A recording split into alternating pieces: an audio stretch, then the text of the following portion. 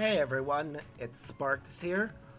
Uh, Back for more Final Fantasy XIV because today a new patch was launched and, well, I want to explore some of the new content that came with it.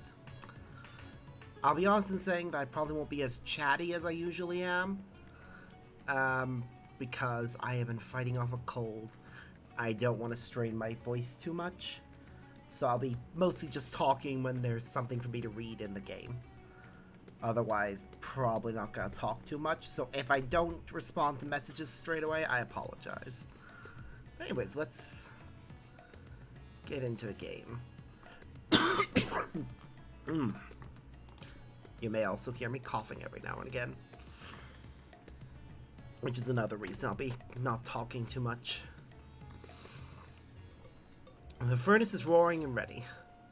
Let them have them new space rocks then.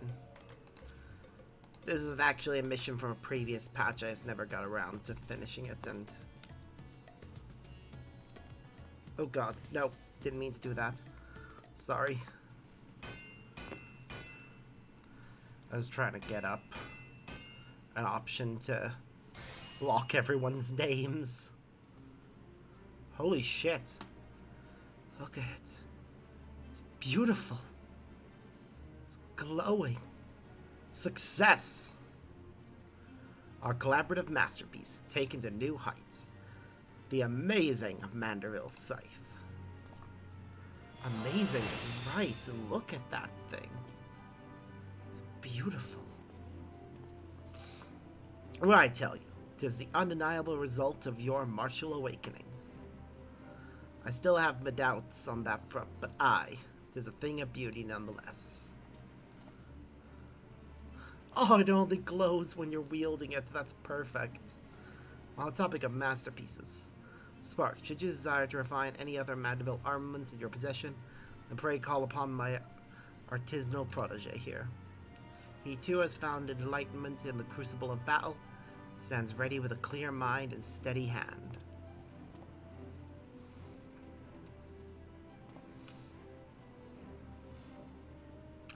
Okay then. Please get him some clothes.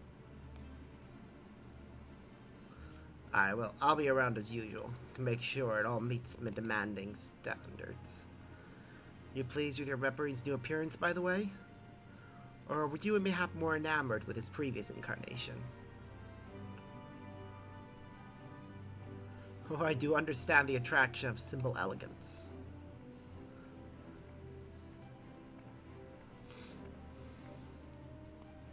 Which is why we've begun offering a line of Manderville weapon replicas. I am opening a storefront here on a trial basis, so please do bless us with your patronage if you feel so inclined. Okay.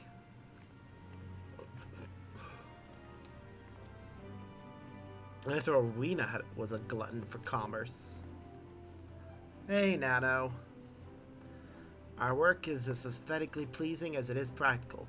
It would be foolish to leave such an obvious business venture untapped. Merchant folk talk aside, how much longer until we properly perfect your ancestors' creation? Get the feeling we've scarce scratched the surface. An excellent question, and a difficult one to answer. You sent me something? Oh my.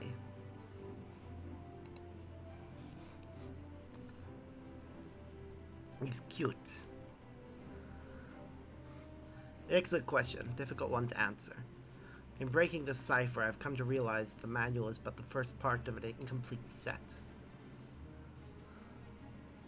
Incomplete? You can't be serious. Where's the bloody rest of it, then? Presently unknown. Finding continuation of Godbrand's guide shall consume my waking hours.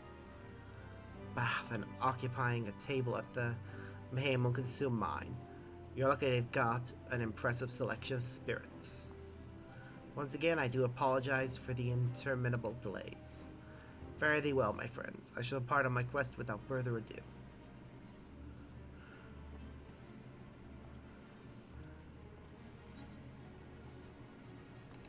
I'm so happy to have a new weapon.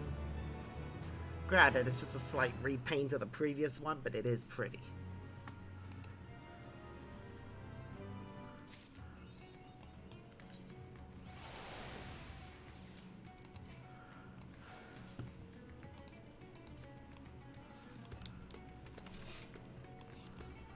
Oh, right. I need to do something quickly.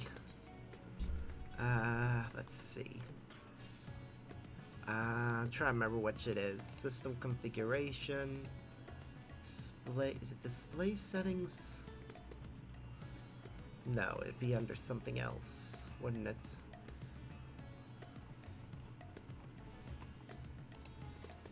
Not sound. Graphics?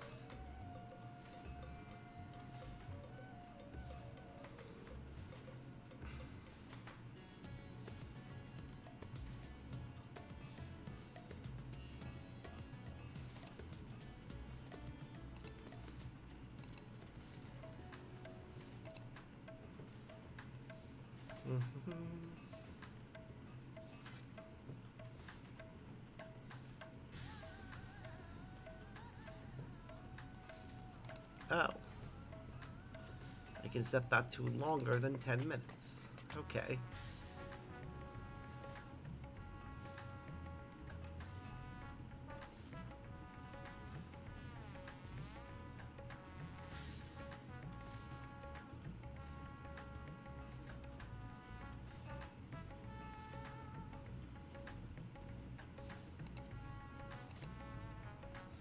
Anyways, no, it wasn't one of those options.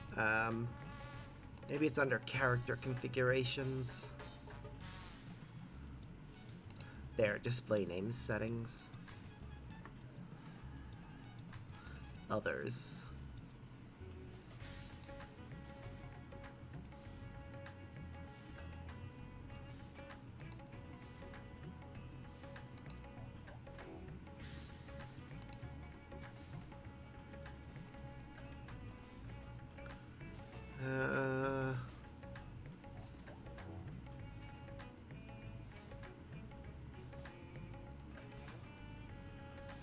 Alliance members, initials, other PCs, never. Or, yeah.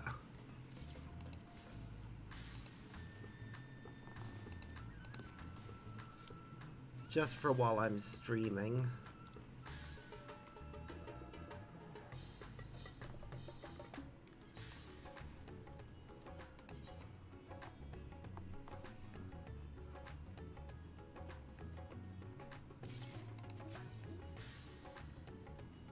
Sorry, give me a moment.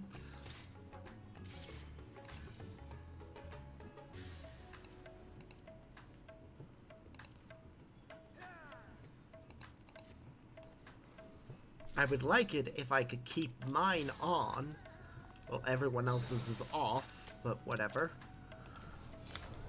Anyways, please note that upon completing a quest, a spirit reforging, receive a amount of a weapon for a reaper.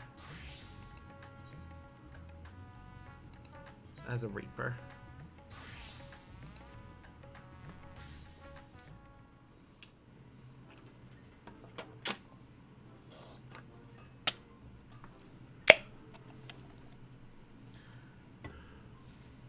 Oh, it's you.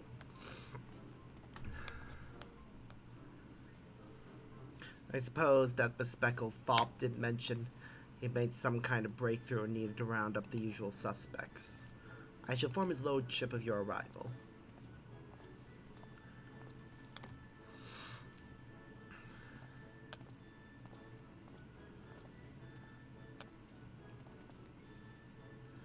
Sparks, welcome, welcome. I do hope you are prepared for another spot of modest labor, for I have plucked a new weaponsmithing secret from the depths of my family's extraordinary heirloom.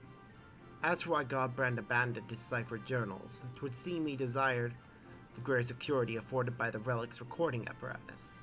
That he so feared this knowledge falling into wicked hands bespeaks the destructive potential of what we seek to recreate. Speaking of which, this stage of augmentation will require a fundamental alteration of the weaponry's design. Godbrand understood that individual wielders have different needs, and preference, and thus conceived of a method to modify each armament's base qualities. Essential to the process is a new type of oil, known as Max Alamander. My god, that's so stupid a name. By subtly adjusting the precise ratio of ingredients for this coating, we can influence the paths of ethereal conductivity as we see fit. More bloody oil. The oil's chief ingredient is, once again, derived from meteorite, specifically an achuradite with amplified properties. So many out-of-this-world materials. Sounds surprising now that we know the alien origin of Godbrand's weaponsmithing techniques. Alien origin, you say? Little wonder I weren't familiar with them. As has become customary, I shall prepare the bulk of the necessary resources, whilst you procure our supply of achuradite. Oh, aye, a lovely blade custom that is. Money your means, I reckon you could buy a mountain of them space rocks as well. I would gladly do so, except the merchant in question will accept not less than a specific type of tombstone in trade. As much as it pains me to impose upon Sparks further, he is the best equipped to handle this onerous task. Yep. These improvements call for a drastic reforging. It is your expertise that shall see us succeed or fail as well, Master Geralt.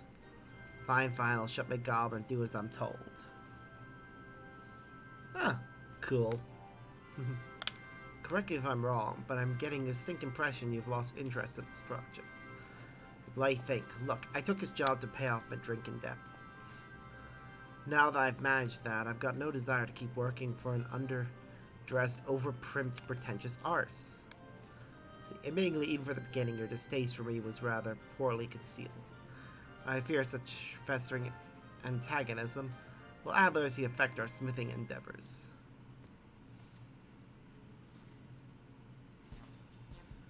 Yes, let us resolve our differences over a flagon of fine spirits, or several, as circumstances dictate.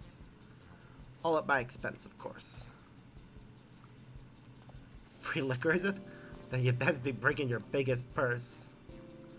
Sparks, you must join us. If you would be so kind to secure a table at the Mahane, I shall be along in short order.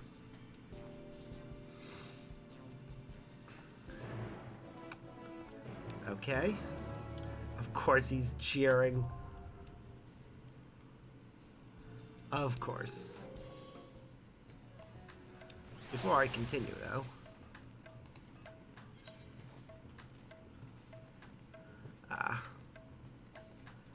I thought it would be a case of the replicas were only going to be available.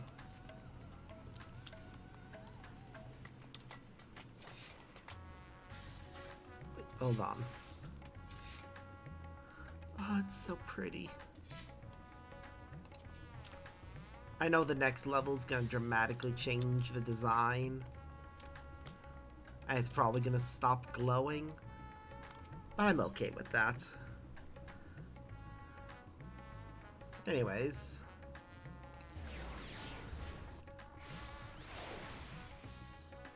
Crossguard.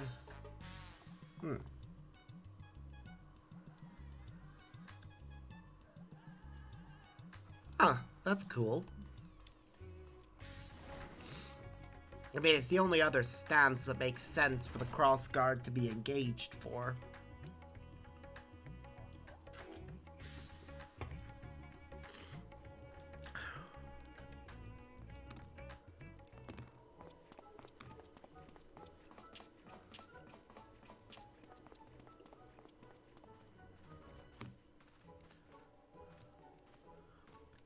A splendid night for spirituous beverages.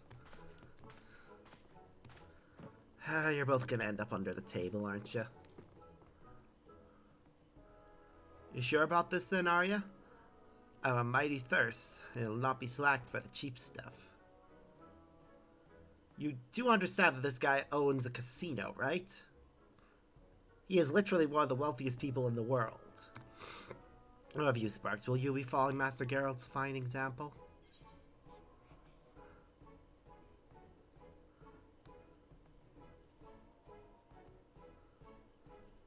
Yeah, I remember you mentioning that. Right, bring on the high-class brews. Very well. I shall order us all the same to start.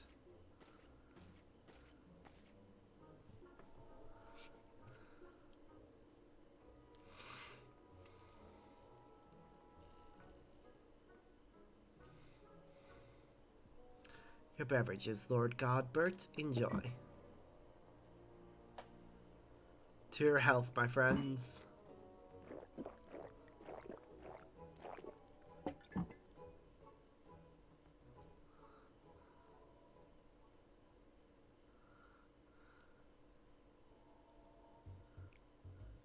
Alright, no point beating around the bush. Paid your guts for a good long while now. So even my insides offend you. And why might that be?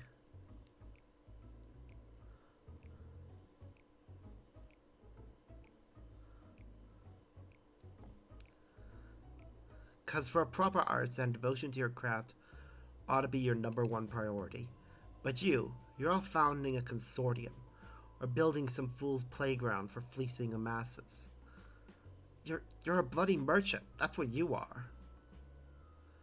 You believe my devotion is insufficient, then? Yeah, our works require not only the sweat of our brow, but capital to cover expenses now. Thus, does not a steady revenue facilitate the creative process? In that respect, my business ventures have allowed me to indulge in goldsmithing projects I could never have otherwise afforded. Is it not true that you craft kettles as a means to repay loans, or simply make ends meet? Would not a substantial source of wealth spare you such tedious drudgery and empower you to pursue your heart's desire? Booze. We're gonna need more booze over here. Just to save the trips, bring the bottle. Oh, wow. Why have I not had another drink when they both had 4? Mine still has its lies, so I can only assume that I'm drinking mine slowly while they're downing theirs. What really soured me was when you sat your arse on the syndicate. How can you craft aught worthwhile with your head buried in political shite? You may be surprised. My participation in Ulda's governance opened my eyes to a different world, which I, in turn, provide great inspiration for several original pieces. Keep your pleading inspiration. I want nothing to do with prissy rule makers of your ilk.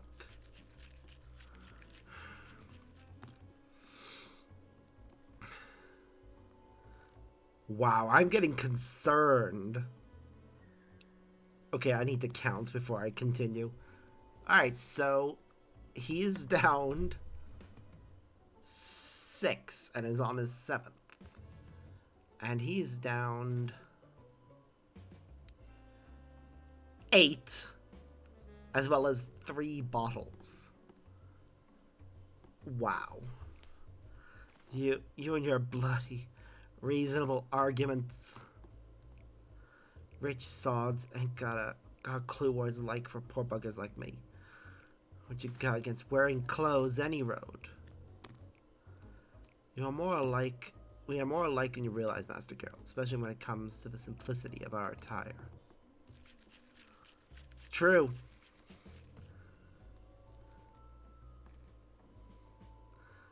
Yeah! He has a barrel! My God. Wow.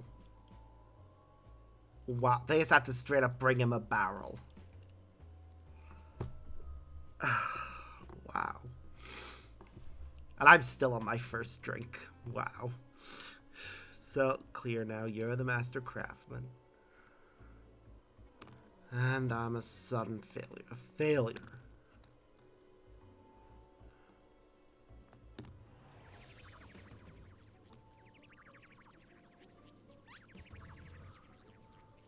Rowena, how'd you... Bugger it, I'm a sorry goose. Versus Midian, that's all that matters.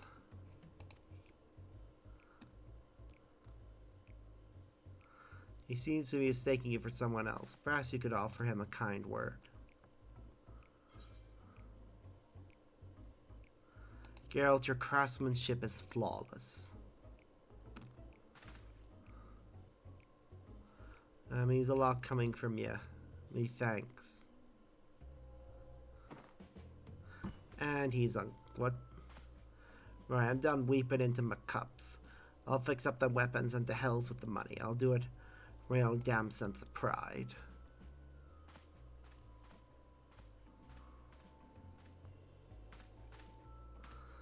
Oh, God. Wow. He is very drunk.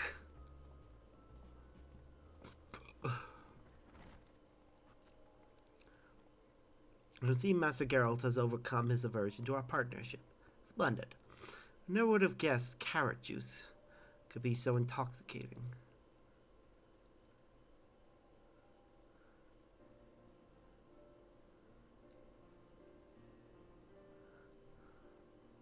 Ah, I was concerned for our good smith's health, you see, and to Mihail. Mihail switched his spirits to something less potent several rounds ago. The Mahane's liquors are sublime, but too much can wreak havoc on a man's constitution.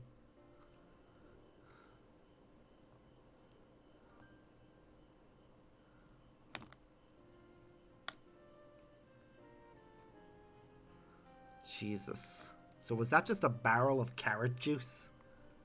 Or did he keep drinking alcohol?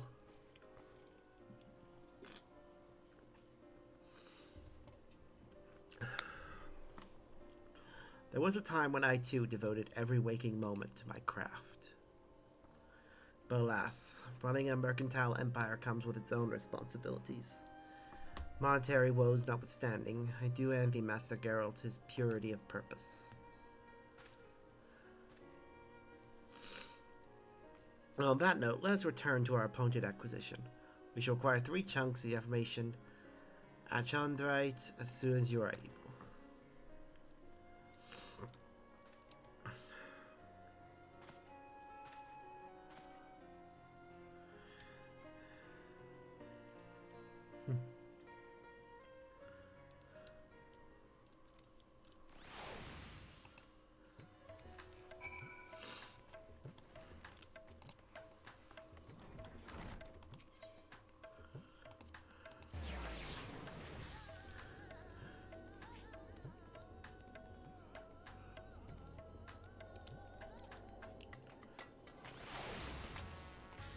Alright, so first let's check let's do a price check. Alright, so it's gonna be 500 each, so we need 1500 total. Got 2 other quests around here.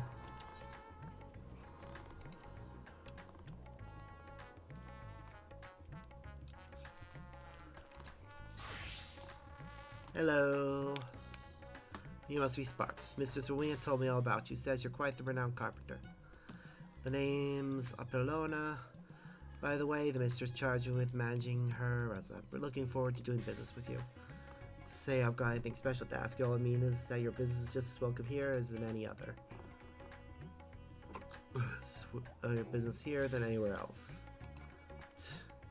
Drawing business at a good clip. For long, we'll have a rebrand. Wow. Don't you worry about that last part. Just peruse our wares and buy something that strikes your fancy. I don't know what the purpose of that quest was. I could interact with these guys already. I think. Whatever.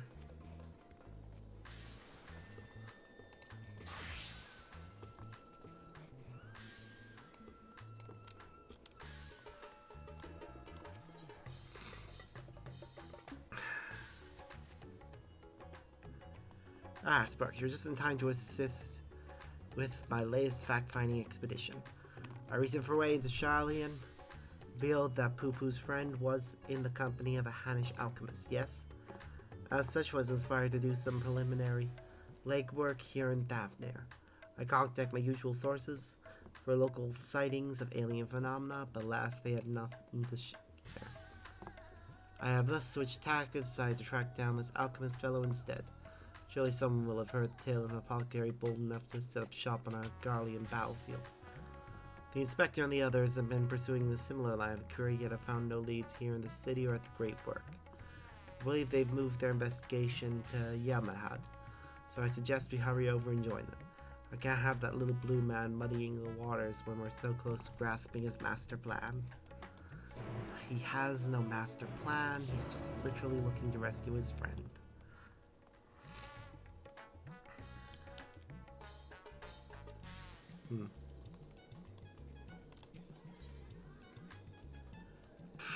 People are having fun doing little dances. Well, main scenario continues.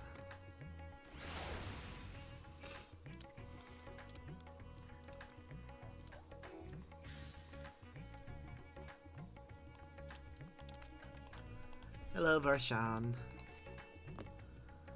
Ah, Sparks, one of my clerks was just here with a message for you. Asuzo Bazezian requested your presence in Charlie and at your earliest convenience. Indebted as I am to our friends, I had hoped that I too might be of service, but it is you alone that they require. If you've no pressing business, pray make your way to the Baldezian Annex at once. Logika awaits your arrival. In the meantime, I shall continue showing Azdaya the city. From notable landmarks of people's lives, there is still much and more for her to see. Farewell for now, my friend. I look forward to the day we set forth on another adventure together. I predict that'll be a long time for Shan. Actually, as I thought, what level is this? Not bad, that was a good jump.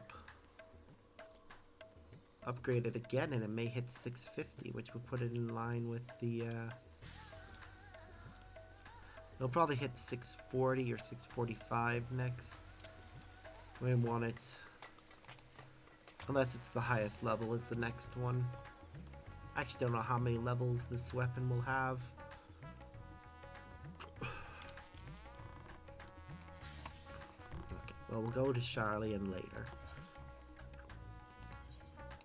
Right now, focus on current stuff.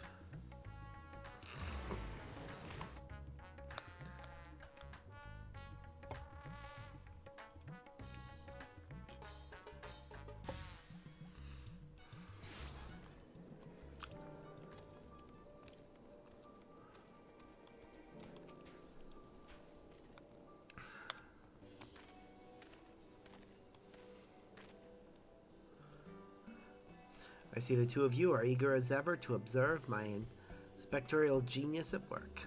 Ah, the long-term fans are often the most ardent. As a matter of fact, we were just about to continue our investigation into the alchemist we know to have traveled with Master Poo-Poo's comrade. Oh god, I had almost completely forgotten about Brandyhild. He's so new, and yet we love him so much because he is the best.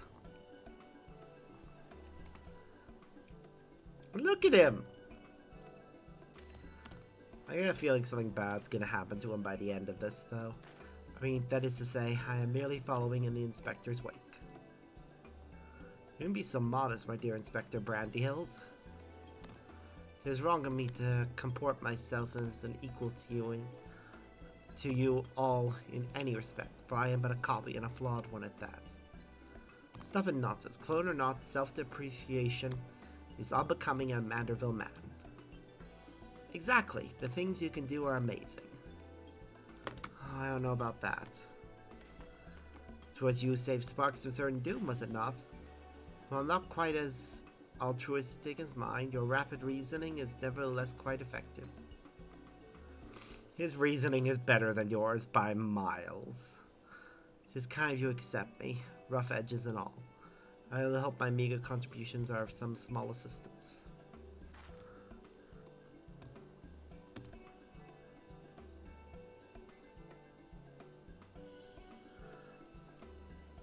Probably because, technically speaking, once you get Dark Side, mode, you use the seer stance whenever you go into dark side mode. So, for most people, it's a case of it's already getting covered in the main game to begin with. Too modest by half. I'd say his mental faculties far surpass those of the original. That's enough chin-wagging amongst ourselves, I think. Let us spread out and learn what the locals know of this adventurous apothecary.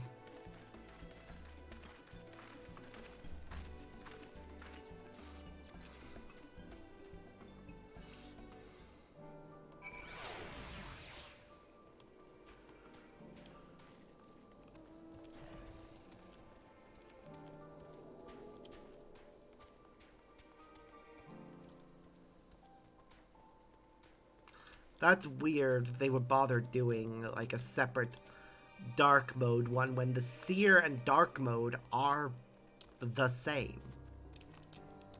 Like visually. There is nothing that separates the seer's fighting style from the dark mode fighting style. That I can think of anyways.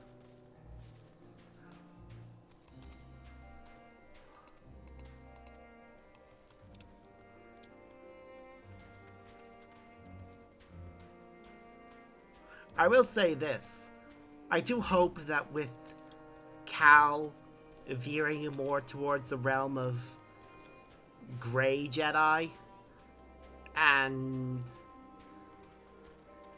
being tempted by the dark side, that we get to see him using Force Lightning in the future.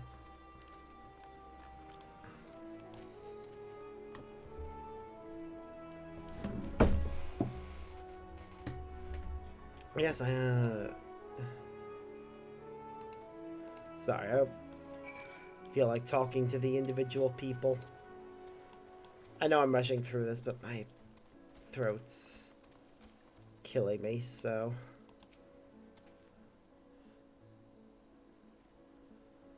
wouldn't surprise me, but... I'm hoping that the actual sequel, because there should definitely be a sequel, just sees him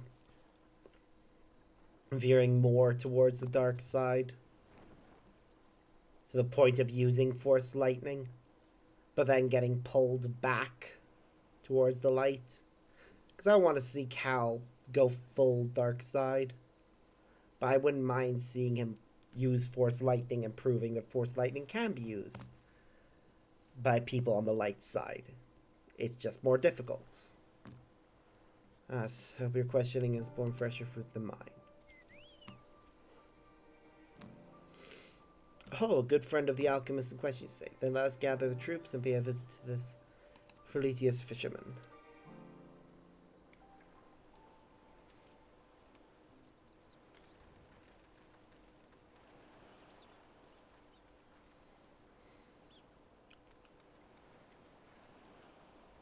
The stalker's still here, really?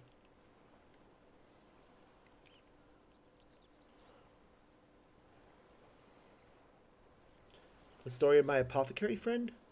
Oh, you mean Baharasav.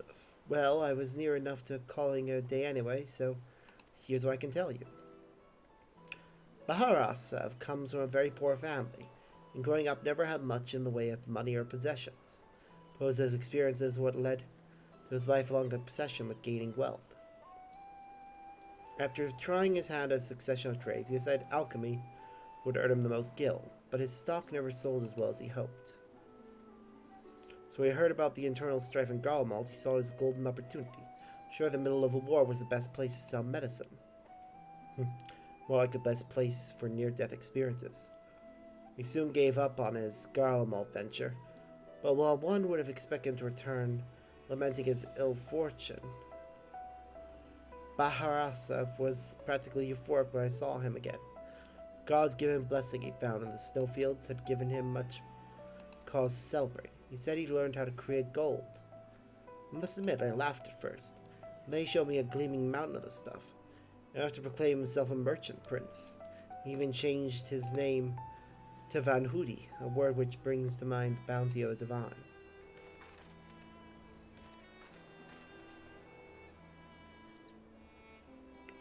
A name I have heard. He's the rising star in the markets, is he not? One snapping up commercial ventures left and right. Yes, Van Hoody was certainly made his ambitions known here in Davner, especially when he attempted to purchase the entire port of Yerlamad. Dockmasters declined to sell, of course. When it comes to buying historic landmarks, Bomba's purse can open surprising doors. Last I'd heard, he converted to the Gilded Aria into a private abode, and has been filling it with every rare treasure his gold can secure. Pays out particularly large sums for artworks depicting the goddess Asura. Remember him being a fervent worshipper of hers, even as a child. I have encountered such men Usia, Amraga, Lord Razadhan, yet I recall no mention of this Asura. Well, that's hardly surprising. As a deity of war, she is not well loved by the common folk. Baharasov is different, though. He sees life as a constant battle to amass wealth, and it's to Asura whom he prays for victory. And damn me if she didn't listen.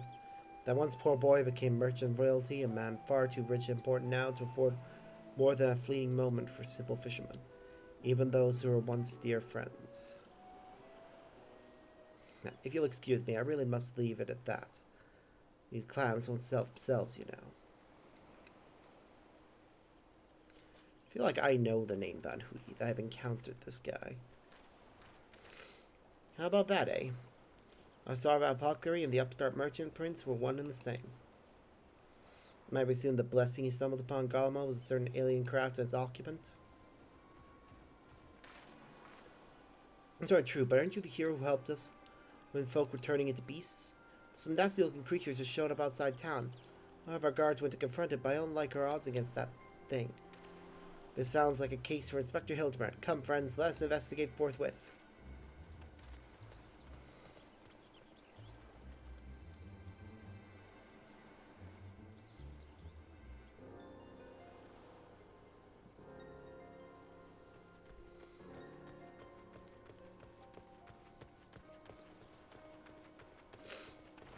Really, mate?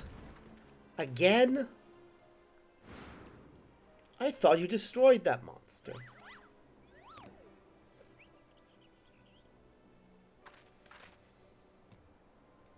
I have a situation on control, citizen. This individual bears a strong resemblance to a known fugitive, so I thought it prudent to investigate. Regrettably, he has proven less than forthcoming with answers. How many times must we teach you the same lesson, shiny skull man? Listen, what are you on about?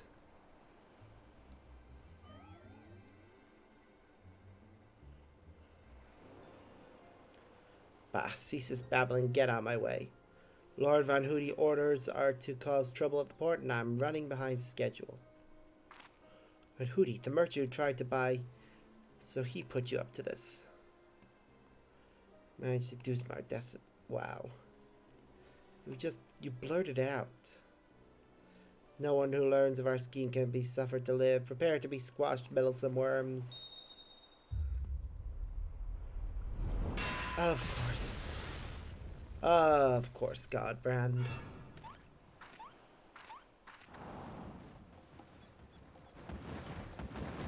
Ah, they're clones.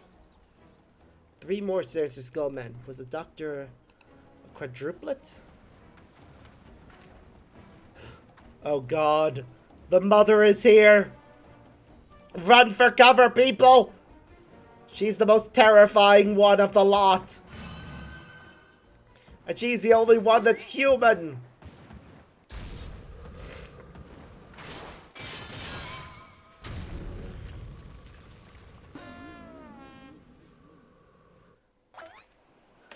Mother?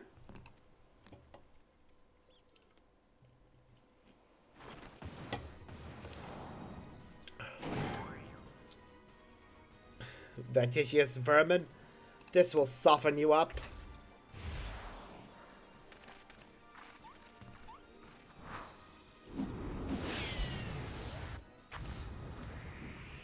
Ooh.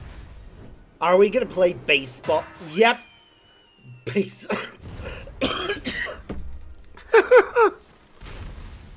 I want to laugh, but that'll just hurt. Lucky hit.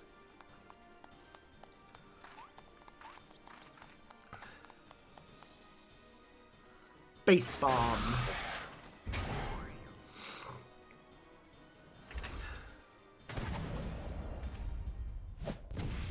Ooh, strike.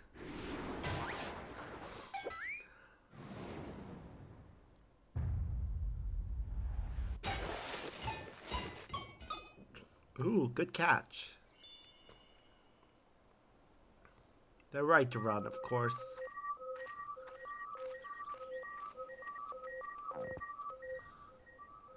He's used to taking explosions to the face. He'll be fine.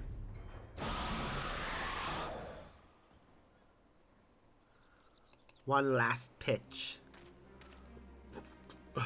Ooh. Come on, I'm ready for you this time. Do it, bitch.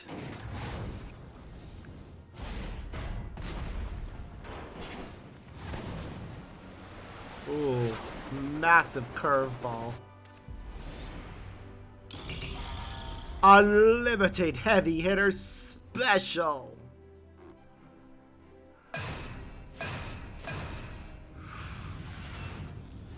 Right at his face. But that was my fastball. Ha.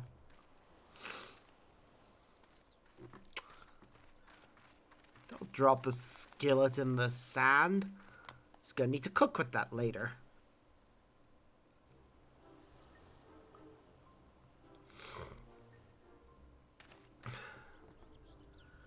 I've come to expect father-son appearances, but what brings you here, mother?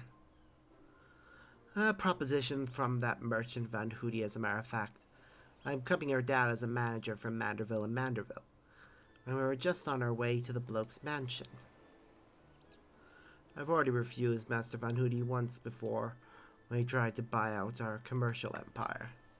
This time, however, the deal concerns offloading a quantity of gold at wholesale prices.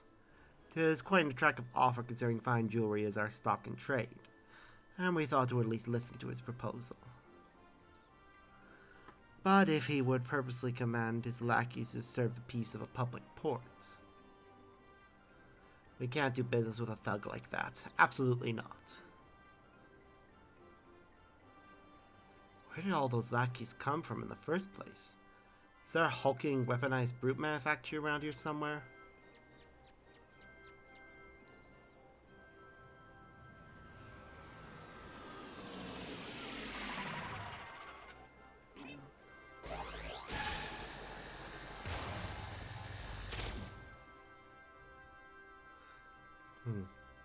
I suspect my ship's vaporation beam is configured to expunge only replicated matter. So you can copy inorganic material as well. How interesting. Once the matter duplication facilities analyze an object's molecular structure, it can generate any number of copies. Yeah, it can't create matter from nothing. Ah!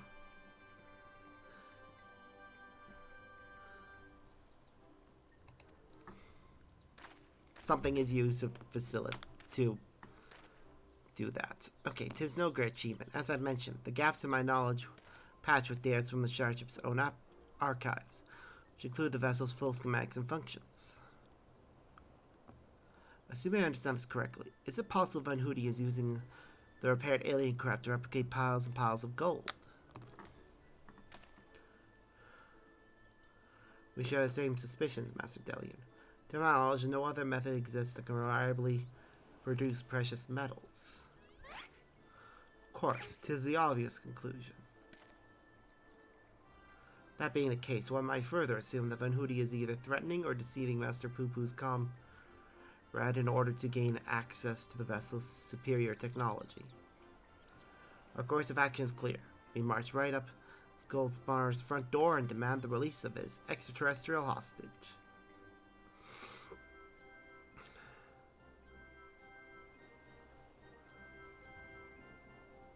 Can you go get a new outfit again? I do hate that his outfit just keeps getting ruined. Like, I know it's a running gag for him, but it's getting old. We must confront this malicious merchant at once. If your heart's set on confrontation, then you may as well come with us. Bunny's invitation included a private airship flight to his new estate. We still need to formally reject his deal anyways, and his pilot will be waiting.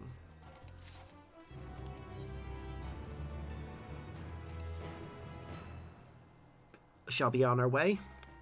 Remy Van Hoody's pilot to authorize just south of Kajaya's footsteps.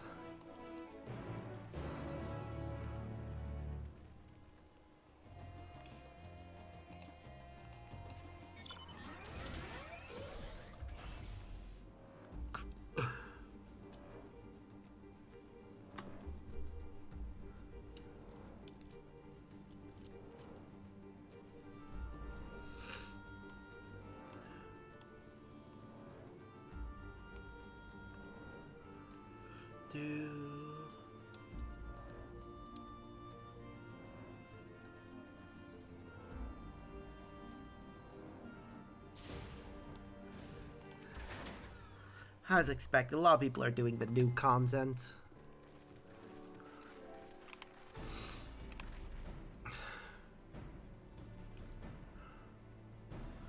Lord Gobert, Lady Julianne.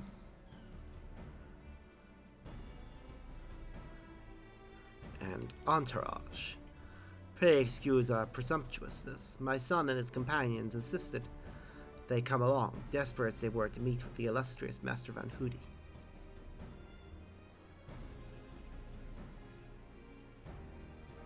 I see. One moment, if you please.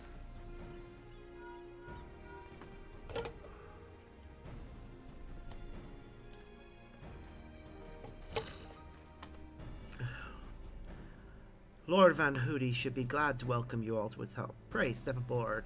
I shall take you there directly.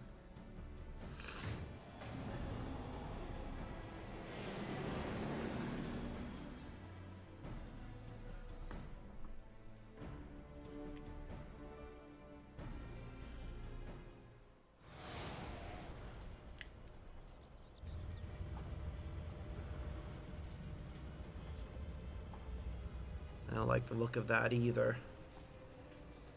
It's very suspicious.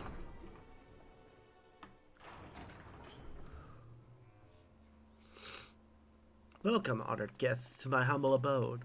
I trust the view is to your liking. It's traveled all the way from distant Ul'dah. A pleasant backdrop to our talks was the least I could provide. And what an expected boon this is.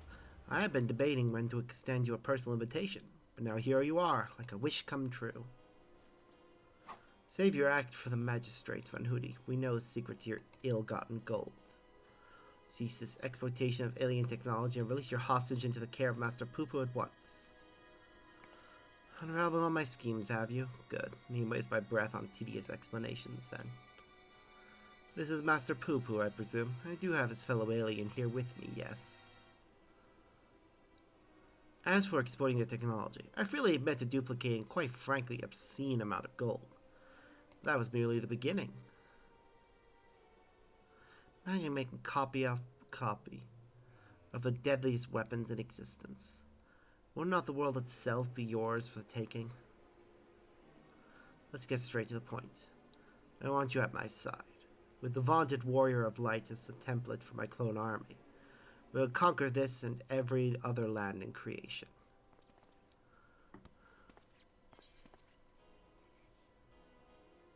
I refuse categorically and emphatically. A pity. I anticipated you would prove an impediment to my ascension. Yes, it seems the time has come to test the gaze ritual of manifestation.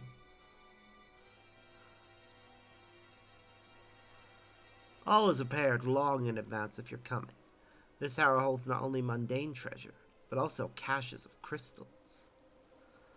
Right, I thought that looked like bombs, but they're crystal stores. As for the requisite congregation of worshippers, well, I had but to clone myself. After all, who is more devoted to my cause and my goddess than me?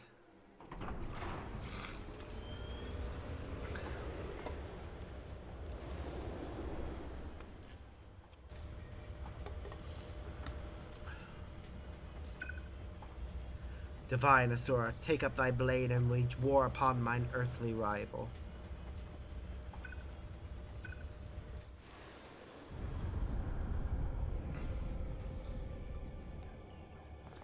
I know they're just reusing a prop, but it really bothers me that that was the prop they chose.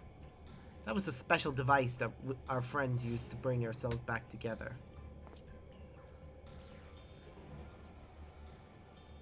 Nay, Hildebrand, against the primal we may be more hindrance than help. We dare not remain within its sphere of influence.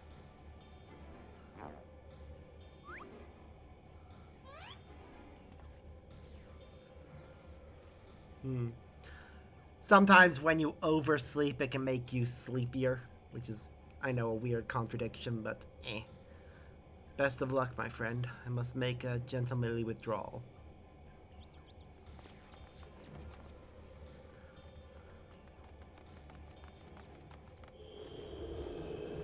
New primal. Yay. Will this be a trial or solo duty?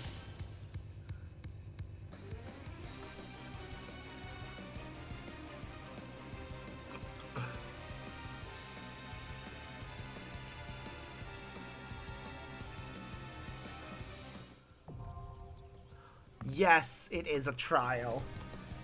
That is what we want.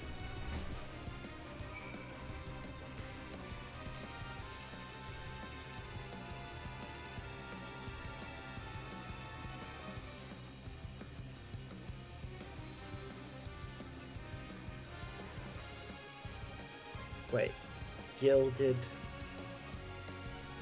It's not showing in trials.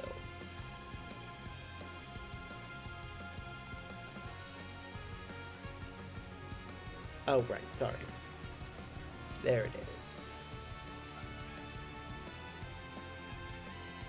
Oops. Because it's one of the newest trials, it shouldn't take long to pop.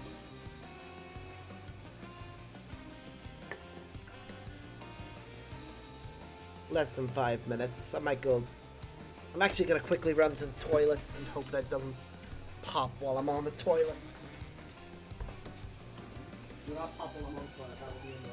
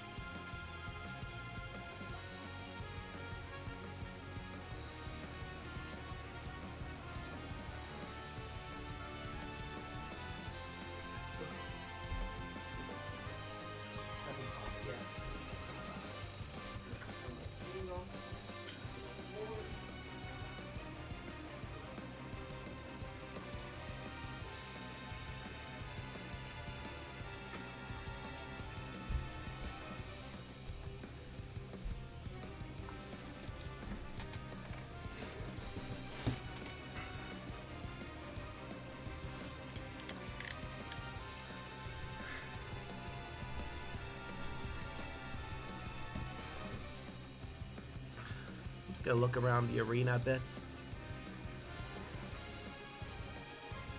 I do like a song playing in the background. It's a song from an older game in the franchise, but it's nice to hear it.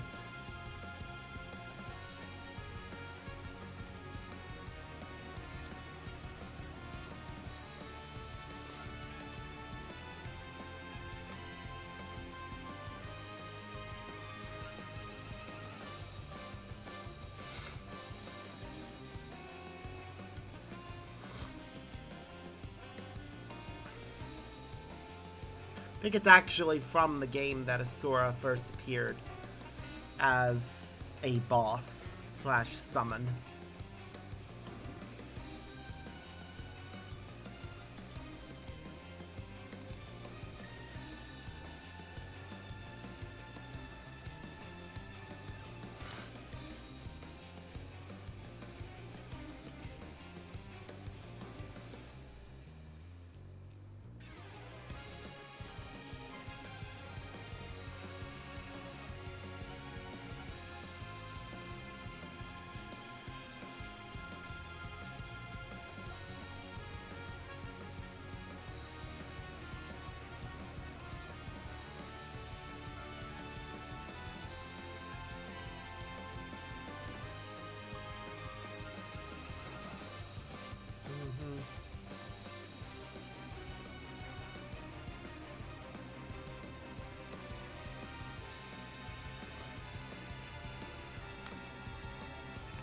Ba-da-da-da.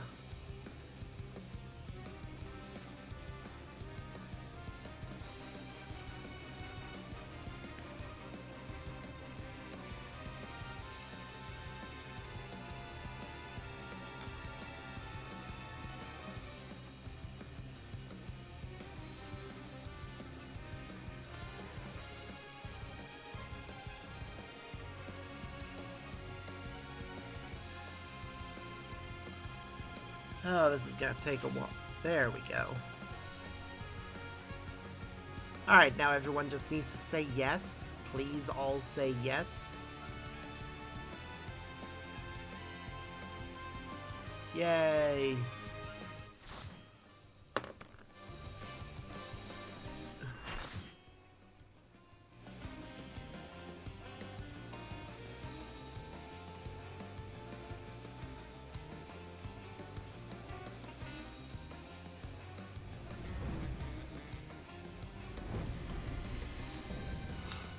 False Panacea.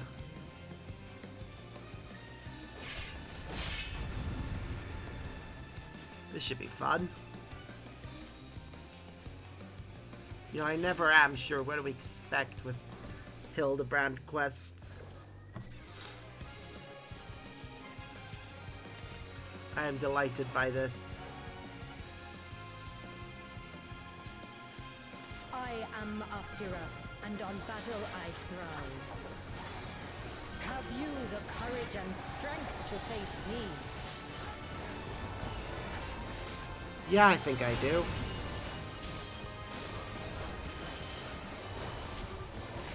Okay, there's a border around the edge of the arena. Will you dodge, or will you bleed?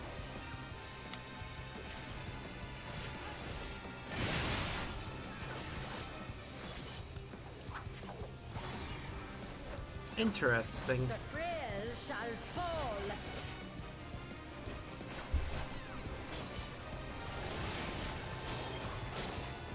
So far, no mechanics that I'm not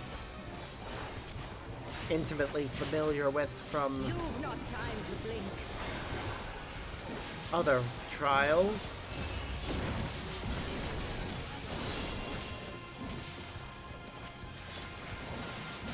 Oh, where is a safe one? Okay. Get as far away from all those as possible. Okay, that's a good one to know. Tremble before the might of the Manusha. Come forth, embodiment of carnage. Revel on the bloody field of war. Okay, the way she's standing Spirit screams. of battle awakens. Right strike, The lesson. left strike.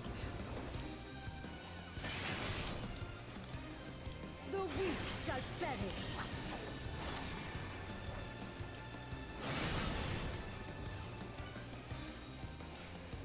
Hear the gleaming edge.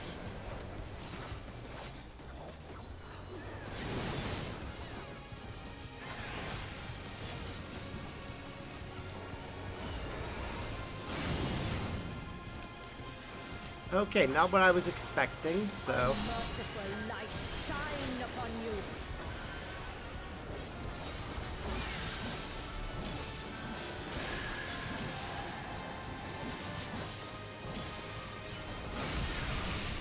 Seriously, I have no idea what I'm expecting here. This is such a... well... It's not that it's a strange fight, it is Old blade. my first time here.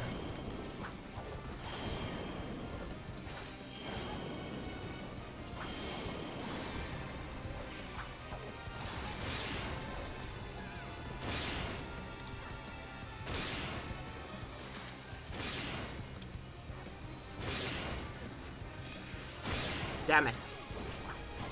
Almost perfect.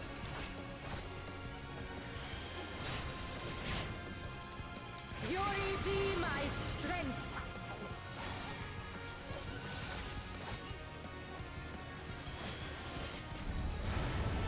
I will scatter your bones. Okay. So this is an audio. She had audio cue attack. Interesting. Show me your steel.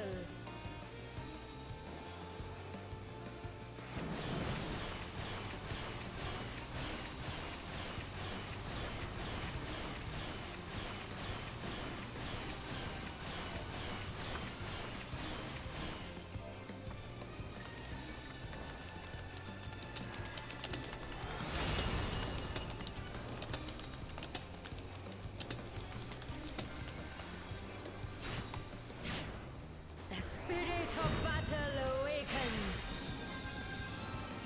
Unmerciful light shine upon you.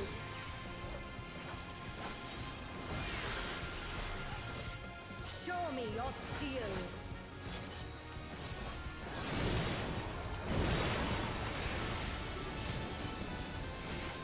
Oh god. Ow.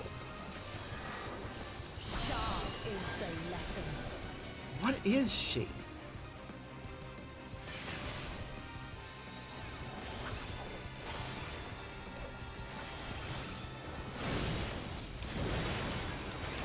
Oh god. It moved.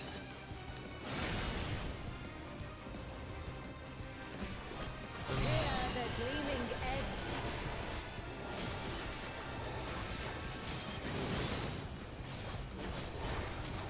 I am now terrified of that thing even more.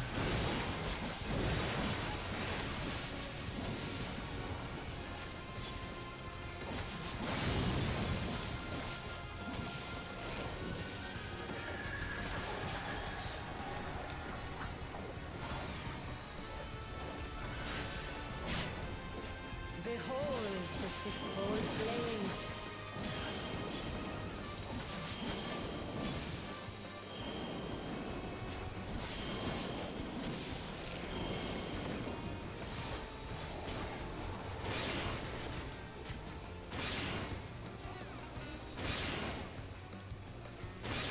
Damn it.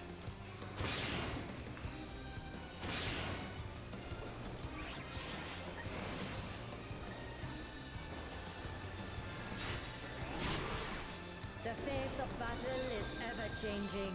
No shit. Joyful is your downfall.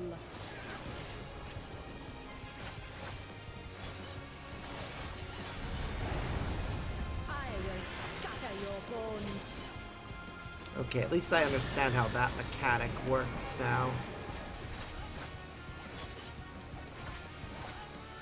Okay, we're doing okay. Will you dodge or will you bleed?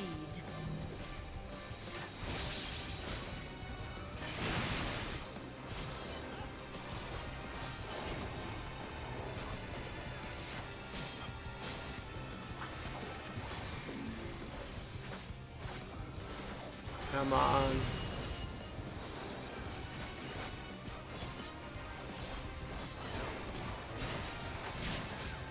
You've not time to blink.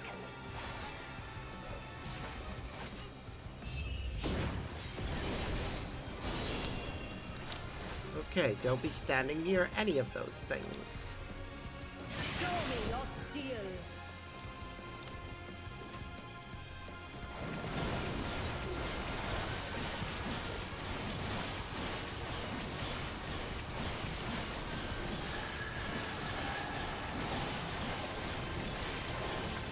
The frail shall fall.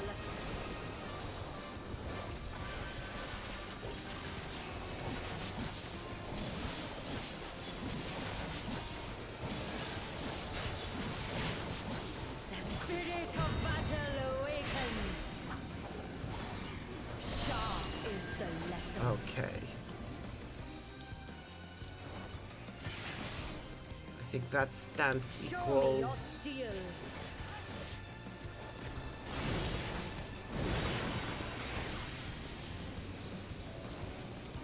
Yeah. A right hand stance. Unmerciful light shine upon you.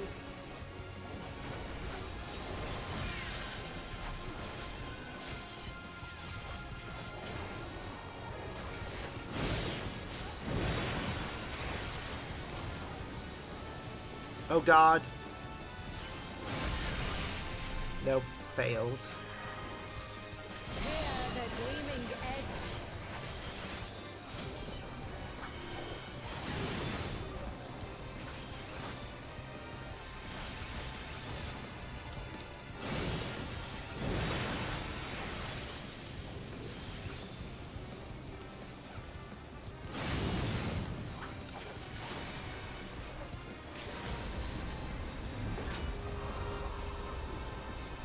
Time for the end. Behold the sixfold blade.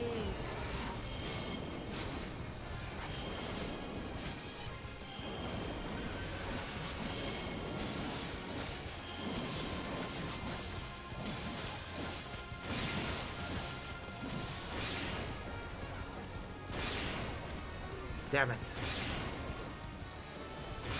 Come on, guys. Yeah, we did it. Mostly the other guys, but... Yay, we win.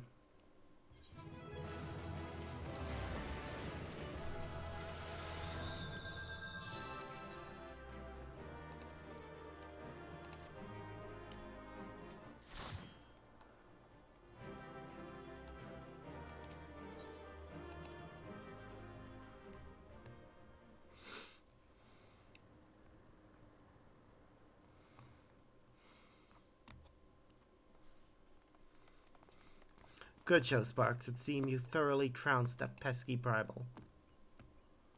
Even as we speak, Mother and Father should be informing the radiant host of that despicable Van Hoodie's wrongdoings.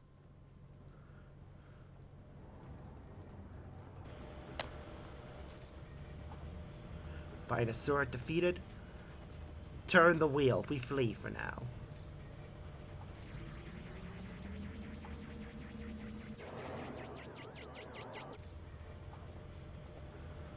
Who is flying the starship without my permission? That treasure is mine and mine alone. You called your vessel Master Poo-Poo? No, I did not. It's my friend's ship.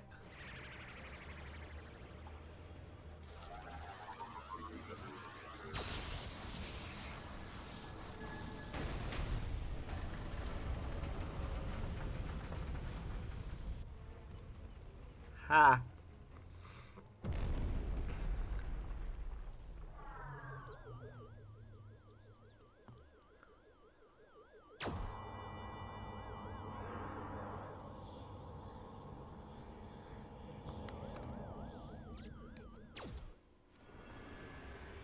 What were we expecting?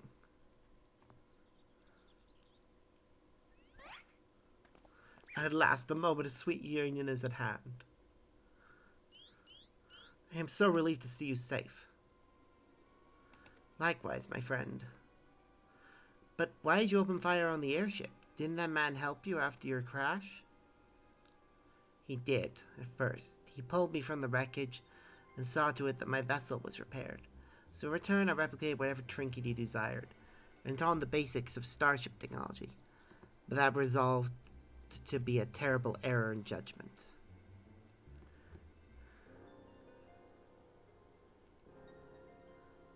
When I was infected by one of this star's unique pathogens, he took advantage of my weakened state.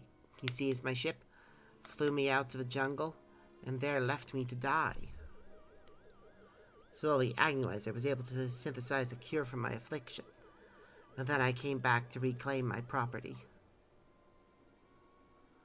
This experience has led me to conclude that the dominant sentient life form here are dull-witted, cruel, and entirely unsuited to peaceful cohabitation.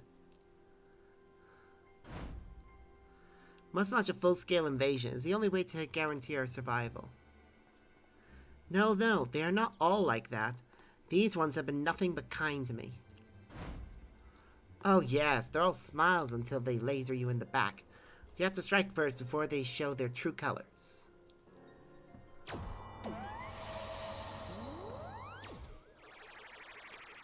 God damn it.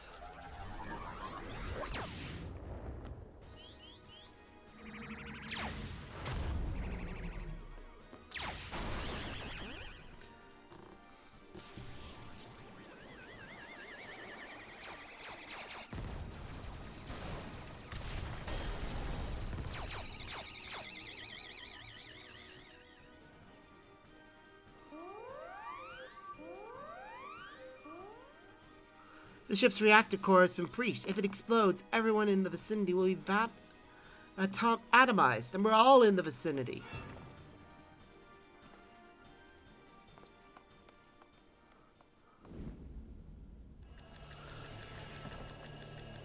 Quick calculation.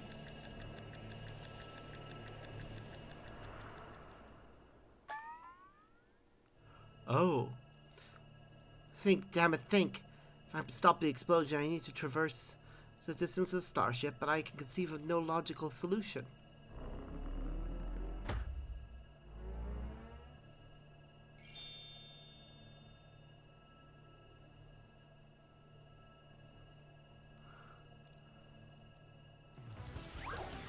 Oh god! They're thinking together and it's horrifying. Of course.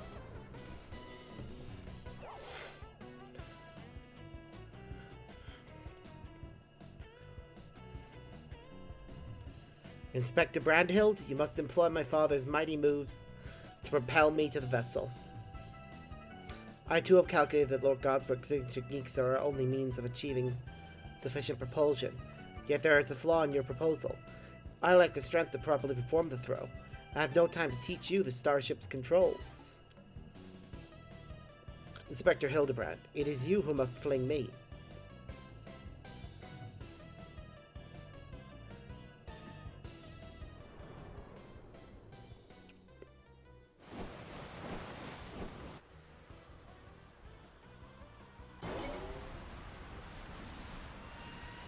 Skyward, as only a Manderville can!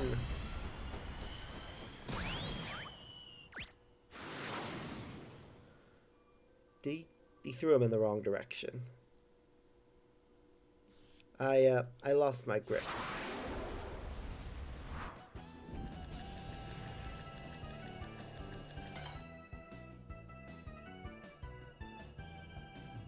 Get my trajectory and velocity. The correct shift in posture should generate enough lift processional motion to... Yes, I can still make it.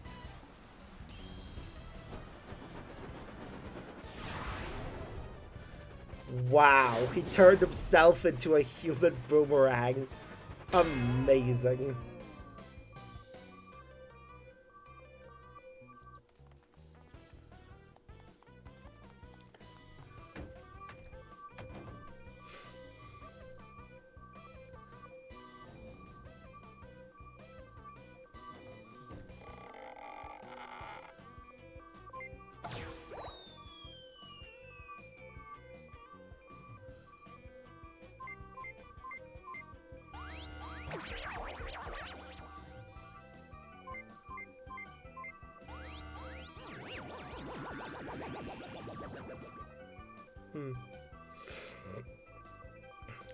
It's too late. The reactor is going krill. There's only one way to save the day. Of course, he's gonna sacrifice himself.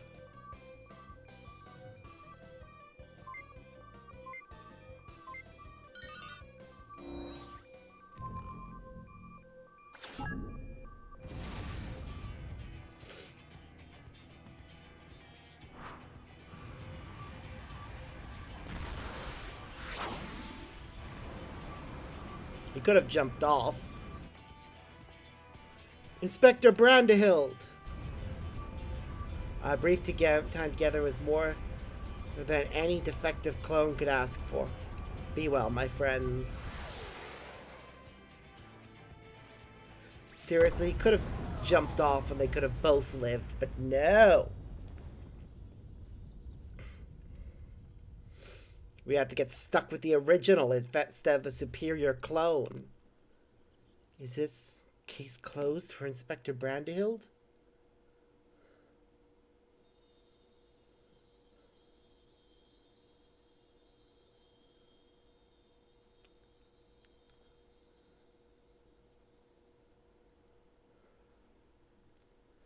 Nay, my loyal assistant.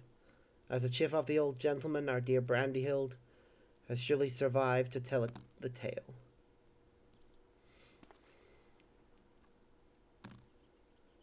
We shall see him again.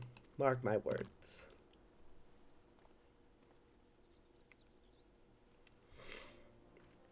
Maybe we will, maybe we won't. Personally, I hope that they're done with the Hildebrand quests. While they are fun,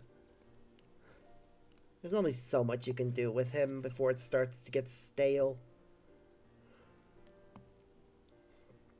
You rescued me, even though I tried to incinerate you with high-intensity plasma blasts. Even at the cost of one of your own. If only I could make amends and earn your forgiveness, but alas. There is naught to forgive. With his blocky constitution, Inspector Brandahild will be just fine, I assure you. As a friend of Master Poo-Poo, you are a friend of ours. And what are a few minor plasma burns among friends, eh?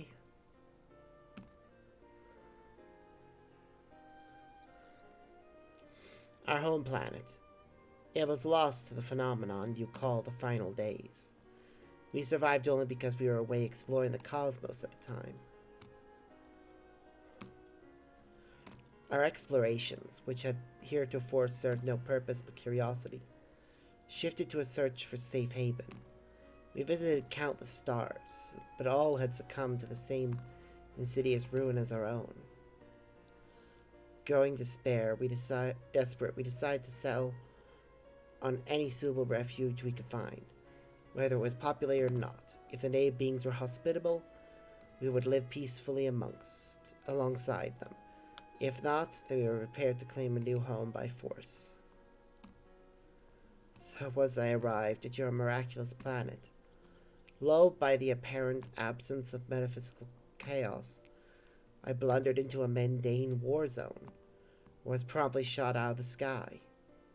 The rest you already know. Having fallen behind during our search, I hurried here. My communication received no answer. That was when I met you. Those touched by the despair of the final days are reduced to beasts. Give our savage willingness to invade your star. It was even a sense we fell prey to that despair as well. Fortunately, in my encounter with you, generous people have brought me to my senses, an outcome for which I am profoundly grateful.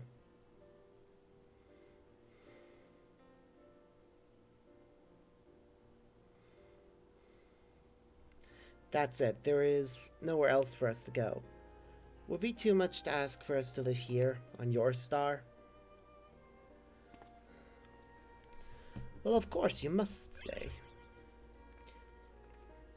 And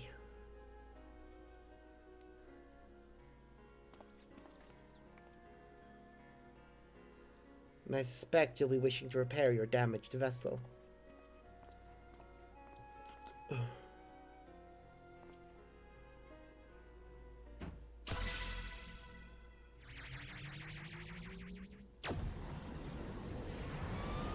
Of course. Every Hildebrand quest ends with this sort of thing happening. Me!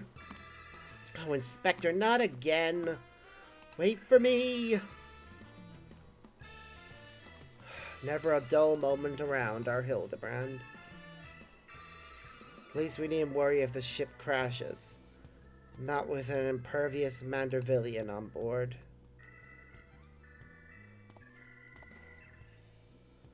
Funny you should mention that. Upon reviewing the Manderville family tree, it was made clear that a lord without heirs of his own passed the name to an adopted child several generations ago. Are you saying that you and your sons are not direct descendants of Godbrand, the alien progenitor of the Manderville line? Then how do you explain your unnatural sturdiness? When it comes to building strength and perfecting gentlemanly technique, it is not one's lineage which matters, but rather the unbending conviction within one's heart. Though Grobland's bloodline may be broken, House Manderville shall live on through us. I call bullshit. You guys being descended from aliens makes sense for why you are so unnaturally sturdy and strong within the setting of this story. So I call bullshit.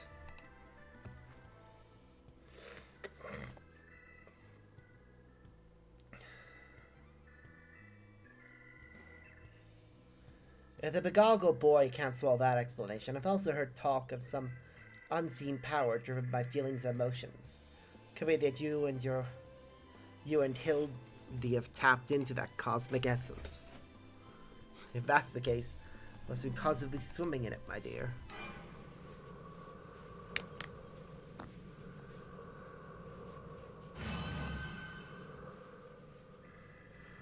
Yeah, you should be scared.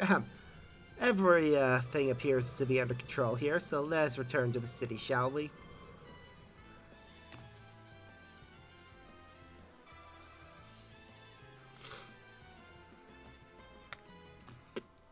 See, I can't actually believe that she gains her power from Dynamis with the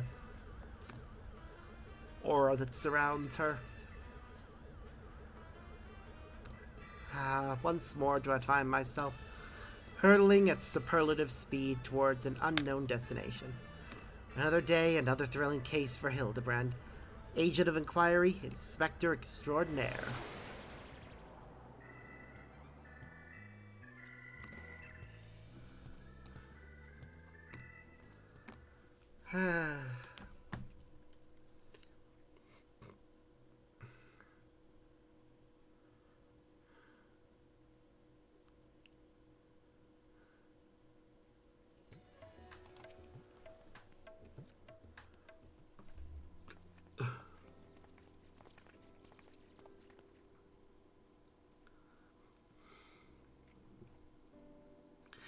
Thanks to an enlightening conversation with Master Poo Poo on the way back, I believe I have the answers required to proceed with our weaponsmithing project. You needn't neglect your other commitments, of course, but I would welcome your cooperation. And with that, I bid you good day. Thank you all for looking out for our beloved son. I'm sure him and the blocky lad'll be back for more cases before you know it.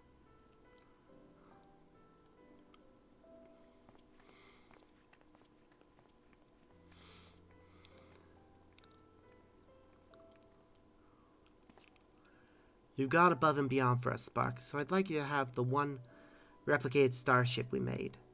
It doesn't have the duplication facilities or other such technology on board, but it will carry you through the skies. Use this key to call it whenever you wish. Aw, thank you, friend. As for the two of us, we've decided to get to know our new home better by embarking on a journey of exploration. And so this is where we must say our farewells. Thank you for everything. We are fortunate indeed to have met you.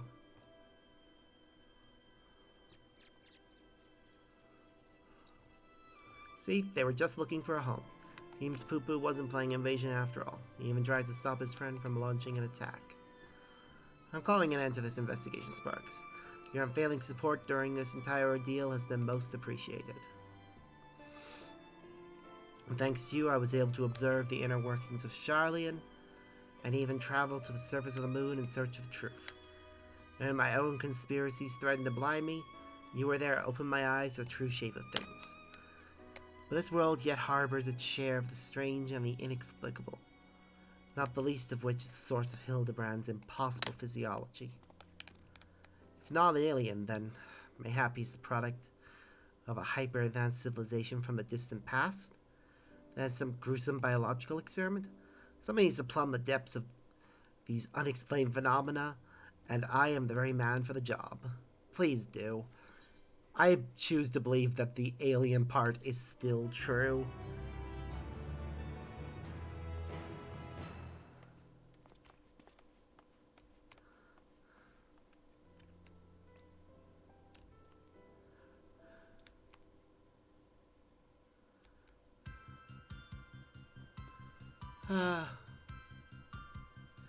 Here we go.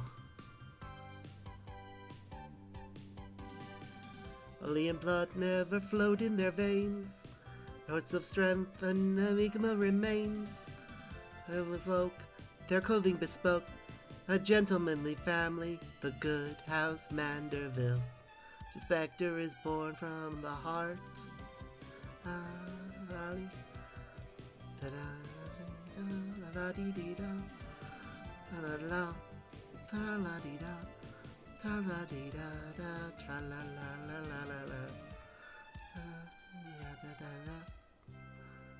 Oh god, they even got me doing the run. How dare they? Hildebrand will return? I like the question mark because even the creators don't know if they want to bring Hildebrand back. They've left it open that he could return. But whether or not he will is another question.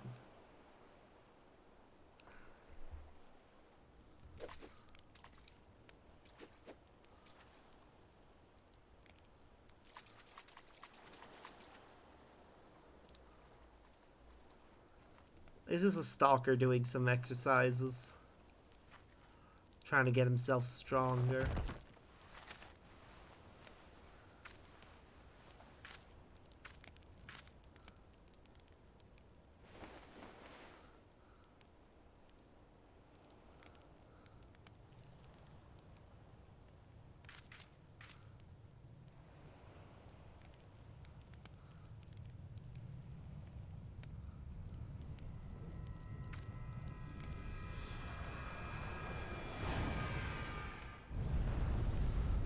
Okay. That feels suspicious and worth investigating.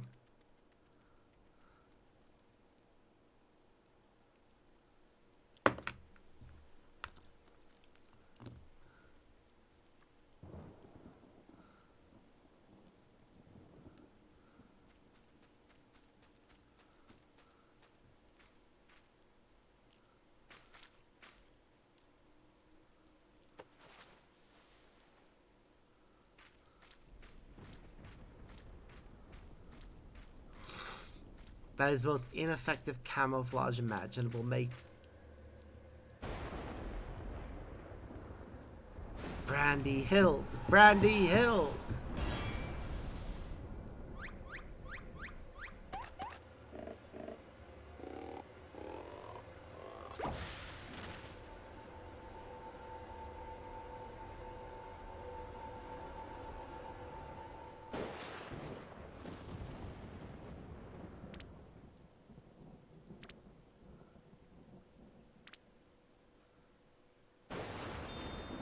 Yay!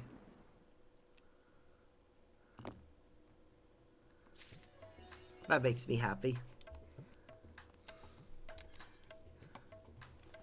He didn't sacrifice himself like an idiot.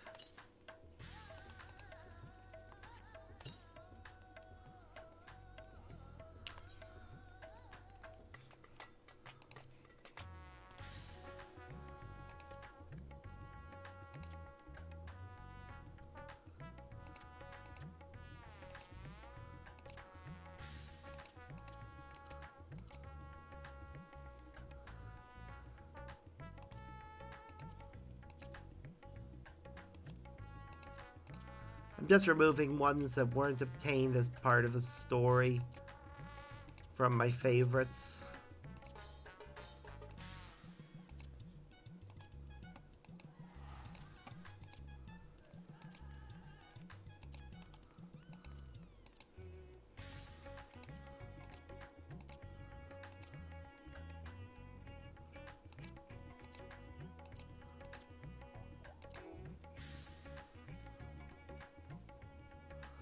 I don't know where I got Aryan from, but definitely not story.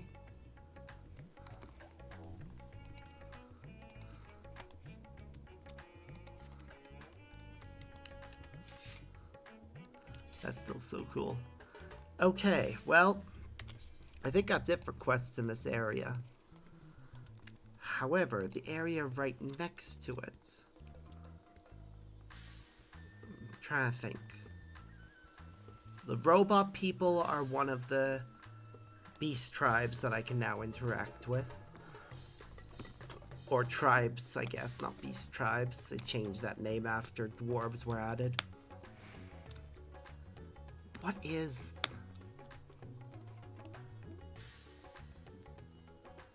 Well, firstly... Really?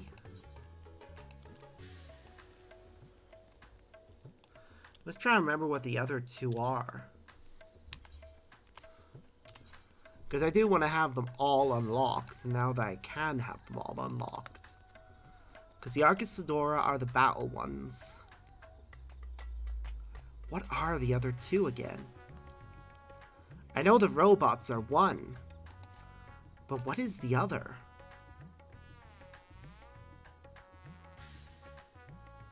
Non-Garlemald, I don't think. I can't think off the top. It's the Loporits, isn't it? Right, we need to go to Old Charlian anyways. But first...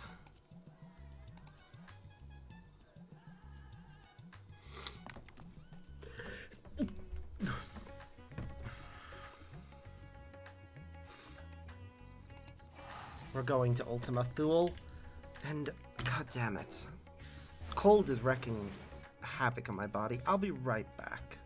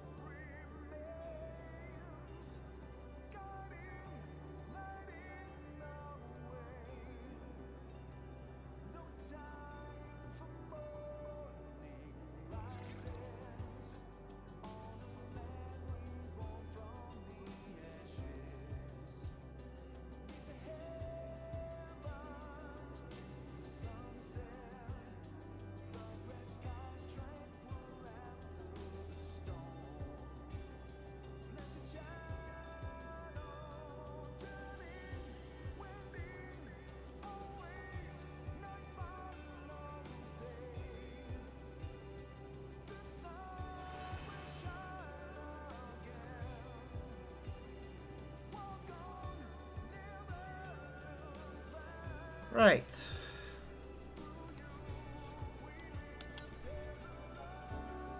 Which one is it for these guys?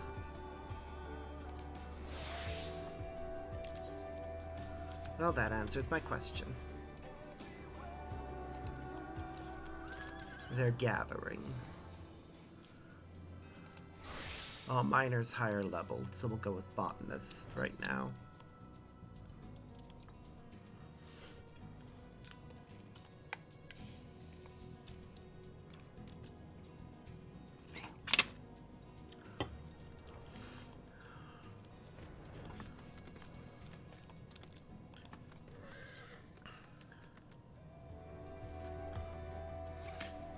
Last Dregs manager Jammingway and N7000 have much to tell you. Welcome, Sparks, to the Last Dregs. At long last, we're open for business. That's not all. This unit recommends you allow the squeaky lifeform to elaborate. Please be advised that this recommendation does not extend to other conversations.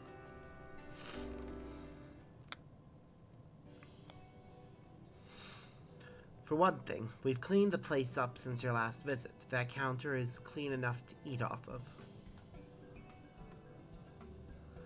We've also recruited additional Omicrons to our cause. They have absolutely not better to do and are thus stationed here at all hours. I fear the lack of customer service experience may prove an issue. However, so I think it best that our first patrons be similar to the people of Aetheris. You'll all been awfully understanding of our slip-ups with the moon. To fulfill that objective, this unit has taken the liberty of ordering the replication of passively intelligent lifeforms based on data recovered from the dead ends. These lifeforms now exist as tangible simulations, much like this unit itself, allowing them to enjoy cafe services. If you orientate your ocular orbs to my right, you'll find Patron 001 and Patron 002 of the Karelian people. Ooh, we're gonna meet new alien races.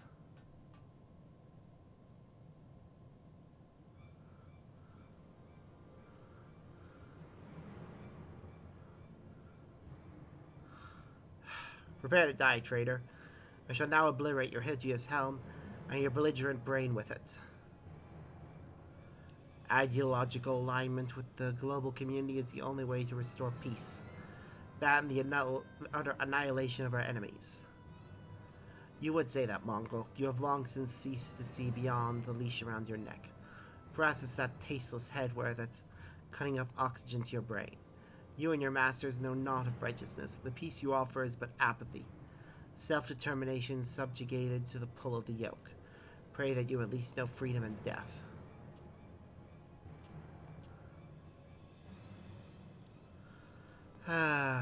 As you can see, it's not going as well as we had hoped. Data indicates that while the Karelians prospered materially under the global community, the anti-establishment freedom fighters fought back against its oppressive social conditions, the total annihilation of both civilization and star. Excuse me, it seems like both of you want the same thing, to put an end to this conflict and live happily ever after. Also, to murder each other? Well, that didn't turn out so well for you last time. How about you take a seat and talk us over?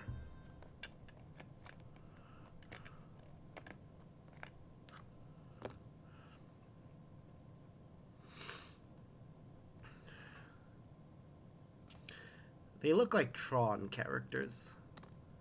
I suppose this will have to do for the time being. For you see, I have something even more important to show you, with me.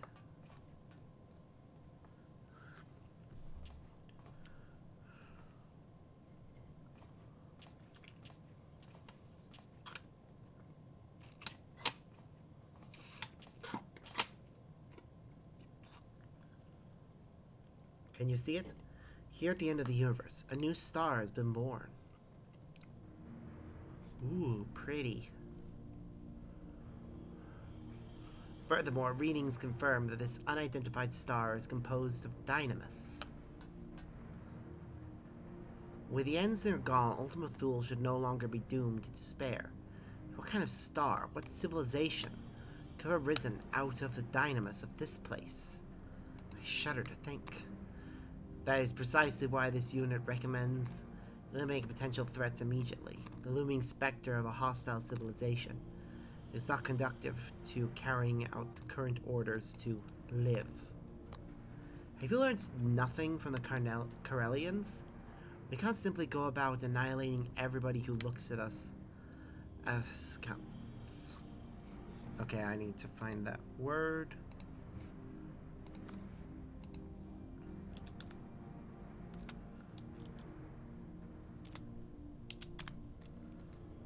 With an attitude or look of suspicion or disapproval.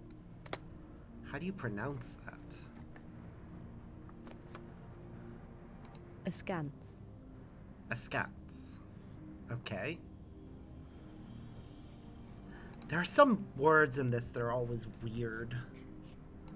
Like, I feel like here they could have just said suspicion. Looks at us with suspicion.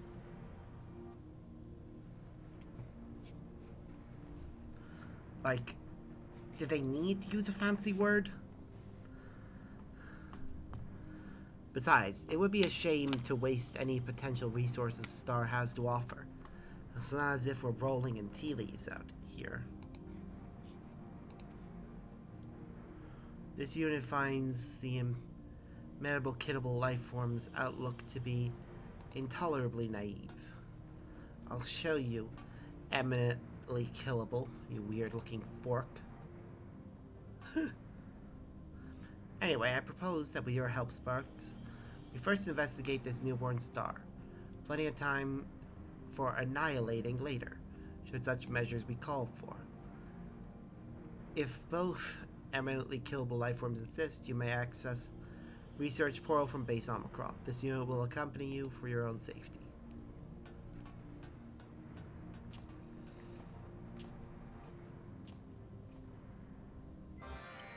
It is very pretty, and I am intrigued by it.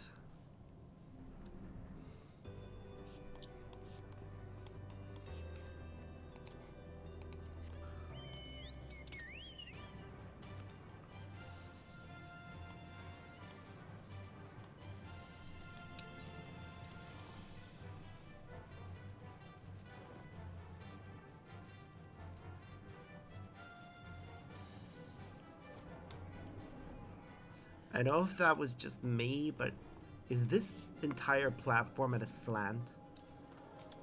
Oh, that is unsettling if it is. Beyond this portal, you will find a research area constructed for the purpose of collecting data on the new star. You may proceed with caution to the star from there. Call me impressed by Stigma 4, that is. It's the one that made all this. It looks sharp, Forky.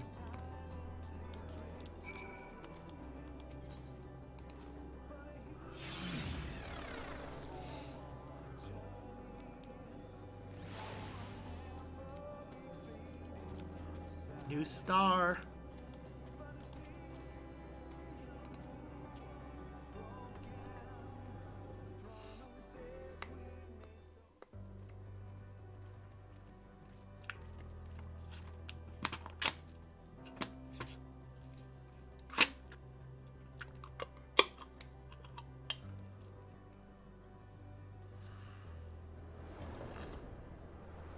Huh. Ooh, that is really pretty.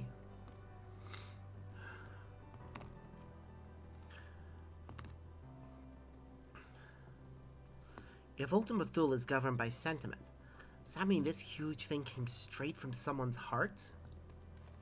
You know, I can scan planet's surface and core.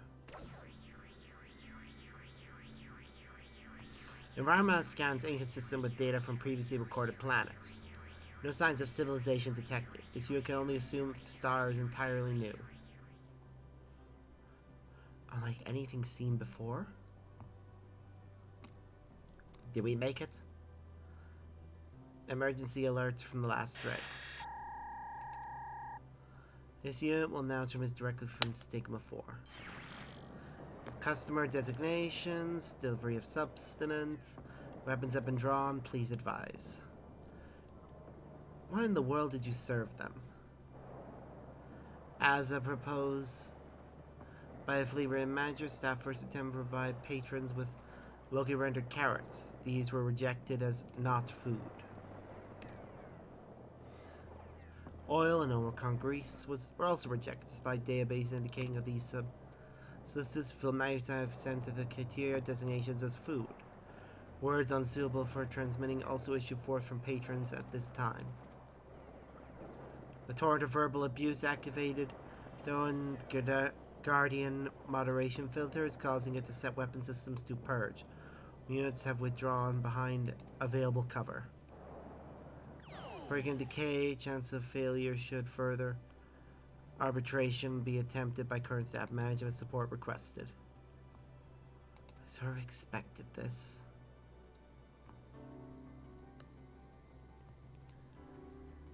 After all, artificial carrots just aren't right. Where's the fresh and juicy crunch? Where's the slight aftertaste of dirt?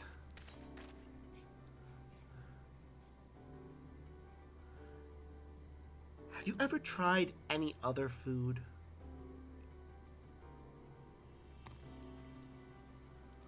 I don't know why anyone would bother putting other things in their mouth. There are perfectly good carrots lying about. Very well, I suppose we'll need to concoct some sort of nutritious admixture. In case that cultivating process will through are abysmal. Manufacturing ingredients require a dedicated production plant. Given the fate of our aforementioned carrots, that simply will not do. What of this new star? Could it not be used to cultivate the fresh culinary ingredients we need?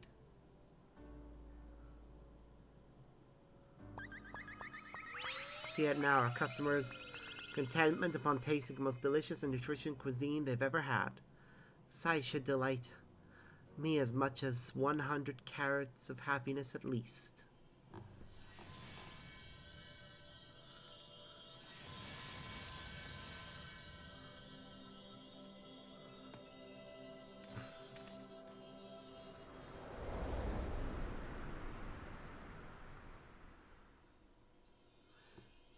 Dynamis. It does amazing things.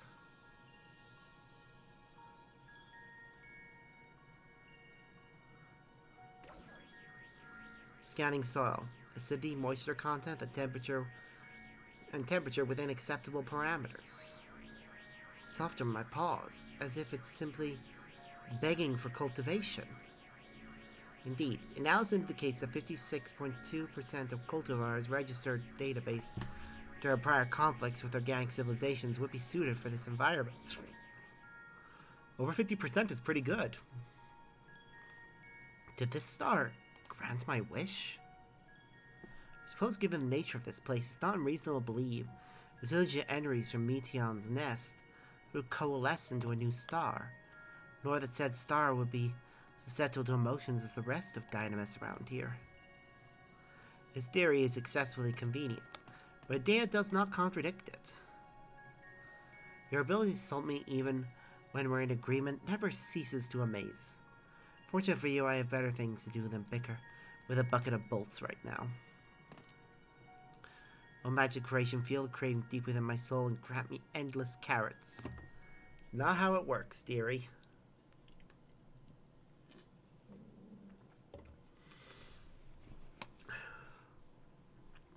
Perhaps gluttony is to qualify as an emotion. Hey, valid point. Bugger, yet my hopes for the cafe do, apparently.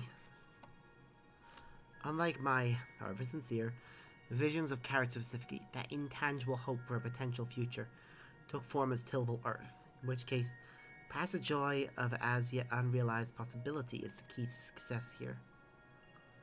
Thus shall we call it? Elysian, of course. A joyful land where our hopes may come to rest.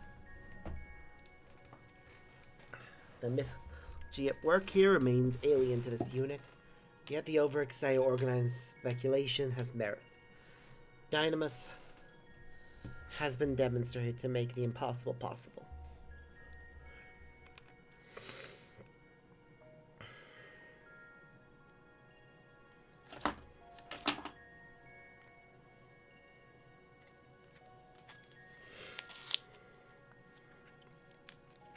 However, the data also shows that it lends itself as easily to ill as good. If the beings of Ultima Thule succumb to despair once more, the consequences will be dire. This unit does not even need to run the calculations to be sure. Boil my carrots, I forgot all about the customers. Must attend to them with all haste, lest they warp the nature of the star.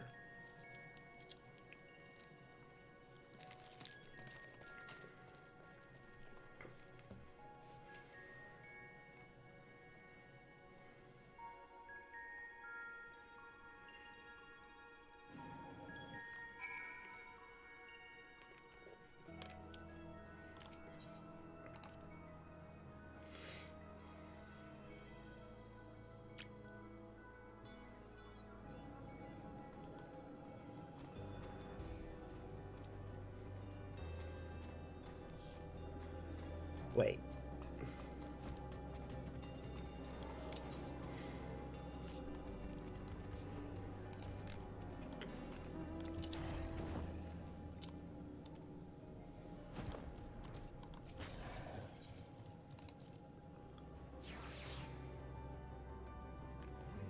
Sorry, there's a unit that will take us directly to the last dregs. What am I doing?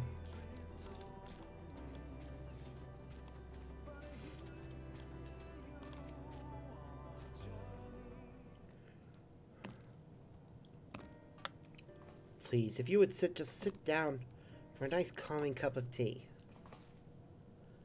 As if I would fall for your ruse a second time. That food you served us made me long for the days of chewing a boot in the trenches.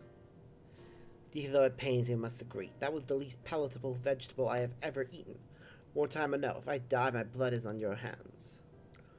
Heavens, we can't have that. We wish only to satisfy our customers, to bring them joy so that they may never again fall to despair. What dishes would bring you joy, if I might ask? Everything we typically eat, from beans to beef, is manufactured according to specifications I could not begin to guess at. Take anything even approaching normal at this point. Perhaps a salad to cleanse the palate of that horrid oil. As long as there are none of those genetically modified logs in it this time. I see. 2 salads with completely organic ingredients. Coming right up. How soon your paltry gray matter forgets. There's a dearth of produce in this corner of the universe. Even of the new star, seeds will require time to grow. Surely Sparks can do something about that. You're a botanist, are you not? Sure, there must be some manner of edible flora around here, inconspicuous though it may be. Dare say local ingredients are something of a conversation starter. So that could be the next step towards our patrons resolving their differences. Wouldn't that be lovely? Yeah, I can look into that. Need only relax and wait. We'll serve you a delicious dinner yet. Directly reviewing natural resource database. Promising nodes located.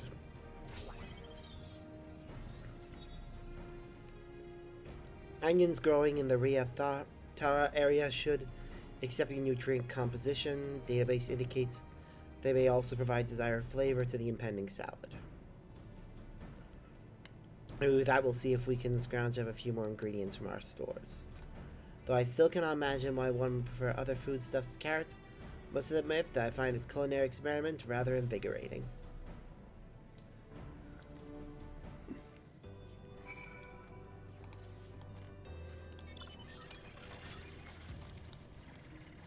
I do love that they're using... Yeah, FF14 is made by nerds. The amount of references they throw in is just great. I mean, look, the cafe at the end of the universe.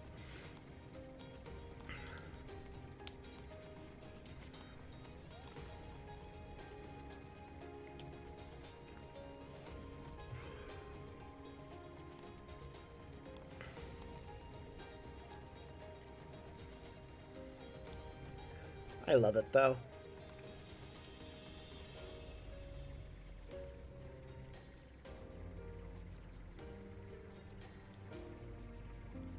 Huh. The home of the dragons.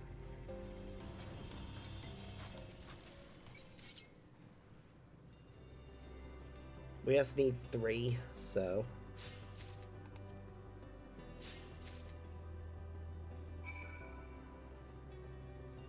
Only for use in the tribal quests, so...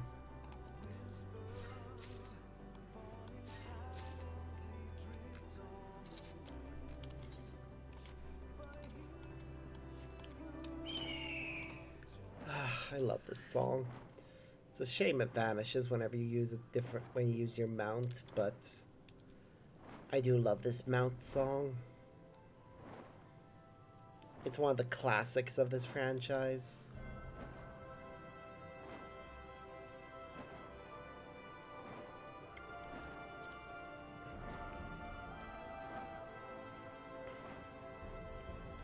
Final Fantasy has been around for a long time, and I really need to get back to my playthroughs of it.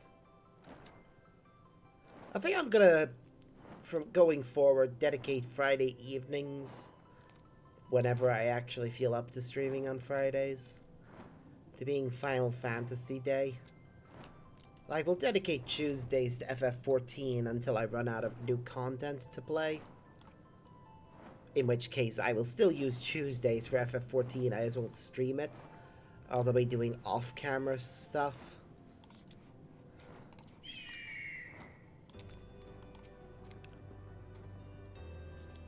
The return of allied life forms Sparks is most welcome. This you can only hope that the other organic life forms will now cease their whining.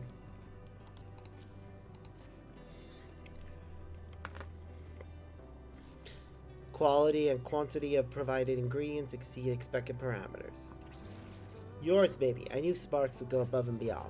Now put these greens to the test.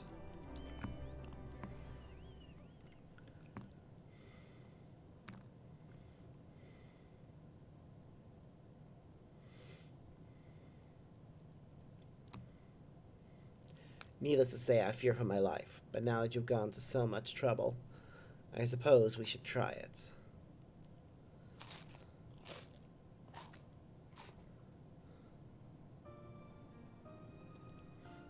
An astoundingly robust spectrum of flavor and texture. As where the food could possess such pleasant complexity. Mass-produced dishes pale in comparison. Watch your tongue. The gold community solved world hunger through automation. Shouldn't you know? You lot would have scurvy thrice over without it. Still, I must admit that the flavor is unique. Though we replicated a wide variety of cultivars in our factories, just as many were consigned to history. I see now what a loss that was. There is an appeal to having the freedom to choose what you eat, is there not? Though I recognize the validity of your world hunger argument. Perhaps there is room for both perspectives at this table.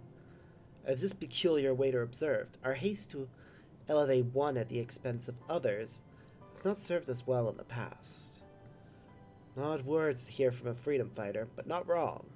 Why am I not surprised that the one working for the global superpower is wearing red? Why is red always the villain color? Or the monopolizing giant color? Seriously, what is with that choice? Like, don't get me wrong, I love the color blue. It is my favorite color, so it generally being the good guy color is great. But it's always interesting to me that this is the way those two colors have lined up. That's the spirit. I'm certain you two have plenty in common, if you're willing to hear each other out. In the meantime, why not help us with the gardening? Release some of that pent-up energy that has you shouting at each other all the time. Think about it. It's honest, non-violent work, and the more you grow, the more new flavors you can experience. A patch of land on a new star that has your names on it. Well, your patron designations anyways. What do you say?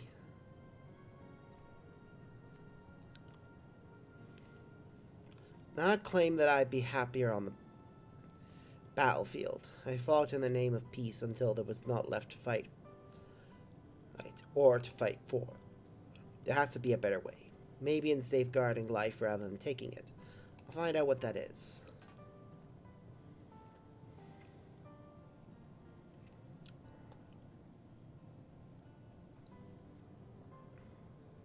I hesitate to align my ethos with that of a global citizen. It is true that we now have the freedom to choose a better future.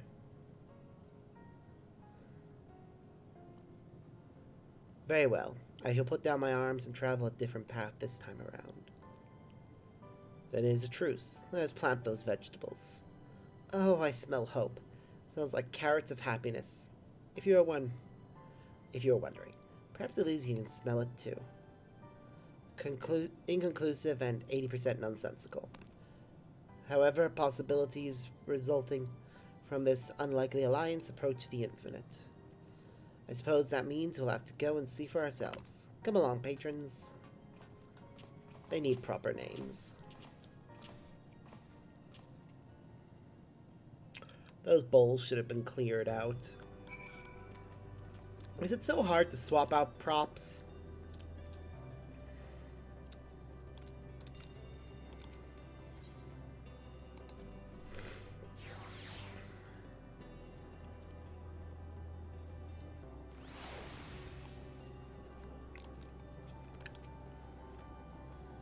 Despite the small yet 57% chance of their being greeted by hostiles, the naive life forms have sent Patron 001 and Patron 002 ahead to Elysium.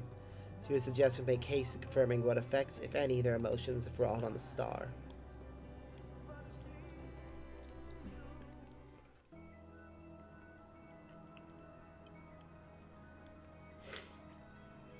Wow. That's Pretty cool. More of their people. It has a fence. There's fruit. There's fruits and veg growing. They have a watering system in place.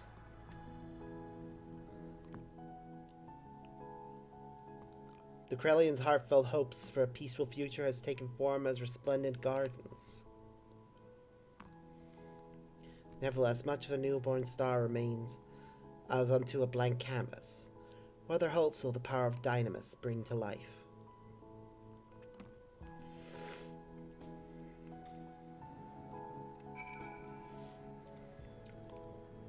Who knows, but I can't wait to see. Seriously, this guy built a house. No, this was just a mill. Wow. Pretty cool. Oh, it's got an emblem in the middle. Oh, and there's a there's a cutesy version of that song I like playing in the background. Like a music box version. I want this music box. Like a physical version of it.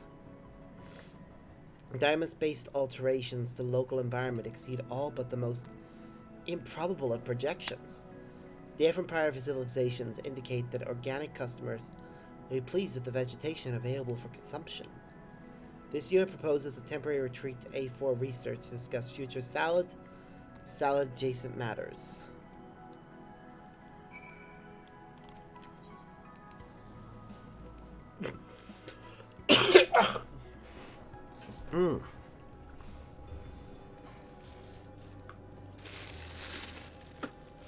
Yeah.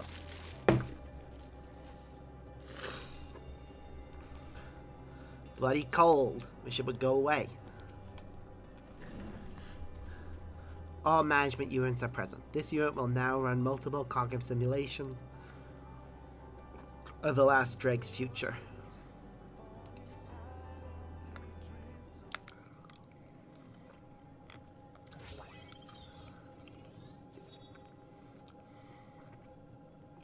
Well, analysis complete. Simulation suggests that further constellation with reconstructed life forms and change the nature of Elysium will both be beneficial in increasing future customer satisfaction. Overall, friendly interaction appears key to the success of Last Dreg's objectives, which are vital to the ongoing mission to live. In other words, if we continue to value our patrons, our cafe will become an ever greater source of joy. This unit would not make such a fanciful projection, but this agrees with the general trajectory proposed. The ongoing assistance of allied lifeform sparks will also be invaluable. Will you care to act as a management unit? I swore I'd never go back to retail. Count this unit in. Your cooperation is appreciated. In preparation for the next phase of operations, this unit proposes strategically repositioning Matrix Stigma 4 to this location that may better assist in coordinating planetary and cafe objectives. Transmission of orders will commence at your signal.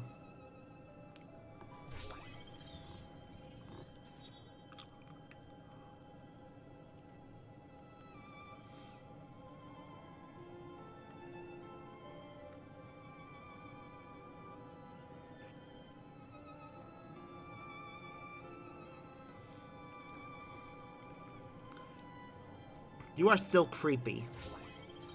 Giant floating robot eye. Retro thrusters on cooldown, initiating matrix installation.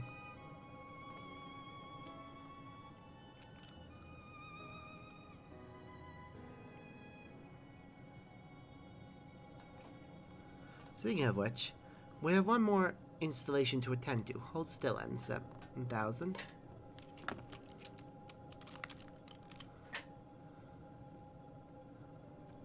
What? What just happened? Of course. Perfect. Now I can tell which Omicron the insults will be coming from. Also signifies your role in this operation quite well, does it not? Crude yet effective, this unit will consent to wearing the large Air the life form's primitive accessory. I'm pretty sure those are hard light hologram ears. That's hardly primitive. Now, my little crew, to work. The possibilities are infinite, so there's much to be done.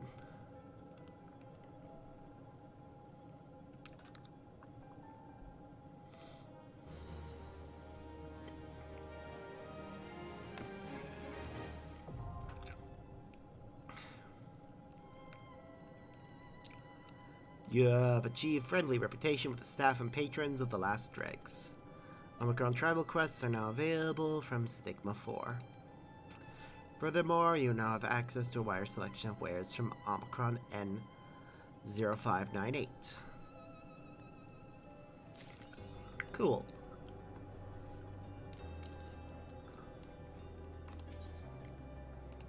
I just want to see what they offer right now. Not much right now.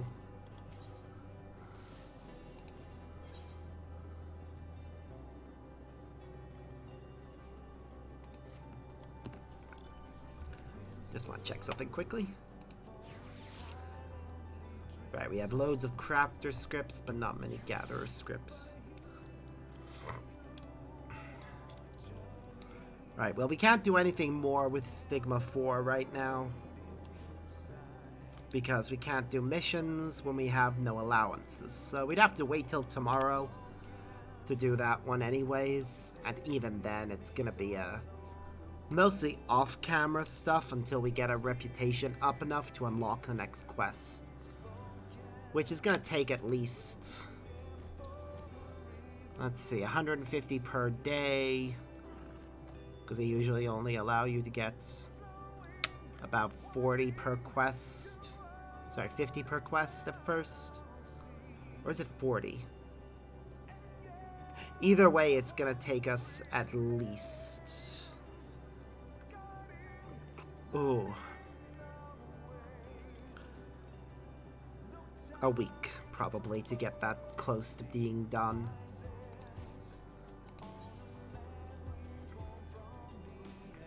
Well, that's that, so...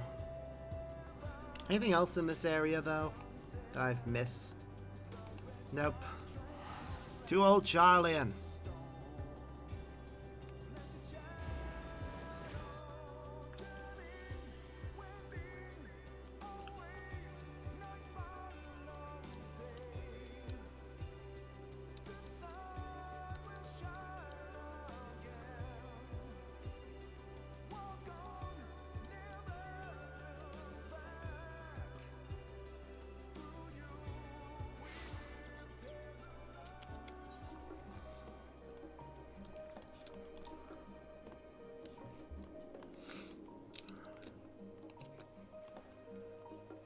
Alright, we got a number of quests over here.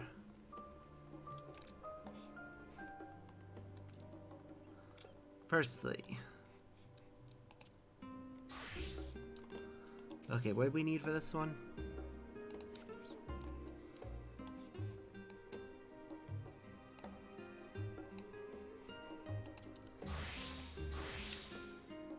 We'll stick with botanist for now.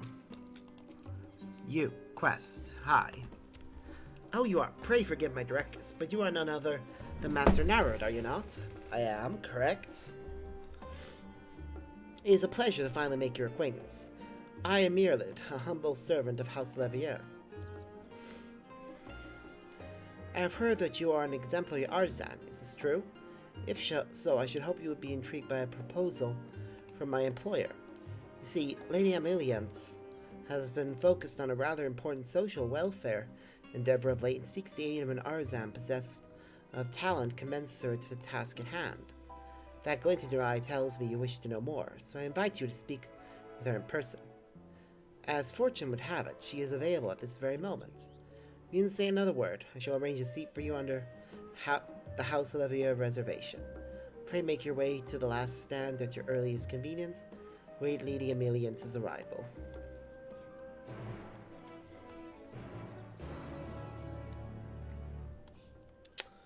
Okay.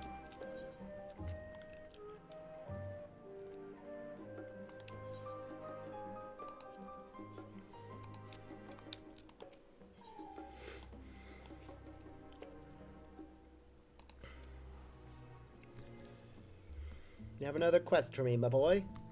Sparks, I have wonderful news. Thanks to your tireless deliveries, we are now overwhelmed with orders. Mistress Tatharu's plan was a success.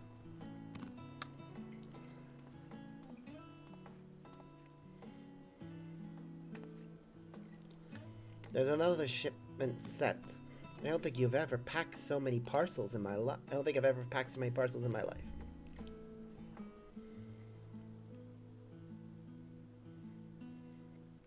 I recognize him, don't I?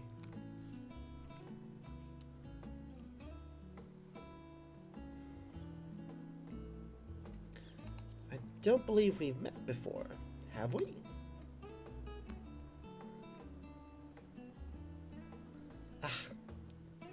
My apologies. Allow me to introduce myself. My name is Hasta. Like so many Hannish refugees, I left my home in Palakistan and came to Sharlayan during the final days. You saved my life more than once. And working at Tatru Taro's boutique with Medina and Varsaru, well, albeit behind the scenes. It's rare that I have occasion to visit the storefront. An unfortunate side effect of the constant demand on all our staff, but I think we would all agree that the hustle and bustle is for the best.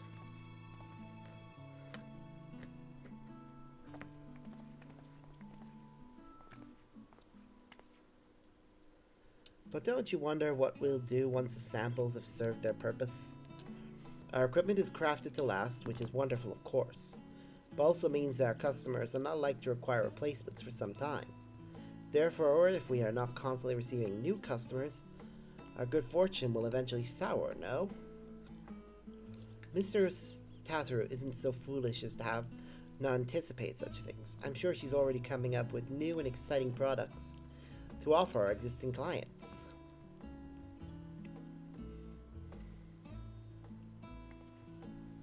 Actually, I had an idea of my own. For a new product, I mean. In fact, I presented it to Mistress Tataru just the other day. A new uniform to outfit the academics and researchers of Sharlayan. Oh, how enterprising. And what'd she say?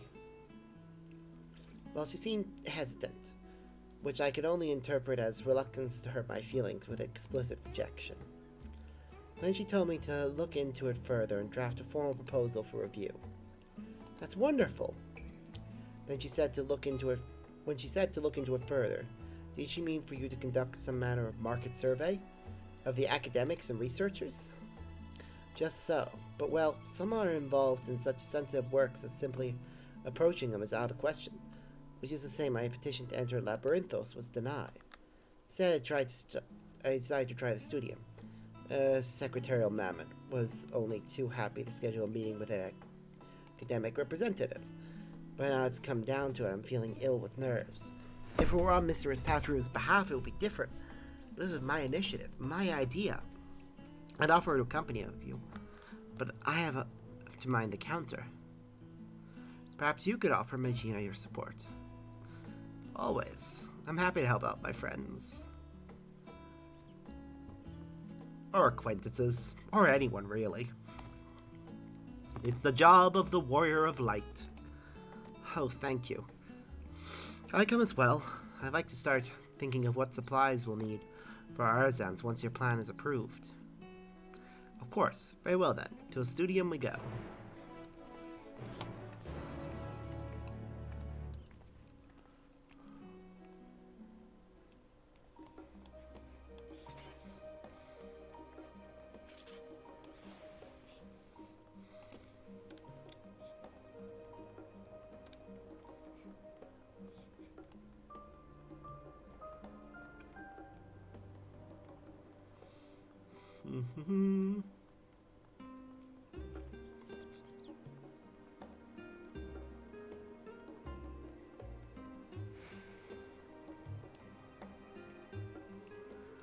Just checking around for things.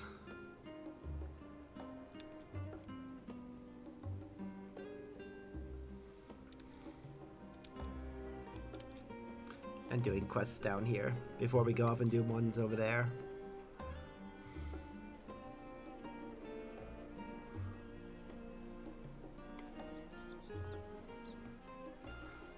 Sparks, I presume it was Miralid who sent you hither.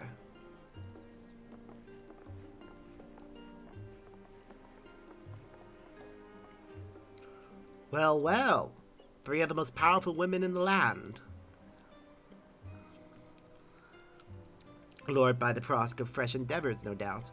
I myself am guilty of the same. Our Lady Levier's correspondence has been full of the most tantalizing hints of late. You are still terrifying. Surprise, surprise. Not happy to see me?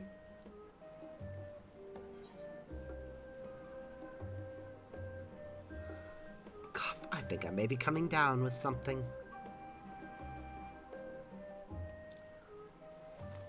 Relax, this ain't my venture. I'm here at Flemin's invitation.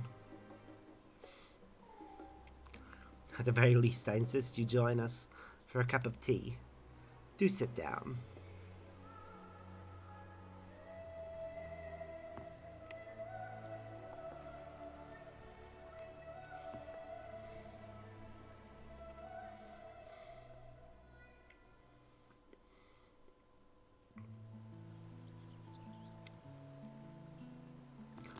Oh, look at all the desserts.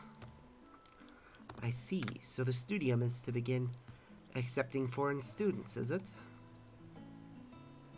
Yes. As you know, Charlian has long closed its borders and avoided interfering in the affairs of other nations, bound by a single-minded focus to secure the safety of the peoples of the star.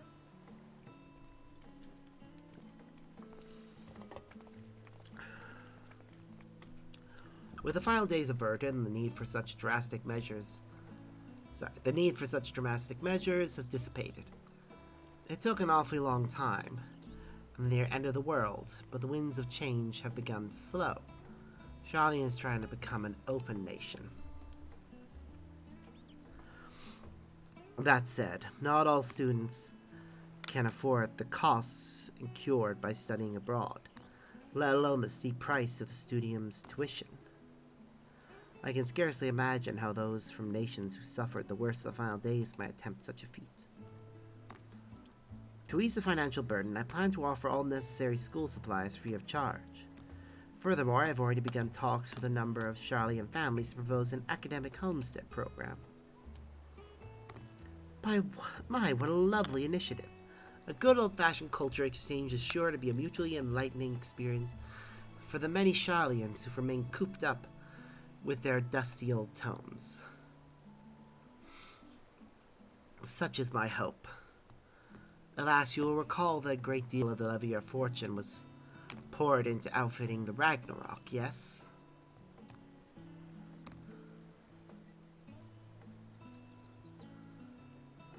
As such, I cannot hope to carry out this endeavor long term without a financial backer. A partner, if you will. I am all for noble causes, but you can't possibly suggest that we provide everything for free. Oh, but of course I am. Were I to require students to repay the sum of their tuition after graduating, a sum few could afford, it will be no different from a loan, after all. I see. Well, I wish I could help, but with no prospect of income, I must respectfully decline your offer. Some might intend to be rude, but I run a business, not a charity. I completely understand. Recently I find myself reminiscing over the time I spent in the Dravanian hinterlands. Fortunal, the children, and myself were all so happy living in the Emporium. Idle though it may now be, the town was once tremendously effervescent, filled to the brim with inquiring souls who traveled from every corner of Eorzea in the pursuit of knowledge. Of course, it was not solely prospective students and researchers who journeyed there. Far from it. As a hub for seekers of knowledge, no small few merchants made a living by procuring research supplies. In turn, they had immediate access to a reservoir of cutting-edge inventions. But come to think of it, I dare say my contact at the East Aldenard Trading Company would be intrigued to hear of similar possibilities arising from our program. So very kind of Tatru to introduce us. The East Aldenard Trading Company.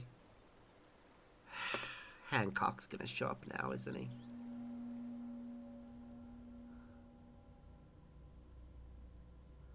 Hold on a minute now.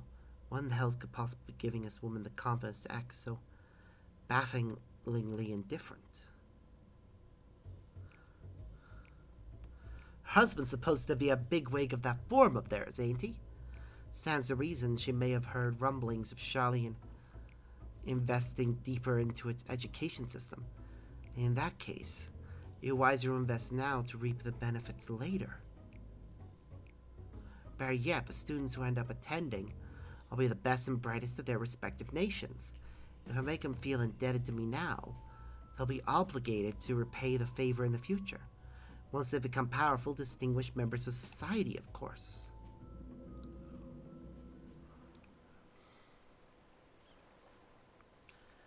I will also have need of a skilled artisan to procure the necessary supplies. You know, the demand is sure to be immense.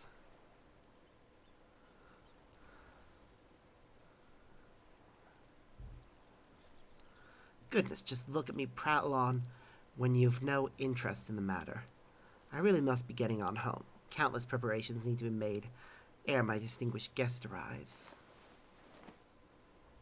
Hold that thought. I've come around to your proposal. Aye, and as your partner, the House of Splendors pledges its considerable support for your endeavor. An investment for the future, let's call it. That is, on one condition. Sparks must be the sole supplier. My, how fortuitous.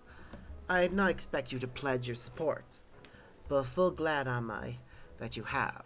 Together we can give countless students the opportunities they deserve. What say you, Sparks? Would you be able to spare some time from the seemingly infinite number of responsibilities that require your attention? God damn it, Rowena, and this is why you terrify me. Oh God, you're more terrifying. Rowena's guilting me with just putting me into an awkward position. But that is a mother. That is a mother staring me down like, you wouldn't disappoint the children now, would you? Oh God. Wonderful. I'm counting on both of you.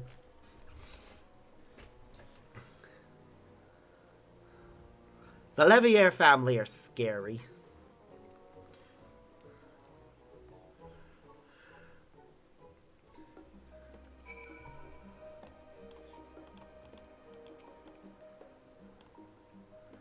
Flamine and Rowena have already left, if you're wondering. They intend to do some sightseeing in town before returning home. I do hope you're able to enjoy our tea time together. I can think of none more deserving of a brief respite. I must apologize for ever dragging you into this matter. You deserve its full explanation, but not here. Would you care to meet me at my home? Of course. Splendid. I shall be awaiting you at the for your estate. Alright, 2 more missions down here, then we'll go complete that one over at the Levier estate. One of these is just unlocking leaves for the area.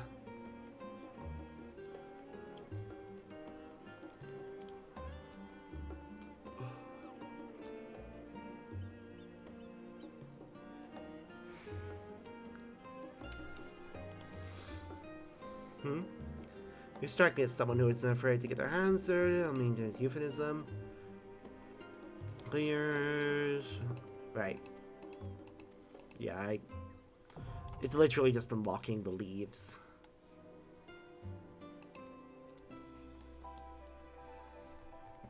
These are just side quests you can do to help you gain experience.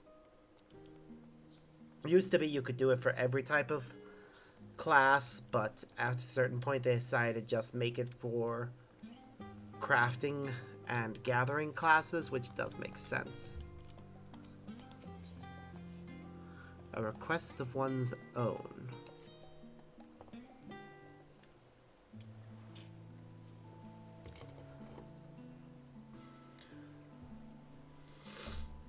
Pray see that is done.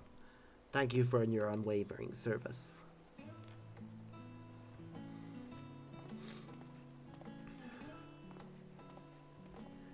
Oh, that'll be good. I didn't see you there.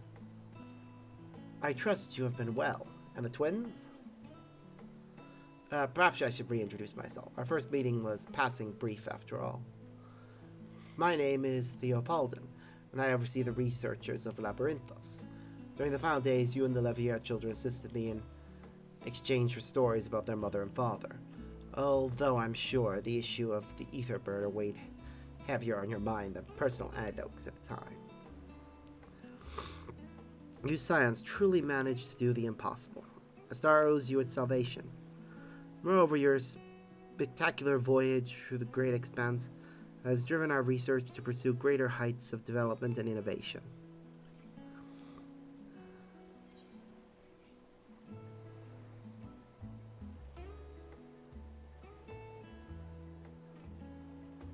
Oh, are you building more toy boats? Starfaring vessels? Well, I can't deny something of the sort. The scope of our current work extends far beyond interstellar travel. Would you care to join me below? You can see for yourself what our researchers have been busying themselves with these days.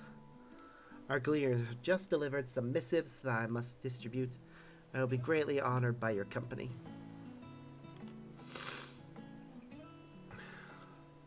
Marvelous. I have no doubt your presence will brighten many a day.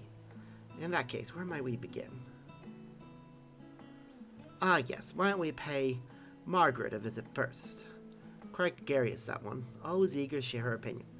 Her laboratory is on the eastern side of Charlie and Hamlet, so let's be off.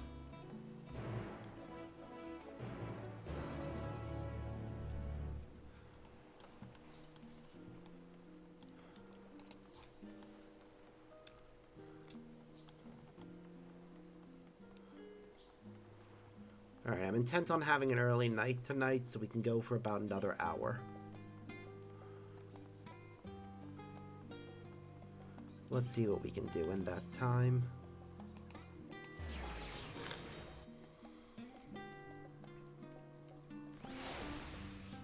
Can we?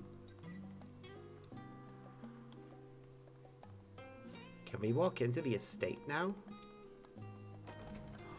The door's open. I want to explore. I want to explore. Let me see the twins' rooms.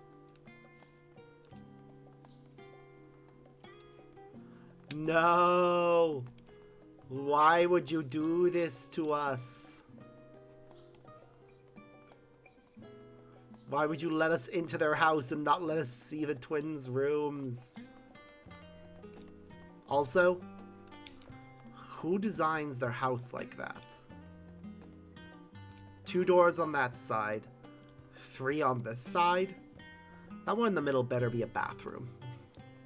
Like, I can accept if the ones in all the corners are bedrooms and then that's a bathroom, but there really should be one on the other side as well. You fools! The symmetry is ruined! Thank you for humoring me, Sparks. And welcome once again. For years, I've supported my children from afar as a sponsor of the Scions of Seventh Dawn. Even though Scions have disbanded, it has done little to diminish my desire to be of service. That is why I decided it is past time I made my own contribution to the world, to this star, that you and my children have sacrificed so much to save. I am merely one person. My resources limited. Words can ill express how grateful I am for your aid.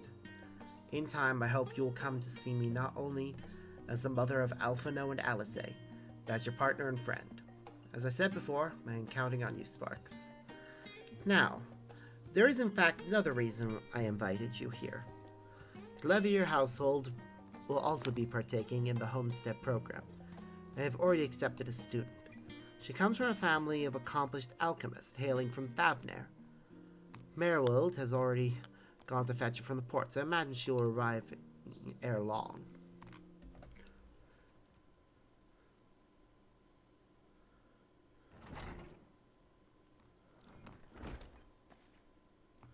Lady Emilians, I pray I did not keep you waiting over long.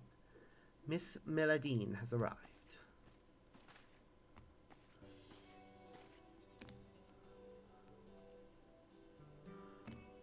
Huh.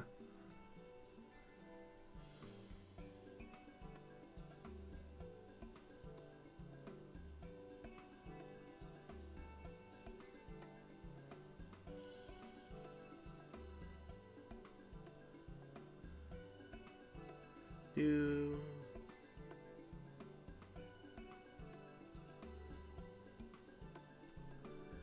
Nice to... I was just checking messages there, sorry. Nice to meet you. I am Milladine, freshly arrived from Bavner. It is a pleasure to make your acquaintance. Oh, the pleasure is all mine, I'm sure. You must be utterly exhausted after such a long voyage.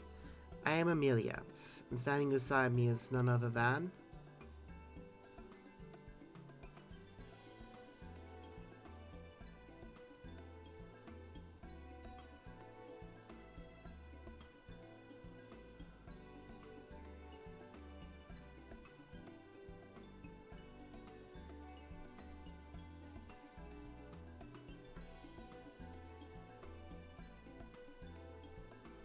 Oh, I know. It's Master Alphino, isn't it?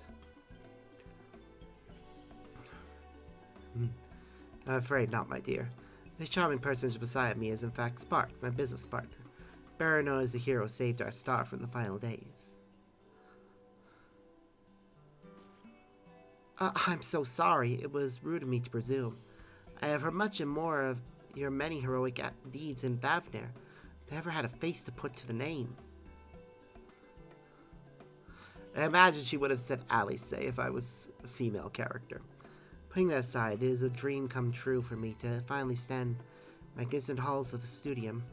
I could collapse with happiness on this very spot.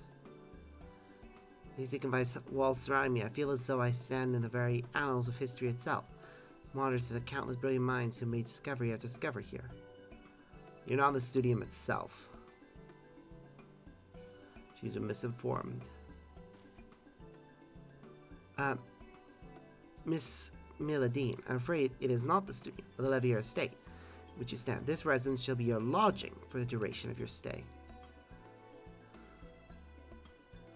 It may take some getting used to, but I wish that you come to feel at home here.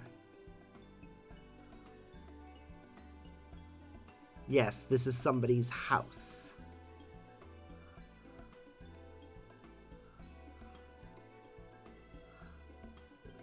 This is your home?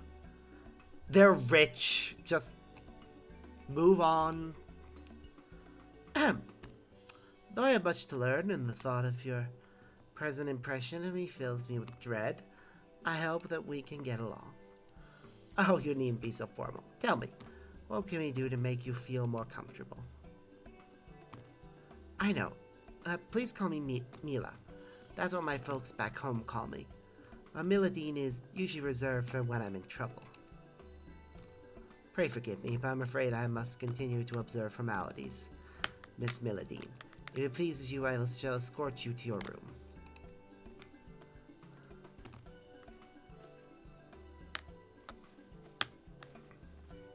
Because not everyone has surnames in this universe.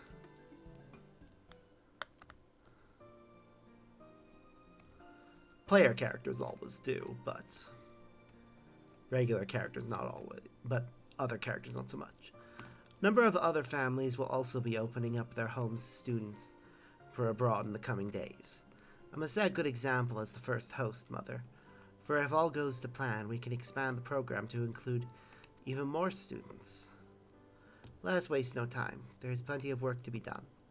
Classes of the studium will begin once students have had time to settle in. I would like you to use this period to procure all the necessities needed for their matriculation. You may find any materials you need by speaking with Sinov, the apothecary, and the Agora. Let's give the students the welcome they deserve.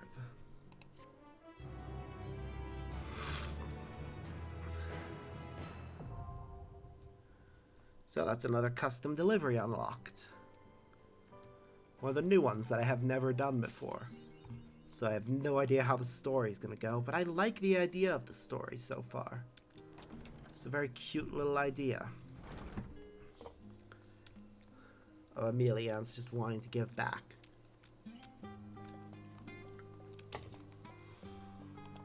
in the most adorably Emilian's way possible.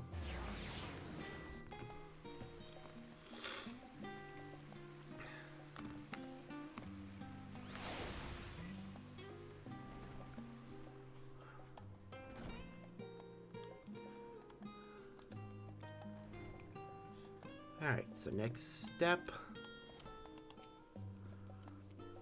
This building might well be a temple for how austere it feels. I'm glad I have your company. I was told a key Alipa will be meeting us here. I'm sure they will be along shortly.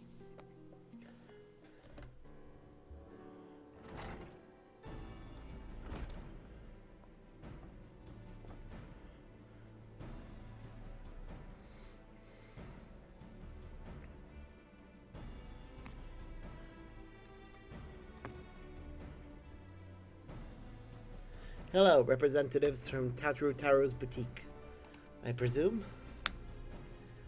Pleased to make your acquaintance. My name is Medina, and I am ever so obliged to you for making the time to speak with us. Ki Aliyah, at your service. There's no need to stand on ceremony. I assure you, most of our academics are far more concerned with their research than pleasantries, seemingly to their detriment at times. Anyway, how may I help you this evening?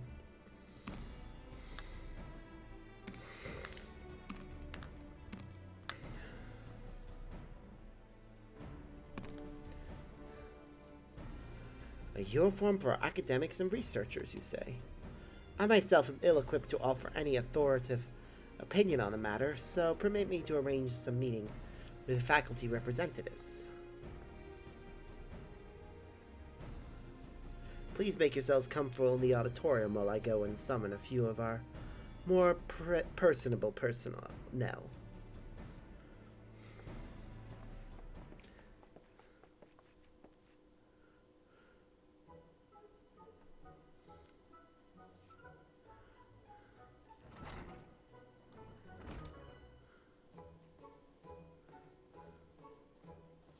Hello. Just getting some feedback from everyone.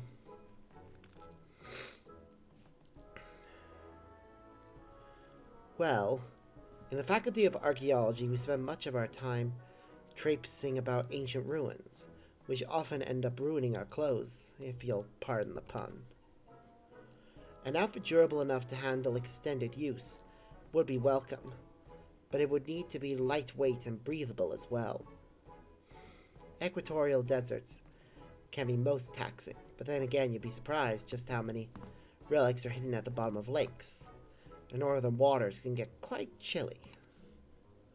As it stands, my colleagues and I throw on any old thing for our field work, whatever we have on hand that is suitable for the conditions. We understand it may need to be disposed of afterwards. Funding for research equipment and the like is precious enough as it is. We can't afford to have dozens of bespoke garments for every situation. This is probably not what you were hoping to hear, I realize. No, thank you for your candor. It's true, new kit can be rather expensive. You must ensure our prices stay affordable.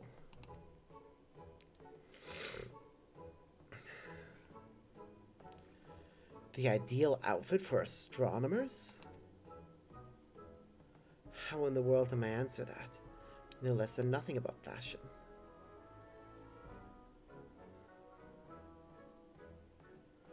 Well, I suppose we astronomers often conduct our celestial observations from locales remote and subsequently chilly. You know, mountaintops and the like. So, something warm? If warm is truly their only requirement, then I think it's safe to say this is the opposite of an untapped market niche.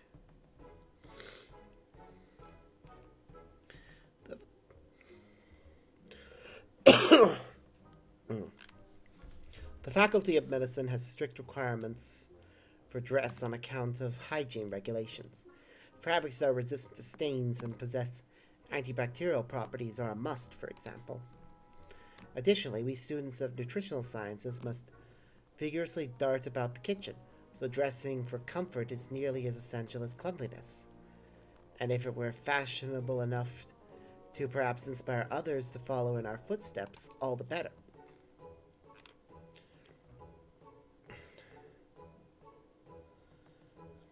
We require no such clothing in the Faculty of Anthropology, for we make all that we require right here. Rather, Professor Tankin prefers to do so, that he may better understand how necessity begets innovation.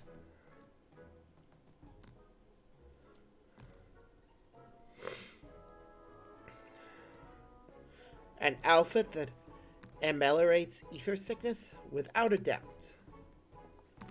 You would think we at the Faculty of Etherology would have developed such an outfit by now, no? But alas, our primary projects demand every moment we possess. We cannot afford to divide our resources.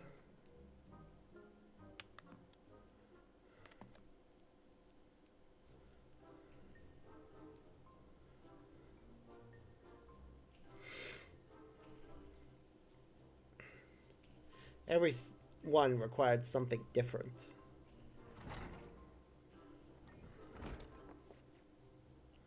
Well, how did it go? I don't know, to be honest. Everyone has such different preferences that I'm not sure if it's even possible to satisfy them all. A fair concern.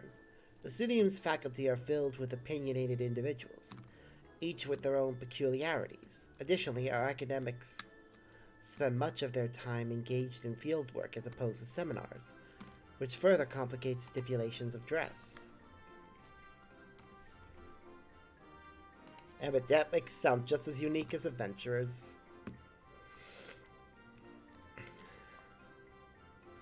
Indeed, it was naive to assume that one type of uniform could account for the needs of all academics.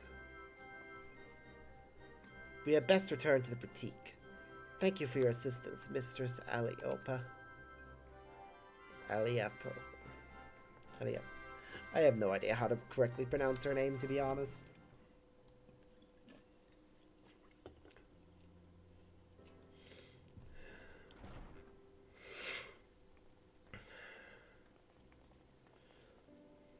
Don't be disheartened, my boy.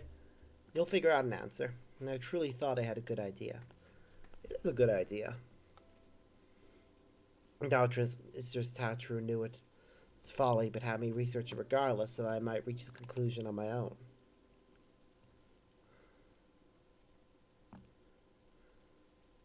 She meant well, I am sure.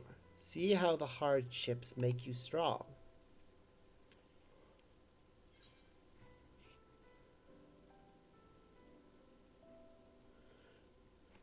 That's an important phrase to you, isn't it?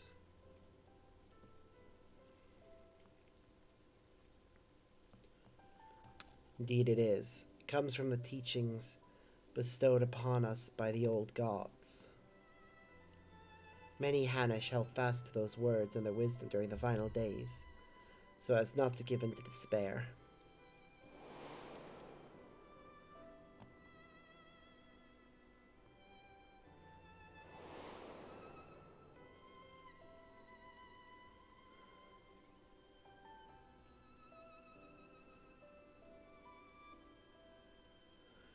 When we call upon the divinities, it is not to beg for salvation, but for guidance.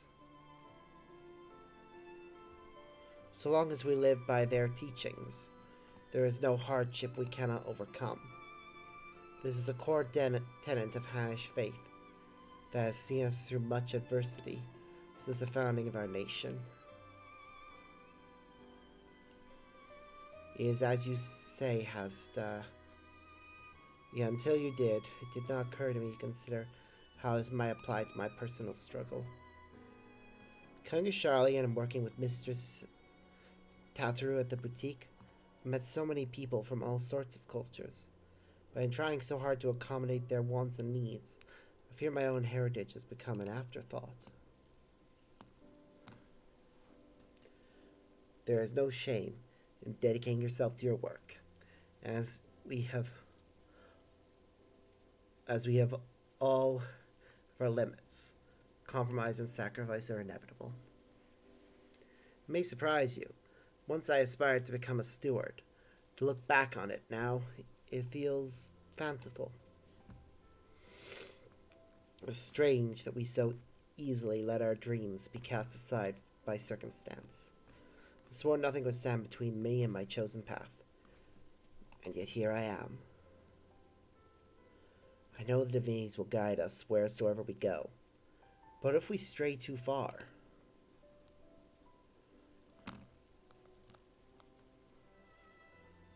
Would I be a fool to suggest that perhaps we should return to Thavner? But Mistress Tatru has done so much for us. We can't simply leave the boutique on a moment's notice. Maybe not, but what of our family and friends? It is one thing for us to send money and well wishes. What if we could not do more if we were there, helping to rebuild? I haven't been back to the village since the final days. If we're already forgetting our old lives, I don't know. I just think Mistress Tatru should know how we feel is all.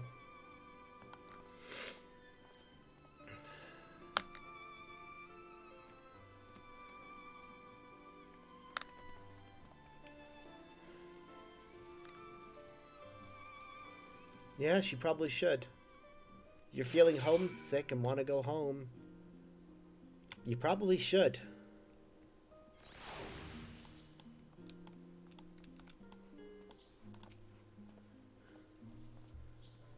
Even if it's just for a visit. Varsaruna says that Mistress Tao should be stopping by soon. When I asked how she felt about returning to Thavner, she said she'd need time to consider. For my part, at least, I think consulting with Mistress Tatru would help put my mind at ease.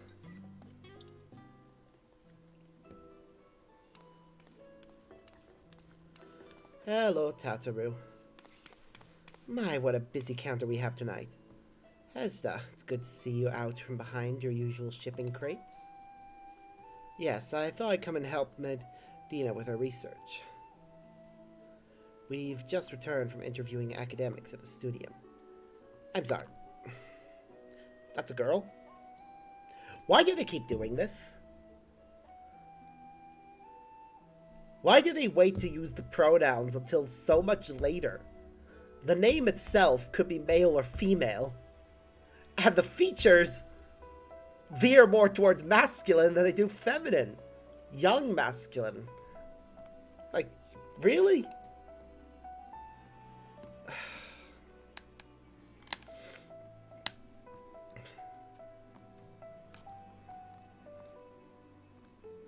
Suffice to say, their requirements were all radically different. I know I set a uniform for researchers and academics, but I'm afraid I may have deeply underestimated the feasibility of such a project. And that's perfectly alright. The important thing is to learn from what you discover, so you can retain and apply that knowledge as you continue on your entrepreneurial journey. The right idea for a new product will find us when it's ready. In the meantime, I have more samples in need of delivery, seeing as Sparks is very conveniently standing within my line of sight.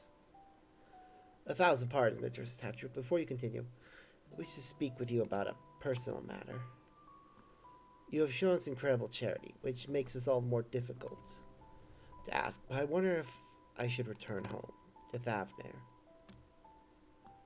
Please do not mistake this as dissatisfaction with our arrangement. If anything, I've grown so accustomed to life in Sharlayan that I fear I've begun to forget myself, my dreams, my faith, the person I used to be before I came here.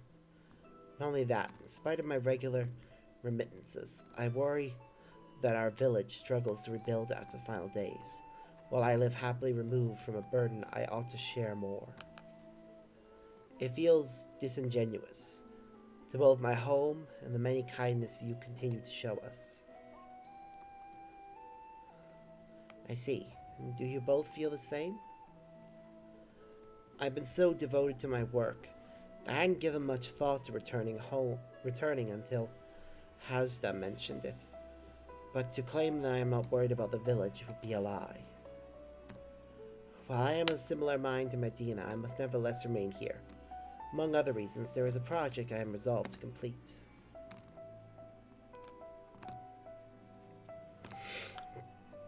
Yeah, I know the project you mean.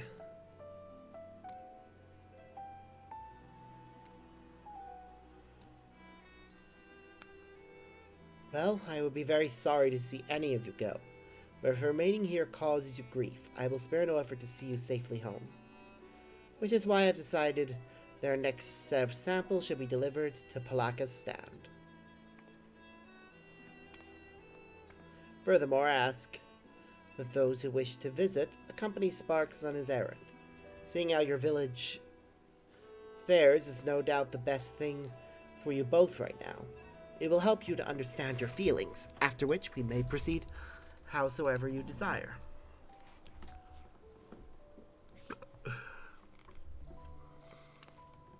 And should your colleagues require it, I'm sure you can be relied upon to dispense the perfect advice. As needed. Medina, Hazak, give everyone my regards. That is settled. I'll begin preparing samples at once. Allow me to assist.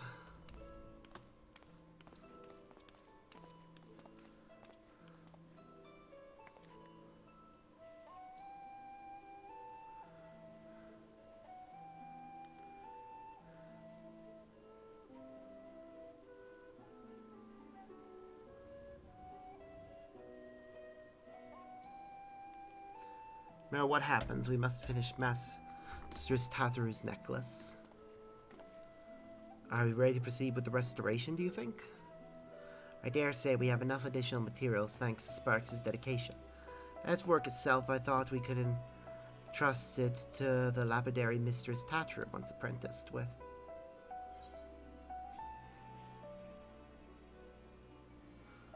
I'm sure that will mean a lot to Tataru.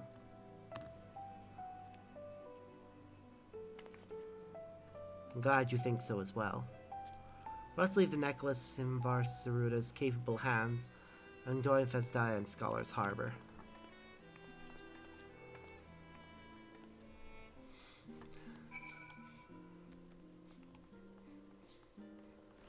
Before I go join him down there, I am going to go and take that quest. I think we just met all the people that I've actually should have met in the course of doing the Studium quests. Ah, well.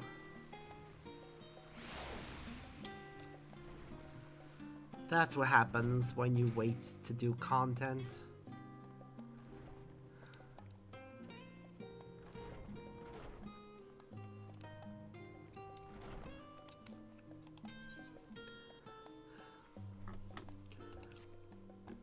It's you. You're the one the scholar was telling us about, Sparks. Yes? Yep.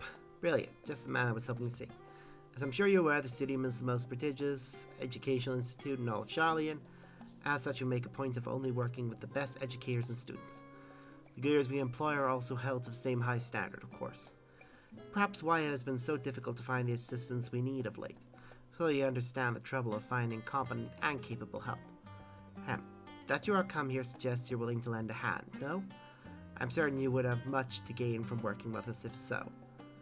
Do let me know should you commit to lending your services to the Studium.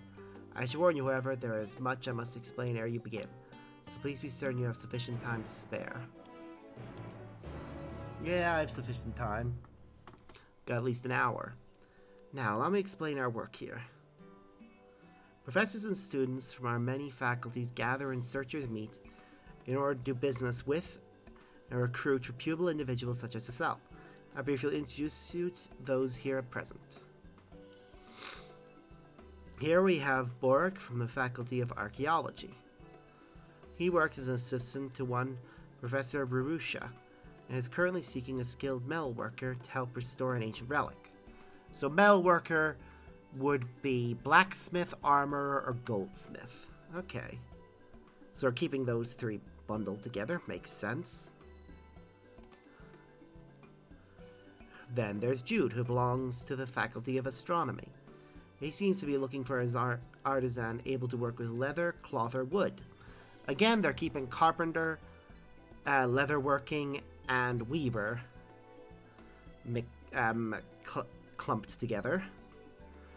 but he wouldn't tell me much more than that. He's awfully shy, you see. Next, we have Deborah, a student studying in the Faculty of Medicine.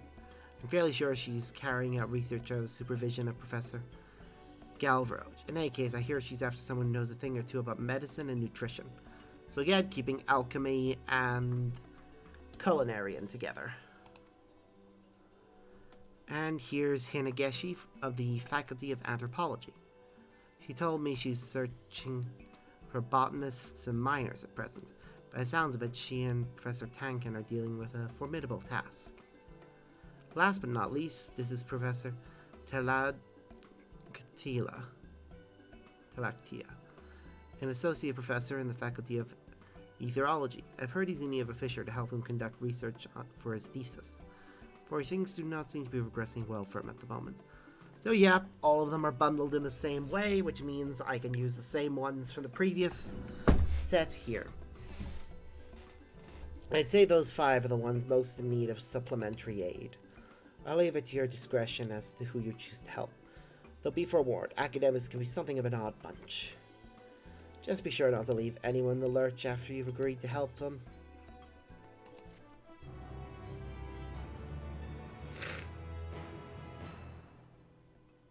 I love her earring.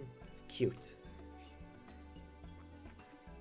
We now want to take deliveries at the studium, speak to those belonging to its various faculties to learn what ails them. Okay.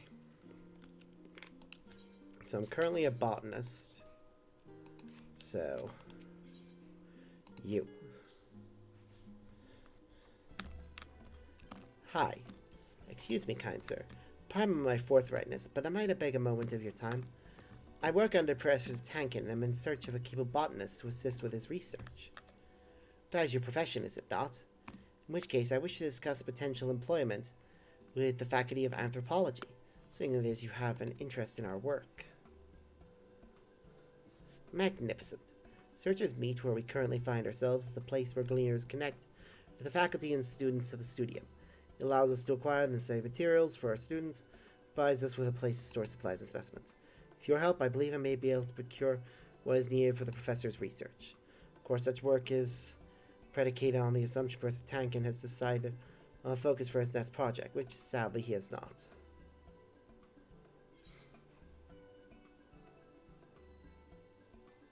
Would you say he's the indecisive sort? Oh, that's certainly one way of putting it. If he doesn't hurry and submit a research proposal to the studium soon, he'll be unable to secure funding for his work. His very tenure could be cut short. It will be a great loss for the studium, as he is a remarkable scholar. The very definition of calm and collected discovers something that piques his interest. Then his eyes widen and his cheeks take on a rosy hue. Honestly, like he regresses to being a young boy. Ahem. Returning to the topic at hand. First task will be to procure Professor Tankin himself. Might you find him somewhere in Numenon, if you would be so kind. Wonderful. And when you find him, pray offer him this slice of Archon loaf. Like it's nice, forgotten to eat as usual. Of course. The sheer size of the library can prove daunting at times. I spent enough time with Professor to know he is in there somewhere.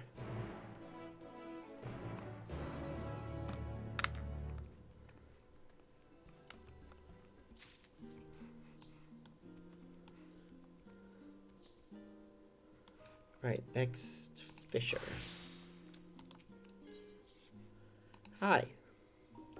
Could it be? Yes, you must be the gleaner I've heard so much about. Let me get straight to the point. Oh, but where are my manners? Allow me to introduce myself first. My name is Talactia, and I'm an associate professor in the Faculty of Etherology here. To tell you the truth, I'm a bit of a bind. I'm scheduled to make a major presentation at a conference in the near future, but as ashamed as I am to admit it, I've not been able to get enough data to properly finish my thesis. If I'm unable to prove the worth of my research, my funding is all but certain to dry up. As you can see, the stakes are high. You have to look an adept angler about you, am I right? If so, you could be just the person I need. This section here is one I've rented out for my work. Might interest you in taking a look?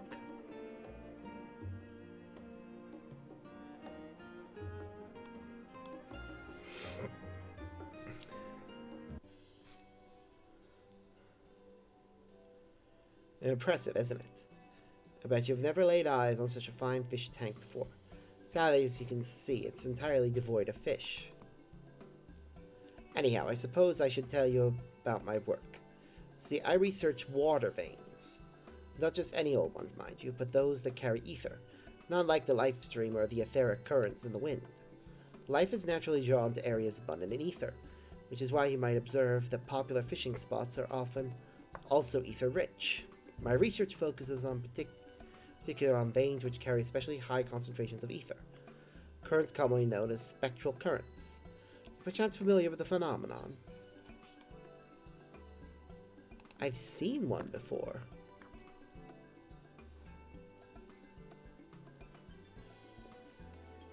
Oh, I'd expect nothing less from a veteran gleaner. Must say, it's always nice to meet someone familiar with the subject of my life's work.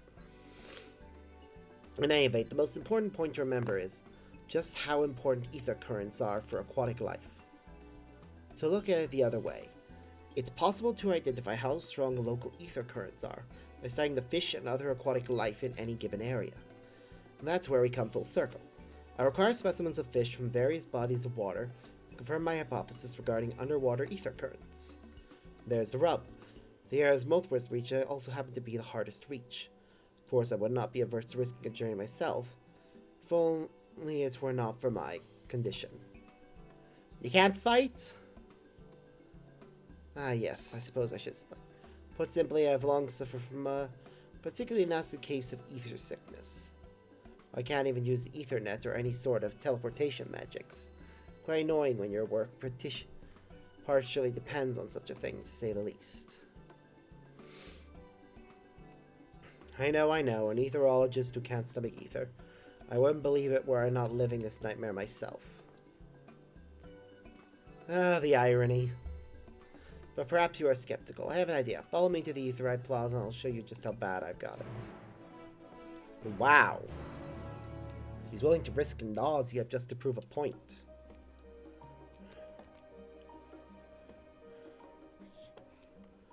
Okay. What was it next? So I just remember which classes. So it's Blacksmith, Alchemist, and Carpenter. Dear me, whatever am I to do? I'm trying to think how the professor would react if I returned without, Oh, sorry you startled me. I don't suppose you would happen to be a craftsman, would you? Brilliant. Please, allow me to introduce myself. I am Borg, and I under the employ of Professor at the studium. Professor Rusha, to be precise. She works in the field of archaeology, and is deeply invested in the restoration of relics. I have been tasked with finding someone capable of helping with her most recent project. Needless to say, I first asked our colleagues at the studium itself for their aid, but I was told in no uncertain terms that our so-called relic was mere refuge. In fact, between the two of us, to my untrained eye, it appears to be little more than a shabby ornament or child's toy. Esther, meanwhile, is convinced that it is unique and of great value. And far be it for me to question her. Few archaeologists have had as much success as she. But I digress. Would you be willing to at least meet with the professor and hear more about our work? Let me have a look at the relic.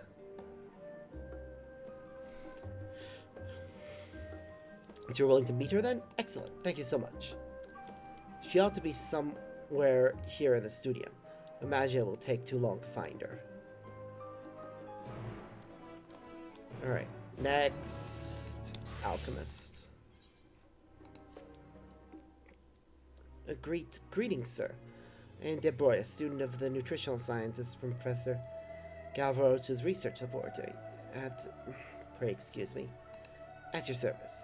If I'm not mistaken, you're the alchemist who has come to us by way of Kia Aliopa introduction, yes? Wonderful. I would very much like to request your help with oh my. Forgive me, my stomach is not entirely at its best. Sir Galvaroche bid me try a sample of a newly created comestible, you see. The taste was, well, and the texture. Oh dear. I guess you should just experience it firsthand. One mouthful is worth 1,000 words and all that. Pray join me over at Maker's Meat. I can initiate you in the wonders of experimental foodstuffs. Alright, and lastly, Carpenter. Oh dear. Dear, oh dear. If only he were here to help.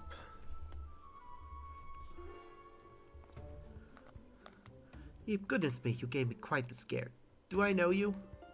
I must apologize. As you've likely already gathered, I am rather easily startled. Is aught amiss?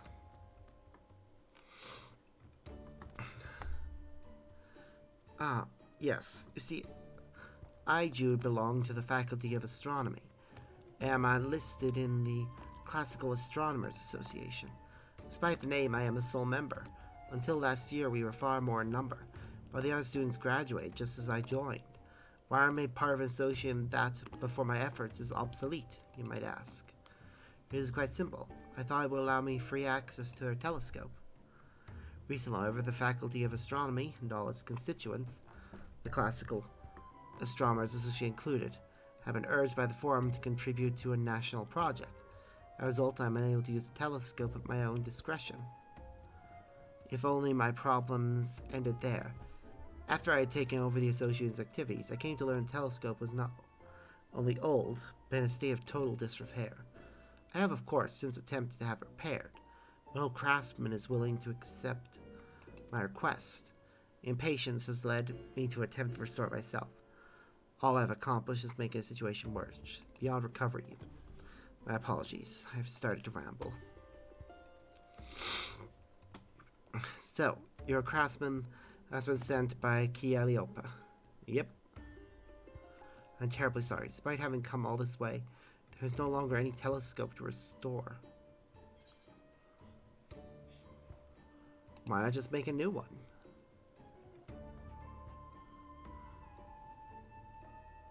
Indeed.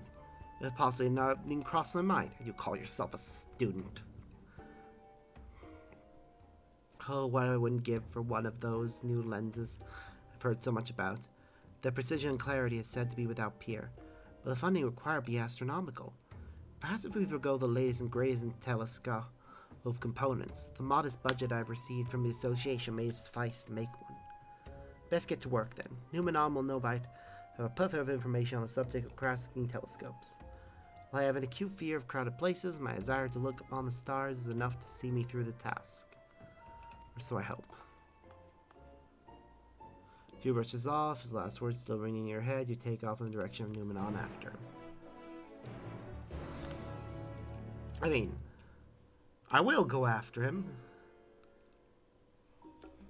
But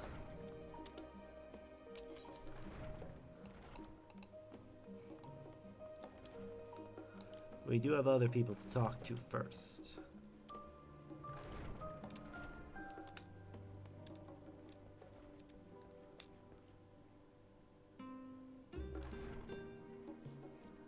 Right, who was this one again? Well, alchemy is over here. Thank you ever so much for coming. Let's set the table for you, shall we?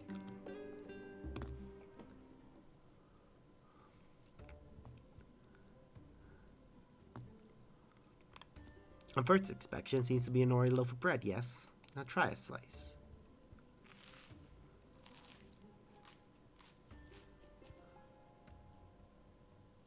Oh god, that face tells me everything. It's awful.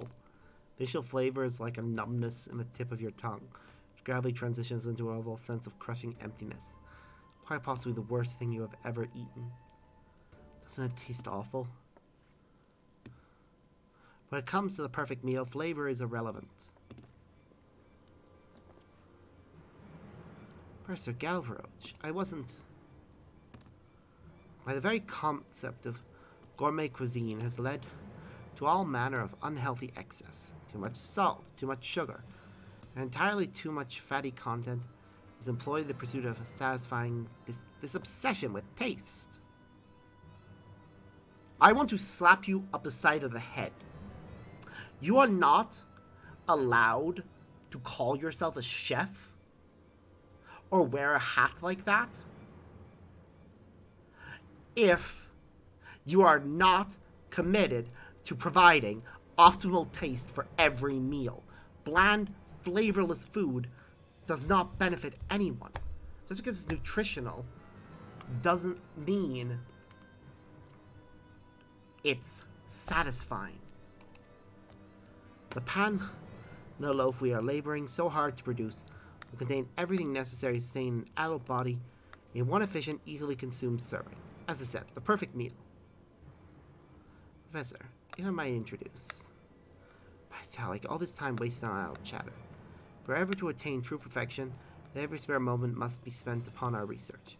The task was to improve the panloaf's digestibility, was it not? Let's be getting on with it. Swift, sure, efficient.